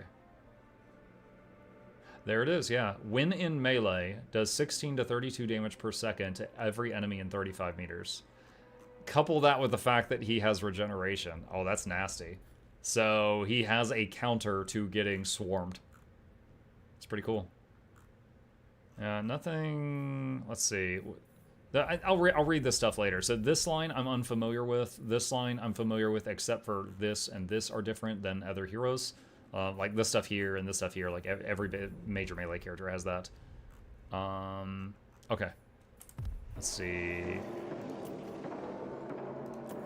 I'm curious. Did I get? So I got 1 dominance for taking that city.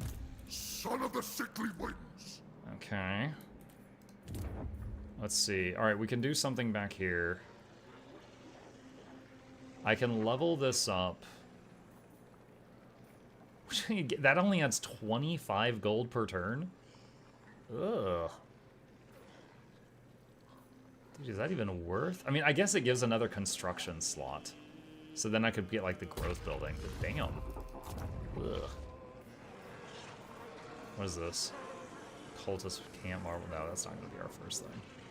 I feel like we need the money. But it's also tempting to get the growth building here. It only has 10 growth. We can get one of the others. The money will help us immediately, and then when we get the others. Wait, what is that bonus? When growth per turn is more than 200, or with 5 population surplus, you get plus 50 gold per turn. Oh, that's interesting. A growth mechanic. Okay. God, and then it's gonna be like 2 or 3 turns to get there. Alright, so bing bang to finish this guy off. And I'm just hoping this guy doesn't hit me in the back. Let me see. Diplomacy, quick deals. What do you kids want? He wants 63 gold for a non-aggression pact. I mean, that's not much money, but this guy's pretty far away. Exquisite Pain wants like 2,000 gold. Warhost. Oh, that's Archaon. Okay. He's like, no, we're not talking. So I just gotta hope that Archaon doesn't hit me in the back. Yo, what is this? If this wasn't Warhammer, I would think my game was bugged and I was clipping through the world. That is so cool. What is that? It's like not even a city or anything. I bet you there's like 4 novels about this, whatever this is.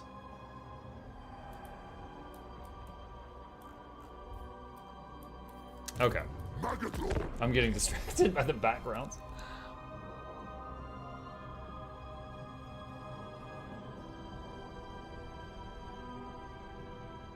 Only 4? Only 4.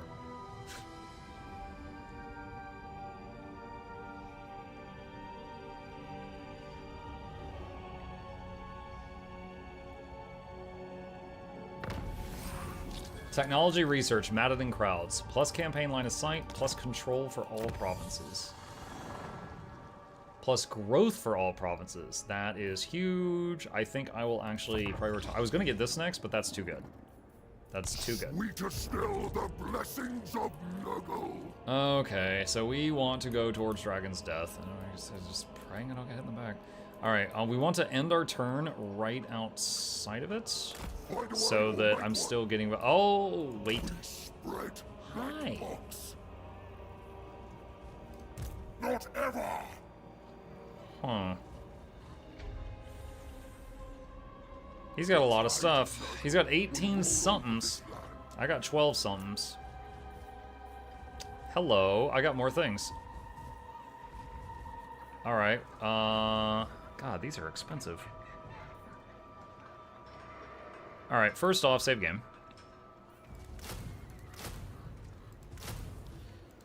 Hello, I'm broke. Can I change stance? I could go into ambush and try to mess with them. An ogre makes for a great carapace indeed. Encampment has no effect on healing because I'm in friendly territory. I don't have a caster, so channeling won't help at all. Hide yourself. Alright, let's go into ambush and see what happens. Now, if I fight him now, this town will help. You know nothing. So not only does his army look scary, but he'll also get like 6 more units from that. Electrable. No. Okay, we just saved the game. Let's see what happens. Second army. Oh, I didn't even see the second army, yeah. Let's see if Kolek walks into my ambush. No, he just ninja vanished. I don't know where he went. Time to fight the hardest part of the campaign. What, this dude? Kolek the Sun Eater? I remember seeing him at the... I think he's one of the Warlords of Chaos. He has a mission issued, raise corruption. Well, we're working on that already. I think his whole thing is for every vassal he has, he gains mass, which is pretty awesome. In before he's ambushing too. Yo, he might be. Denied. Favorite of Nurgle. Alright, let's just rush straight in and see what happens. Close victory. Alright. I don't know where the other guy went. It's possible he's going to hit me right after this. So I'm going to do this on manual and minimize the losses to the best of my ability.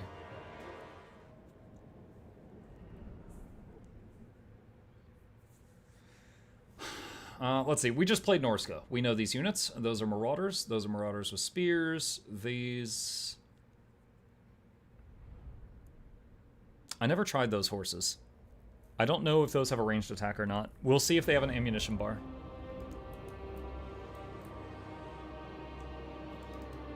Marauder Horsemen. They do. They do have an ammo bar. So I guess they throw javelins.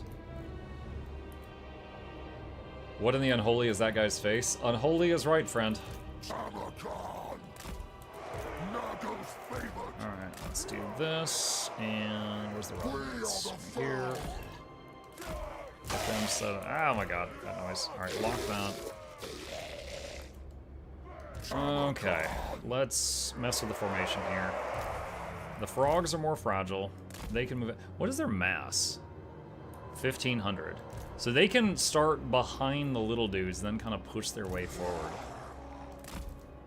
Alright, injured guys in the back. Let's do that. Alright, let's do that to try to keep people alive. Oh, this guy should be in front. Bringer of desolation. Okay, I like that. Lock it. Alright, let's go. Putrefaction.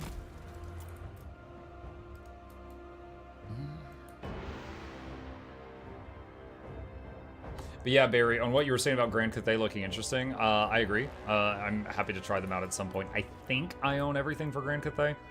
The 3 legendary lords all turn into dragons, but one of them has healing magic. I love sustain. I'd probably try that one first. But yeah, it's like Grand Cathay is like China after they discovered gunpowder, but also they can turn into dragons.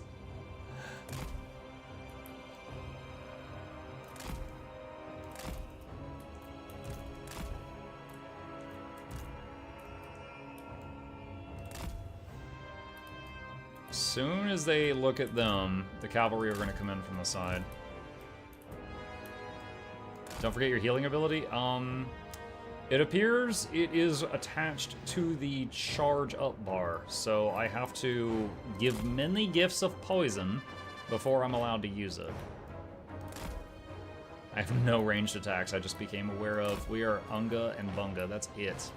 I wonder if I get units with ranged attacks, because I sure don't have them right now.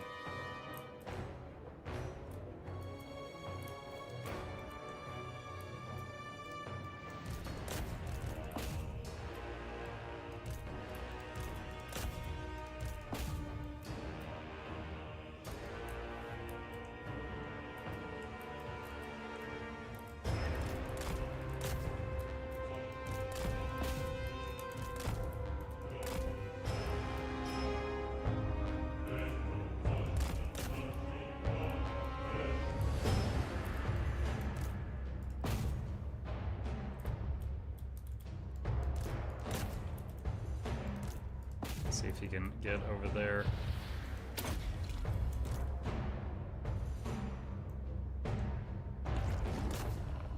Okay, having trouble catching their horsemen with my cavalry. So, hitting the other stuff. Now, this is a city battle. As long as I just chase them off the map, they're out. Okay, we almost have enough for that ability. Do I have anyone that really needs the healing right now? I don't know. I'm looking at my units. I'm not. Actually, I see some. Right there. Oh, did you see that? It bounced. Ah, it bounces to 5 allies. Oh, that's cool. Okay, so we've got like a chain heal. Chain regen, I guess.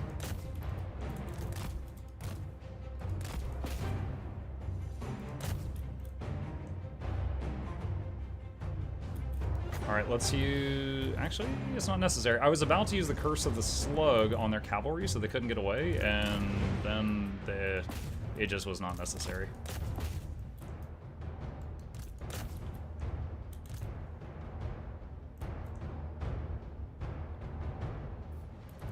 Let's see, 20 seconds and I can use that again. Okay,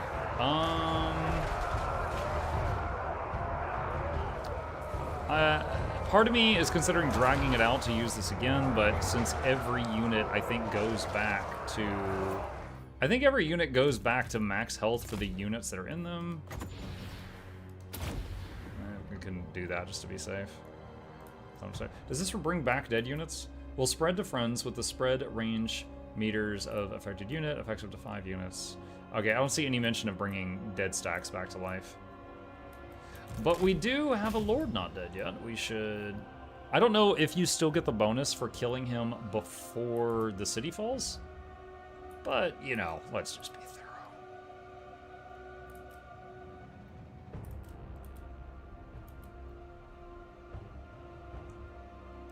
Let's get the weaker stuff out of the way.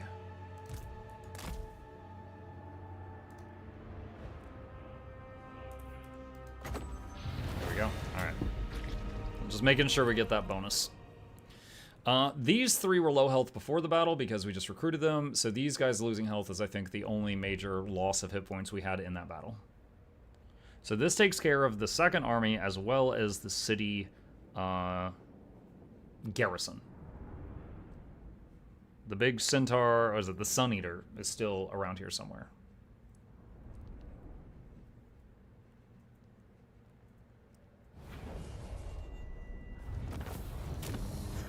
Okay, we are going to occupy, because we need the town. And I think I'm going to get growth with this one. Okay, and Tamarkand is level 6. I think I'm gonna keep getting blessed by blight, so 9% reduced income, or 10% reduced income of the army he's in. Training, more XP. I'm curious, do I get... So I have 2 dominance, so I can get a Chaos Chariot. Honestly, I don't really want it. In my experience in this game, I'm not really fond of chariots. They're like cavalry, but they turn terribly. I'm not really fond of them. However, I did have a quest for that. What was the quest reward? Recruit a unit from the Tomarkan Chieftain panel. You get 2,000 gold and plus 2 dominance. Oh, so you get refunded. Okay, so if I do this, I get a refund. Okay, then it's fine. 1 out of 1, so I can only have 1 in the army right now.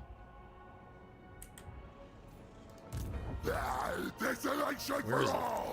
Oh, it's right here. Okay, done. Alright, so I get that dominance back, and I got 2k gold.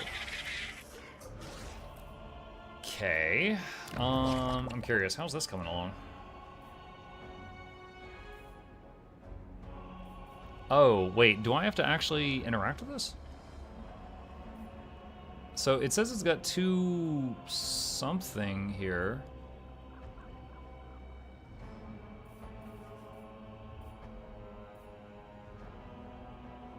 Wait, what?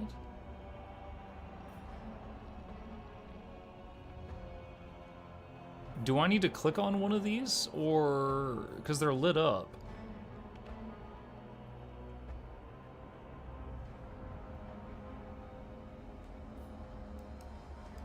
Okay, that doesn't do anything. All right. So, wait, my impression of it was going to grow to max level and then stop, and then you could recruit everything. Does it just do it in a loop? Like it just keeps making those troops in a loop? It loops. Oh, okay. Alright, so I could get more Nurglings. I'm not gonna do that. Our income is pretty low right now. Alright, so I'm gonna save the game. So my starting opponent is the Sun Eater, and he's got 1 more town. That's why they're so expensive. That's what. Wait, what is so expensive? The units or the building? Cool. I was hoping you'd play them so you could watch them on your other channel. Gotcha. No, I've not played Cathay. I just know of them. I haven't played them yet.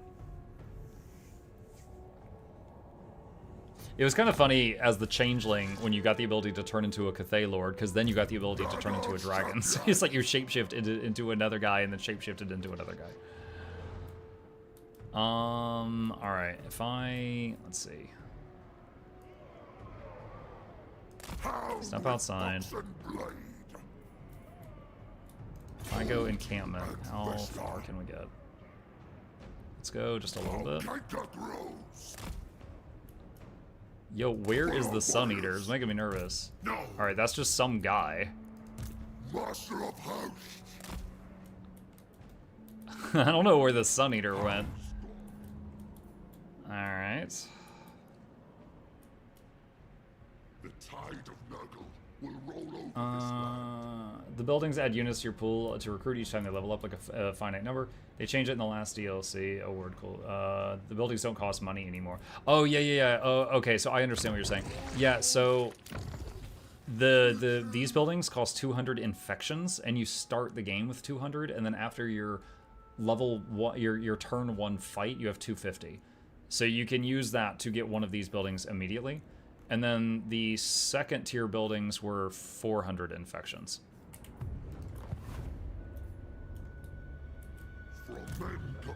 Okay, dude, unless the Sun Eater just like ran off to fight one of the... Why am I at war with these guys? I have no idea. Unless the Sun Eater just ran off to fight somebody else, I don't know where he's at. Unless he's in ambush stance nearby, which is also possible.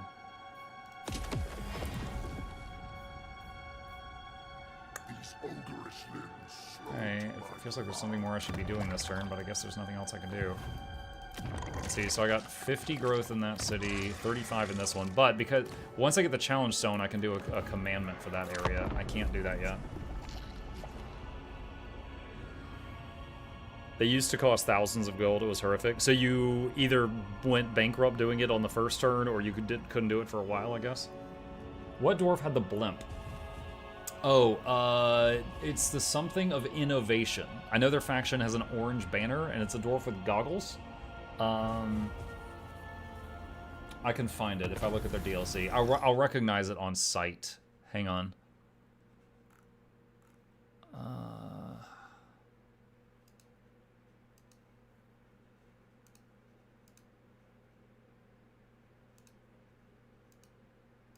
Dude, how do you look at the whole list for this game? Browse. Oh, here we go. Okay. Malachi. His name is Malachi. Hold on. It's this guy. Warhammer 3 Malachi, Thrones of Decay. That's the one. The other dwarves are like axes, and he's like gunpowder. So this quest is done. We got corruption over 70 somewhere. So we got money, terrifying mask of E, and 200 infections. And this mask lets you do fear and terror. I really like having the Dawnstone on him. He's got the Icon of Decay, so I guess I'm not going to use that. Feels weird. That's a nice early game item, but we've got nice stuff on both of them. Plagues unlocked. All dwarves use gunpowder? Okay. He's got... okay, he's more about it, right? It feels like he's more about it. Symptoms. Select 3 to create a plague. Number of plagues until new blessed symptoms and symptom locations 3.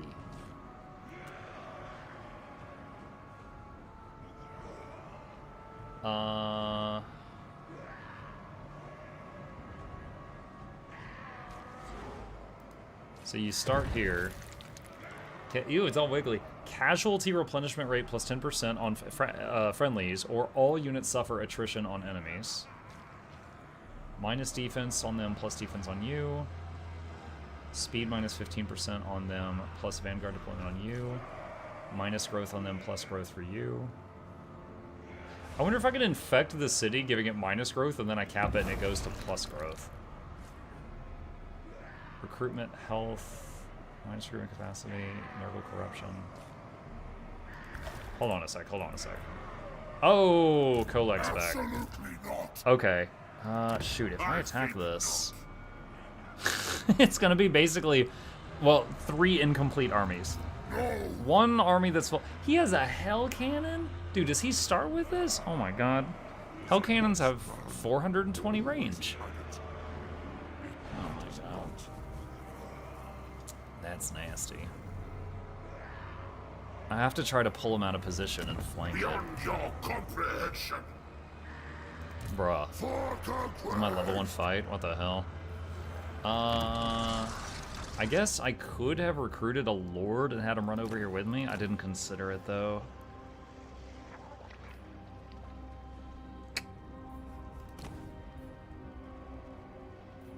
If I had recruited a lord on the previous turn, I could have had him over here helping me.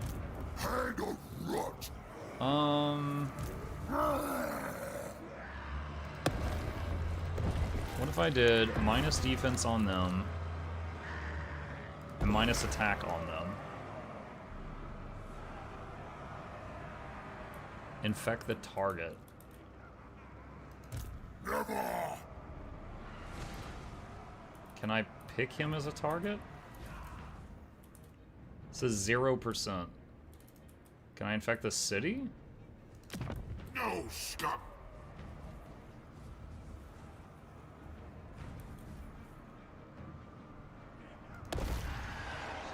Okay, I guess I can't just drop it on an enemy.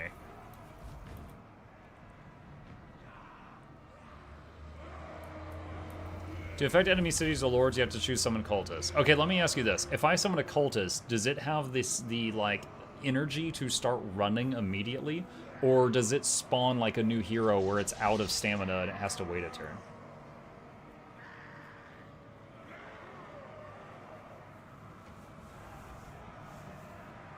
I don't remember, to be honest. Alright, fair. There was dwarves with blimps. Yeah, Bluebell, one of the dwarves had a cooldown type ability that from like turn 1, they could call in, it was called like the Spirit of something, and it was basically a blimp pulled in overhead and just bombed the area underneath it, and it had like just absurd damage, but it had to be directly above them, and it just terrorized the battlefield for like 1 to 2 minutes. It was nasty. Alright, let's try this. What is the 0%? Additive chance against plague infection. A positive value means the target is more likely to be infected. Okay. Infect myself.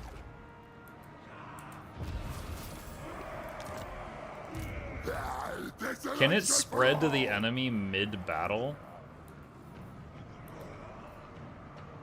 Okay, if I do rating, it's 148 gold. When's the dwarf run? I asked them earlier if they wanted to see me do Chaos Dwarves or anything, but everybody screamed Nurgle, Nurgle, Nurgle, except Shugo, who said rats. No one backed him up on the rats. Gosh. Alright, hold on. Campaign movement range 5%. Yeah, take that. I did not scream Nurgle. Everyone that screamed Nurgle. Alright, I'm gonna save the game here. Because this is either run away, run... God, it feels... This is a scary fight for my level 1 opponent. The only other faction I can remember being this intimidated looking at my first opponent's final town was Grandma. Madrasyanka. Alright, let's just Unga Bunga and see how well I do. It says close defeat. Do they have walls? Yes. Because it says siege. That's a melee. Ah, they have a wizard. They have a wizard. They have 2 wizards. I don't even have anyone that can use mana yet.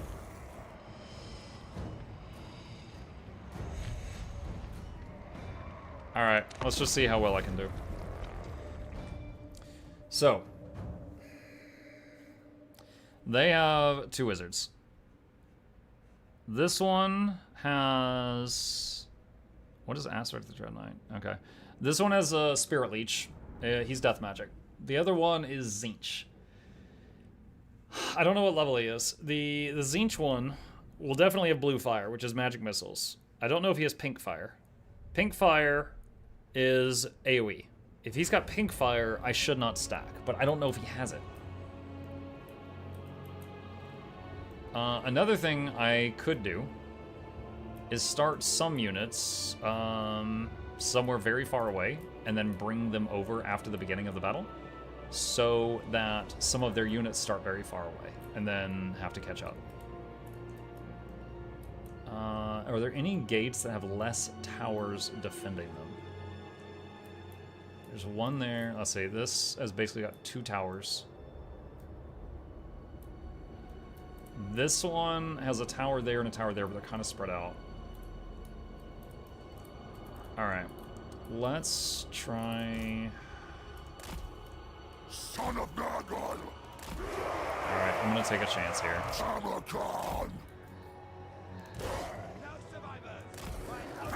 We're gonna try the stack strat and see, because it really just a bit, the only thing I see, because I got a chance to inspect the Death Magic guy, I did not get a chance to inspect the Tzeentch Magic guy.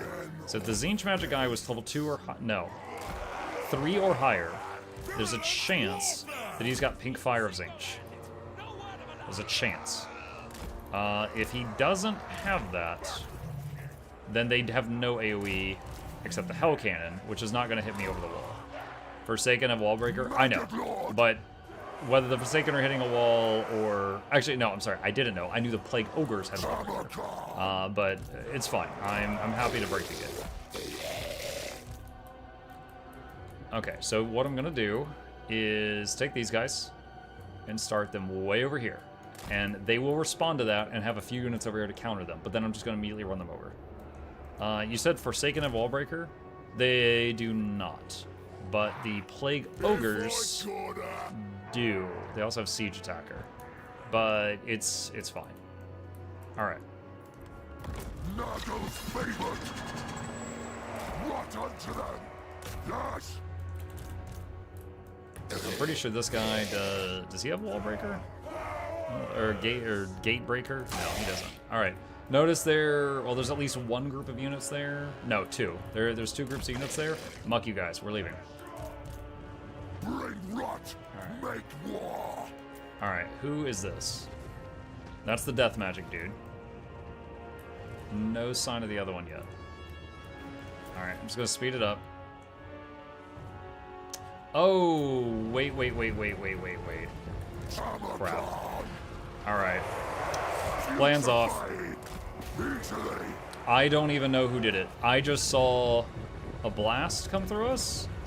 I just saw like a Nurgle blast come through. Or was I seeing things? I thought it. Oh, you know what? No, I didn't. Hold on. I mistook something. It was the slime trail from my own Beast of Nurgle. And I thought it was the Nurgle damage and align spell because they look almost identical. And I was like, spread out! Oh, wait. We weren't hit. My bad. There's this idiot, this tubby guy. It was his snail trail.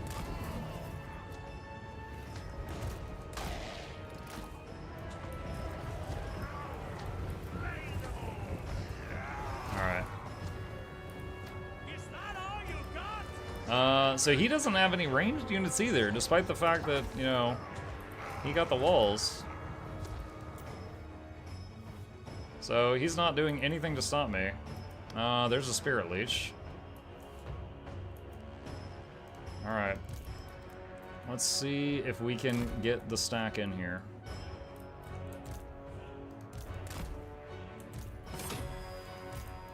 Okay, we've captured the gate.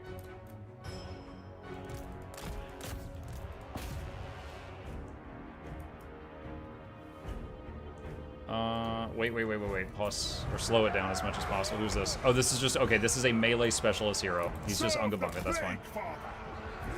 And there is the big fella. Okay, use your Nurgle's Favored Sun cooldown. Slow down that incoming damage.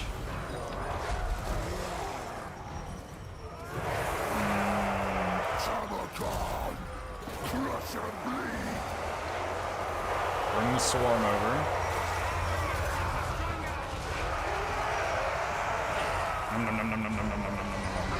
We're getting this guy low pretty quick. I'm trying to finish him off. That does mean taking damage from Kolek for a minute. Guided by chaos. Alright, let's have everyone except Tamarkon switch to Kolek because he's surrounded. Tamarkon keep hitting this mage. Kolek is quite strong, but he's not God modes, and he is surrounded. The Plague Lord's wrath. Okay, the hero that was on the walls dropped down. Alright, I can cast Burst of the Slug now, but as far as I understand it, it uses the same energy bar, so by not casting her... Oh! He has pink fire. There it is! That's the thing I was watching for. I don't know if I can catch him though. He's getting away. And we're kind of surrounded right now. Yeah, I'm just gonna save up for fecundity.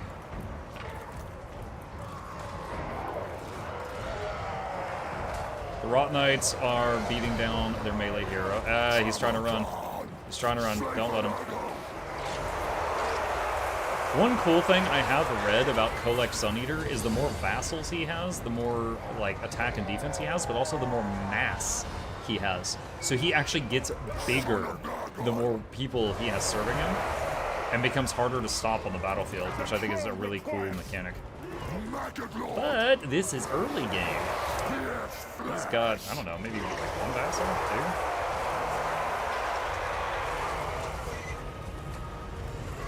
It is hard to stop him right now, though. I'm tempted to use the Curse of the Slug.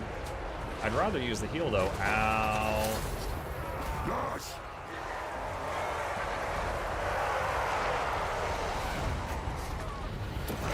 Yeah, I'm gonna use the Fecundity on my hero, which will regen, and it'll pass through everything else.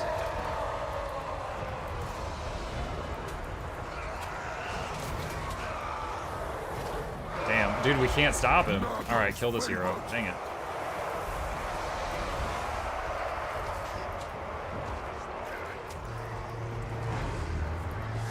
The blob continues. Can we take out the mage? We are the plague. Bring rot, make war. Tomerkin, please. He's right next to you. Hit him. Oh, those guys back. Ah, my camera's going crazy because that lava pit. Death comes. Tomerkin taking huge damage. Units being real stupid sometimes, chat. Crush and bleed. I guess this is a city battle, so he will. Oh God, I'd rather kill him. I'd rather like for real kill him. What's going on back here? You guys, come on. Tamarkan, cleave and contaminate.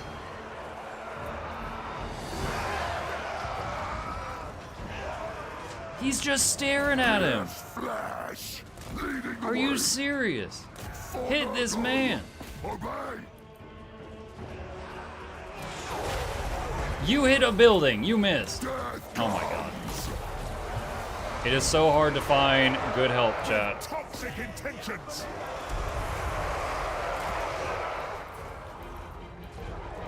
This is friggin' ridiculous. Alright, there you go. There you go. Who's a good Tomerkan? You are, yes you are. There we go. Can you finish this guy? Good hit. That was half his remaining health. Alright, it's very tempting to cast Curse of the Slug on him and try to finish him, but the pathing is being so unreliable right now, I'm not going to risk it. So let's just focus on killing this stuff. Oh, we're getting hit with some magic missiles. What is that? Chance. Okay, so there's a Zinch mage over there. So the mage I chased off. So that guy's full health. I should have known. He would have a blue bar. He'd have a shield bar, of course.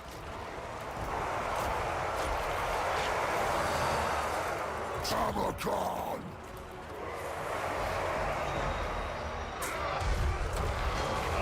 Oh, the hell cannon's over there. I was like, what was that? Cleave and contaminate. Alright, the Fecundity bar is filling up, and here comes another pink flame. Fortunately, he's only level 1. He is AoEing the crap out of us, but it's not doing massive damage. Okay. Alright, I don't know which 5 units it hit, but they are regenning a lot right now. Forwards, host.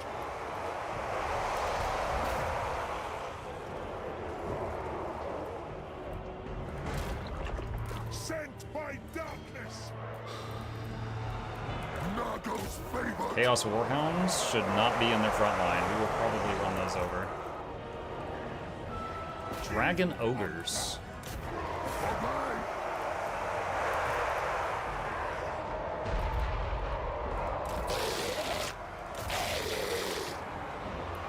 Did we finish the Pyre? No. We did another 2 hours of progress on it. And we will be back on that for a couple of hours tomorrow. Okay, they just beat up those, that hound stack really good.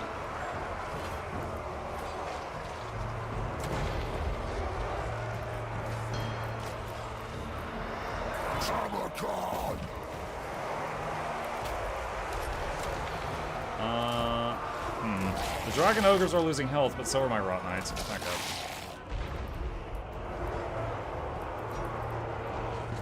Bringer of desolation. Making corpses. Okay, we need to take this. It will destroy all the nearby towers. You need a... Oh, I forgot. You have an active button. What is that? Oh, that's reduce defense of the target. Dude, you are not surrounded. Please back the hell up. Thank you. Let there be butchery. son of Nurgle! For the Fly Lord! Rupture flesh! Consider it done! Maggot Lord! Close on the sheet! Dude, I have so many units getting caught up on each other. It's not good. Nurgle's First half of this battle, I was very glad I was doing the stack thing. Right now, not so much. Despair in tow!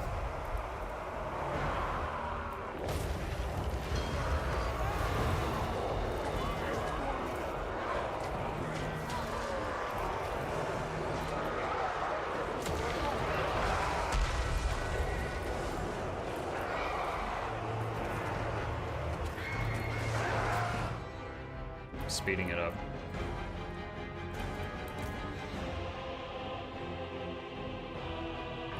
Alright, slow it down. Who gets the heal? Putting on my lowest health unit to try to save them. A sickly Steve!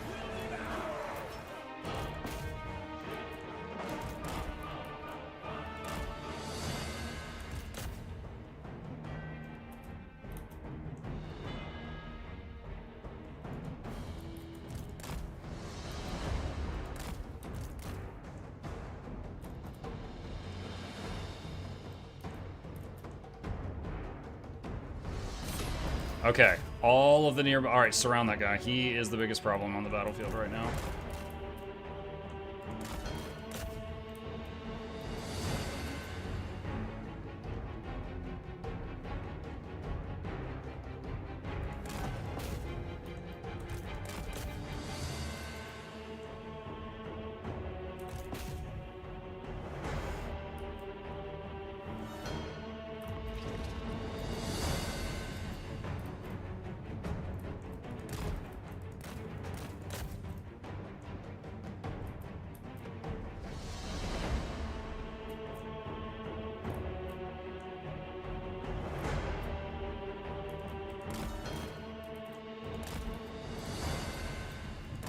Now, I don't think I can take the whole city. My goal is kill enough of their units that they give up. And right now, I do want to take out their mage. He's the only guy besides their Hell Cannon that has like true splash.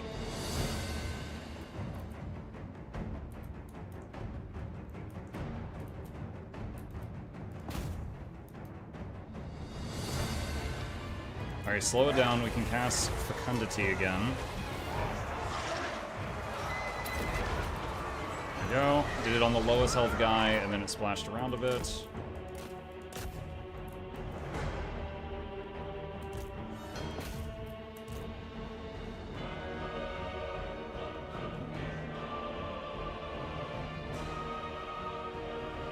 Okay, they're retreating.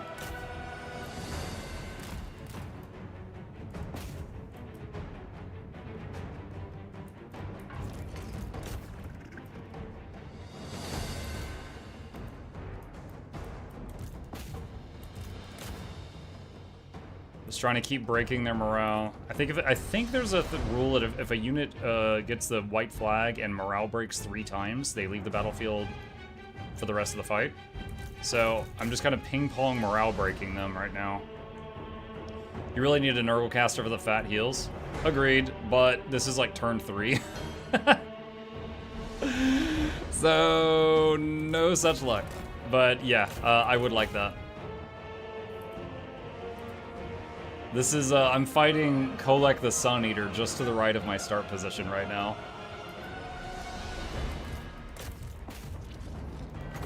Okay, who gets this one? Pestigors.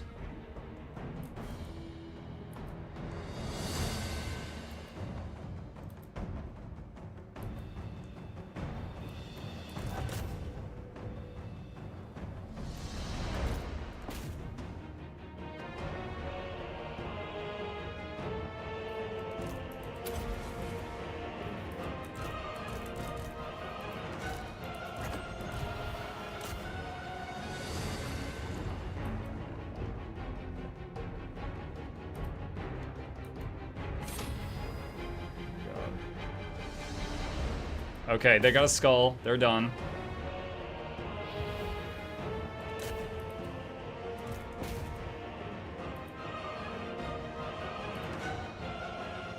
Okay, they got a flag. Switch to the next one. Fecundity, you guys. Okay. Actually, hit these.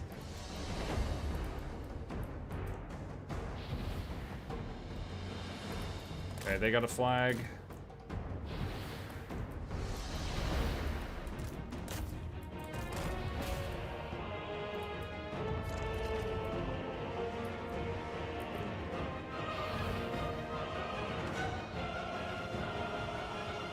Okay, they got a skull. They're done.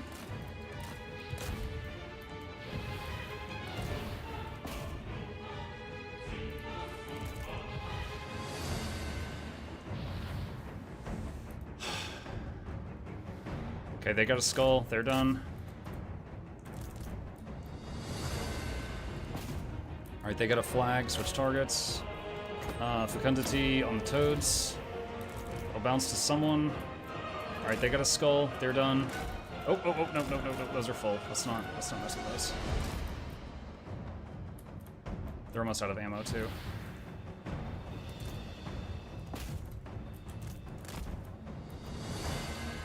The Rot Knights have hit their heal cap.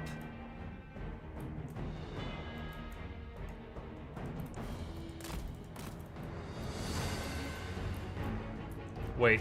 Oh, they just got a skull. Oh, they might be breaking. They might be breaking. But we haven't gotten the I win yet, so we need to keep hitting whatever we can. Do they might have a unit that has immune to breaking. I forget what it's called. Like unstoppable or something? I don't know. They might have something like that.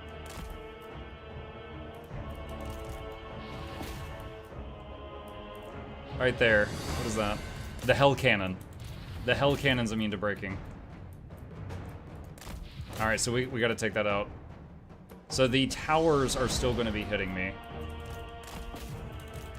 Let's see if we can finish the Hell Cannon off. Which, it's out of ammo. Fortunately, the Hell Cannon mostly hit buildings because there was so much crap in the way. Unbreakable? That might be it. Is that what it's called in this game? Yes, it is called Unbreakable.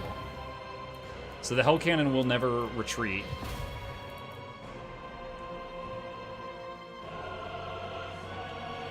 I'm gonna do ×4 speed, because there's really just one goal left at this point.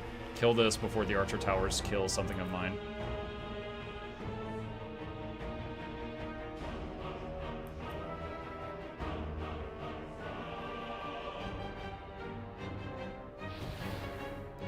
Bro, are you serious? Kill this one dude.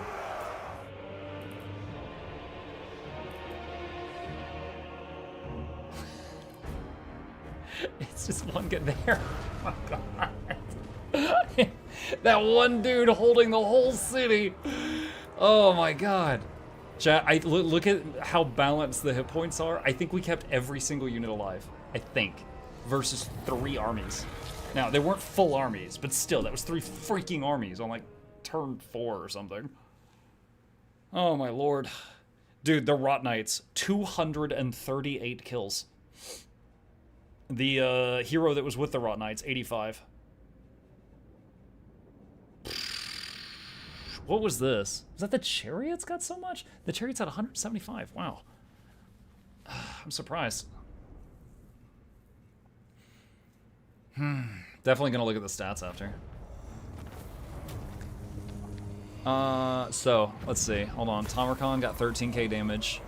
Rot Knight Hero got 13k damage. The Rot Knights did 38k. The Chariots did 20. I'm shocked by that. The Chariots did 26k.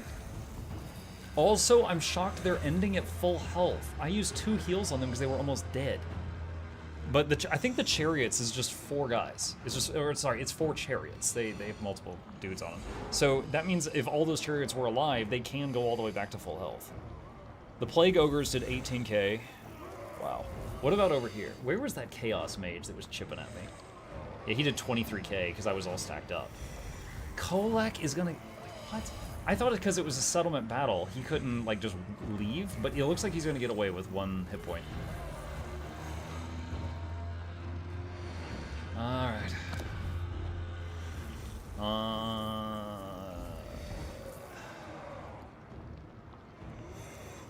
tempted to sack and then occupy, but I'm worried that I won't have enough movement to do both. I'll just occupy. Plus sack would level it down. Alright. Enemy killed in battle. Enemy killed in battles. Yeah. You permanent 20 bonus versus large for killing Solek Sun Eater. Province secured, so let's do the growth and control thing. Alright, so I think Kolek is homeless now. Unfortunately, he still has a lot of stuff. But his hero's at 1 hit point. If he gets into a battle right now, he's gonna have a bad time. And 5 of his units are hounds, which are very squishy. Like, great for flanking, not great for a head-on assault. What is Unholy Resilience? Plus 30% chaos casualty replenishment rate for this Lord. Not Lord's army. So just him. So just he heals really fast in between battles is all that is. Okay. Let's get, wait, what is this? I don't know what that is. Oh, that's missile resist. Hates Zinch. Alright, let's do 10% weapon strength. And...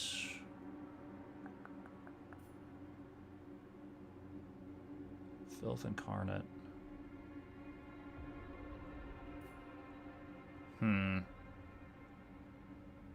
That's so random. Plus speed for hounds. Okay, they're speedy. Plus, and then also ogres. They're not that fast. So I was like, okay. Charge bonus, yeah. Let's see, plus armor for Plague Bearers of Nurgle, Nurglings, Marauders, Pestigors, Chaos Warriors. I like that, as I like armor. And that's armor again. Midnight, by the way. No!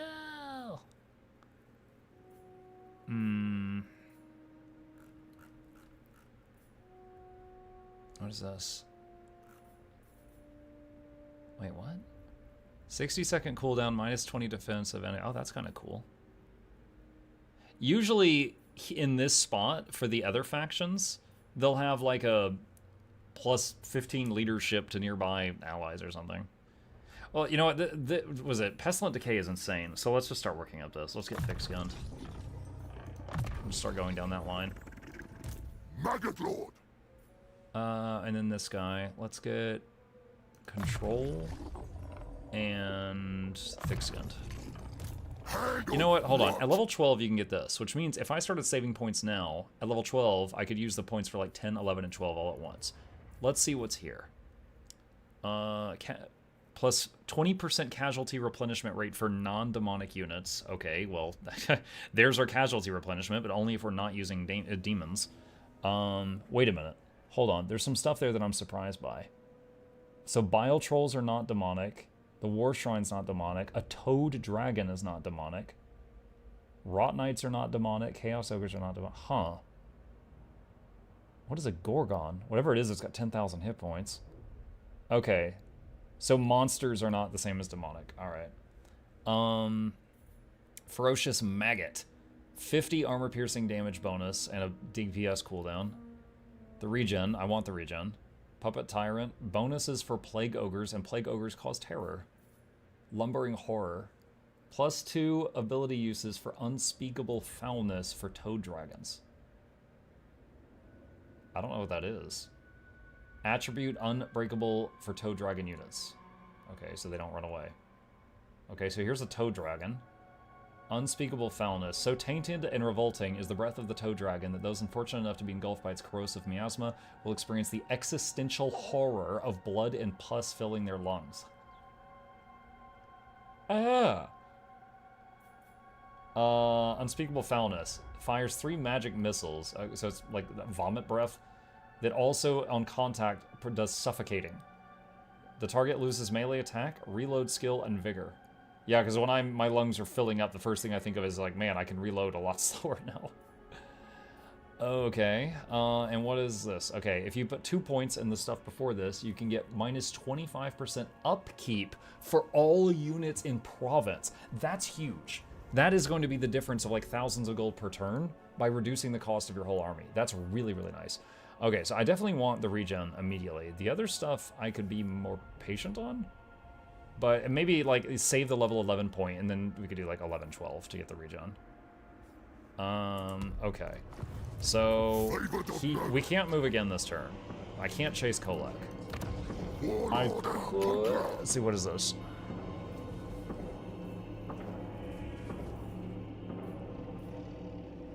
I could get the money now, or save up. Let's see, the money thing pays for itself in 4 turns. Or save up to get a growth building. But I'm not... Look at the time. I know. Alright, for now, get the money building. We've got 60... We're going to have 80 growth for the province, which is not bad. Son of the sickly wings. What is this? Okay, cool. Why do I have these? Wait, hold on a sec. Hold on. Okay, maybe some of you might know. All right, so over here, this is a province up here, right? That's where we built the 1 unit producing tree thing that we have built. However, it appears I can access those units all the way down here. For Nurgle, are your prepped units not restricted to a province like they are for everybody else? Or is it like Regiments of Renown where you can grab them from anywhere? Because from my noobish perspective, it looks like I can just grab these guys from a whole different region. Which is cool. Correct, available in all territory. That's really cool. That is really cool. Okay. Let's see. So Marauders of Nurgle with great weapons. Armor piercing, poison attacks. You know, something weird. Most of the time, great weapons say they have a bonus versus large. This time, it does not. Just armor piercing and poison. And these guys have armored frenzy poison. Let's see. Alright. I'm gonna get those. So we have 19 out of 20 with no Nurgling, so pretty strong. Looks like they're available from your territory, but you're limited to how many you can have. Right, of course. That was pointed out to me. Alright, what is this? -1 cycle time for basic military buildings in the local region. Minus 10% cycle time. Okay, that's a local region, so that means it has to be here. And what is this thing? Plague it's 10,000 gold. -1 plague immunity duration for all future plagues faction-wide. Okay, so this is an end-game awesome thing. Chance of plague spreading plus 5% for all future plagues faction-wide. Okay, so this affects the whole map. That's wild, but I can't afford that right now. Plus 10% cycle time for basic military buildings. Okay, I think... man. I could get another money building, or get one of these. Okay, so this guy, Cultist of Nurgle, has increased mobility for the army. Very nice. However, the Plague-Ridden have the replenished troops in the army thing, which is also very nice.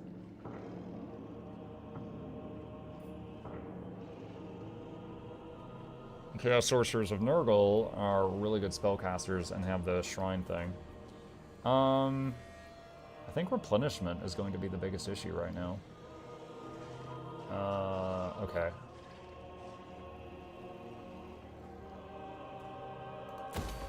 I'll go for that. Well, hold on. Let me see that again.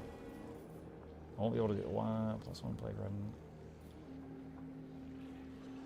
Okay, I'll go for this with the intention of getting the hero unit. You can also upgrade that. And that's it. It happens especially when playing Warhammer. Yeah. Fuck right. This game is extremely guilty of 5 more minutes. I don't know where does it get it from. I don't know where it gets off with that. Dominating presence, increased case. Yeah, we're working on that. Where is this fealty right now? It's 4 out of 7 for aligned. Okay. So I know that from talking to people that the Tomb Kings also have a thing where they have a limited number of like units they can field, or is it armies? I know they have some kind of limits. I'm wondering if this is the same as the Tomb Kings, because I haven't played them either, or if this mechanic is just entirely different. Okay, it says I can just hit auto, and I can kill what's left of the Sun Eater. I'll lose my garrison troops, but those are free and they come back, so I'm just gonna hit auto. Alright, and... money or infection? Let's do money. Tomb Kings don't have upkeep, nor do units cost money. Right, no, what I meant, like, as far as, like, you know how I have limits of how many of each unit I can have? Do they have those kind of limits, or are they just, like, army limit, not unit limit? If you don't know, that's a fair answer. I'm just curious. I'm just thinking out loud. Nurglish mutant. Faction destroyed. Sun Eater's dead. Settlement receives plague, the challenge stone. Oh, the plague I put on Tamerkin spread to the challenge stone. Recruit 30 new units for a bonus. Favorite of Nurgle. And yeah, that's it. Tomb King's units are limited faction-wide depending on buildings and upgrades. Okay, so in that one aspect, it's similar to this. That's... okay. Alright.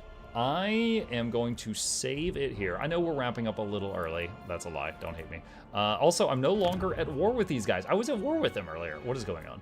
I'm going to save it there.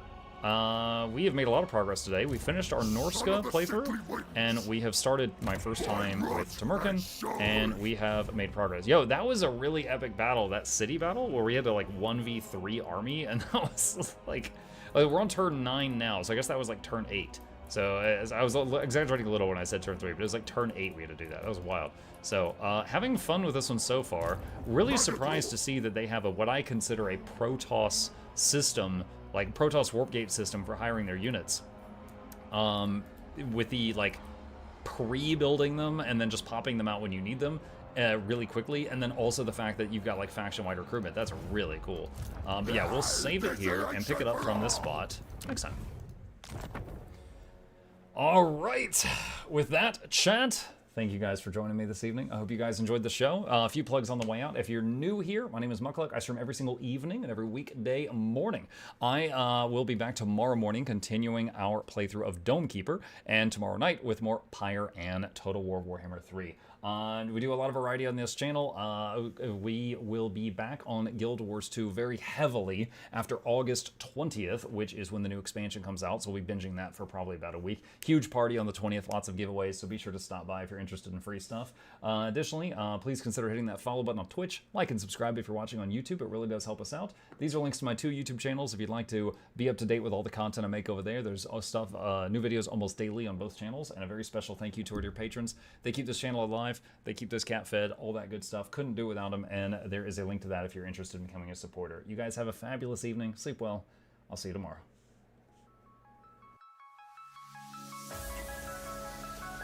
Say it backwards. Edge the need only you'll but C to take, please. Week every giveaways, beakers, the touch don't speakers, the up crank, way the on is entertainment, stay the enjoy. You hope we lab the 2 viewer, dear you welcomes, third the Snuffles, Van Chauncey, Sir, and fourth the Esquire, Reginald Bartholomew, Douglas, Mukluk. The words pour from his mouth, nearly tripping over themselves in their haste. My name is Zunikai. I used to be a slave here, but then I worked hard and they made me an overseer. I kept a good eye on the slaves, and if anyone slacked off, I whipped them hard.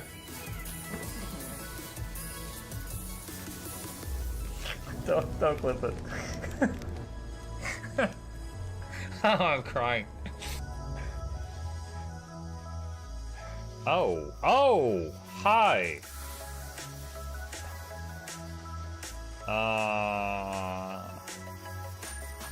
You stay there. I'm going that way. Deal. You broke the deal. Oh, Chauncey can swim. I didn't know that. How does he look so dapper while swimming?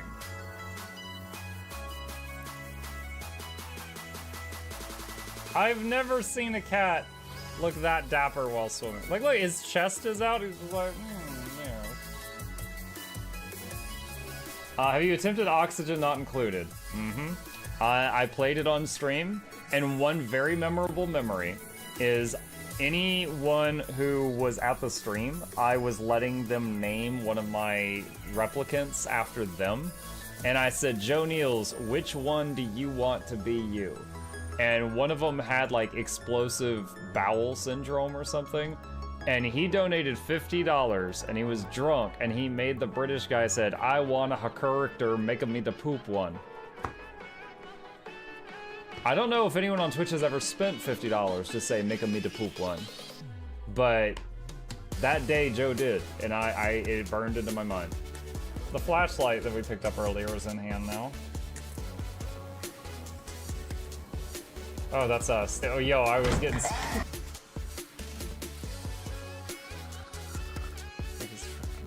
Cardboard, this is not going to go well. Run an update. I'm running software updates. This is true horror, chat, because I was a tech support. I can't get away from it. Updated. They just left bread on the table. That bread's gonna dry out. The bread is gonna dry out. There's so much bread. You don't, like, there's the baby's not eating bread. There's 2 of us. There's like 3 loaves of bread there and another 4 right here. What are you doing? Put some saran wrap on it. It's gonna dry out. New oh my god, a freaking patron sound. Oh, yeah, just like, a new arrival, and then Ed Wolf was sure to follow. Oh, hello, welcome, patron. Sit down, you. Oh, Season, good to see you. I use numpad for my mounts. I use numpad for this, and this, and this, and this, and this, and this, and this, and this, and this, and this, and this, and this, and this, and other things. I'm trying to sleep here. Am I too loud? Okay. I love you. I love you too.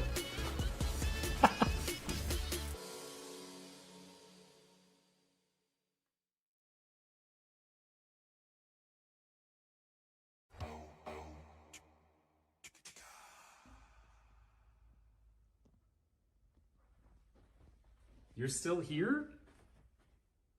It's over. Go home. Go.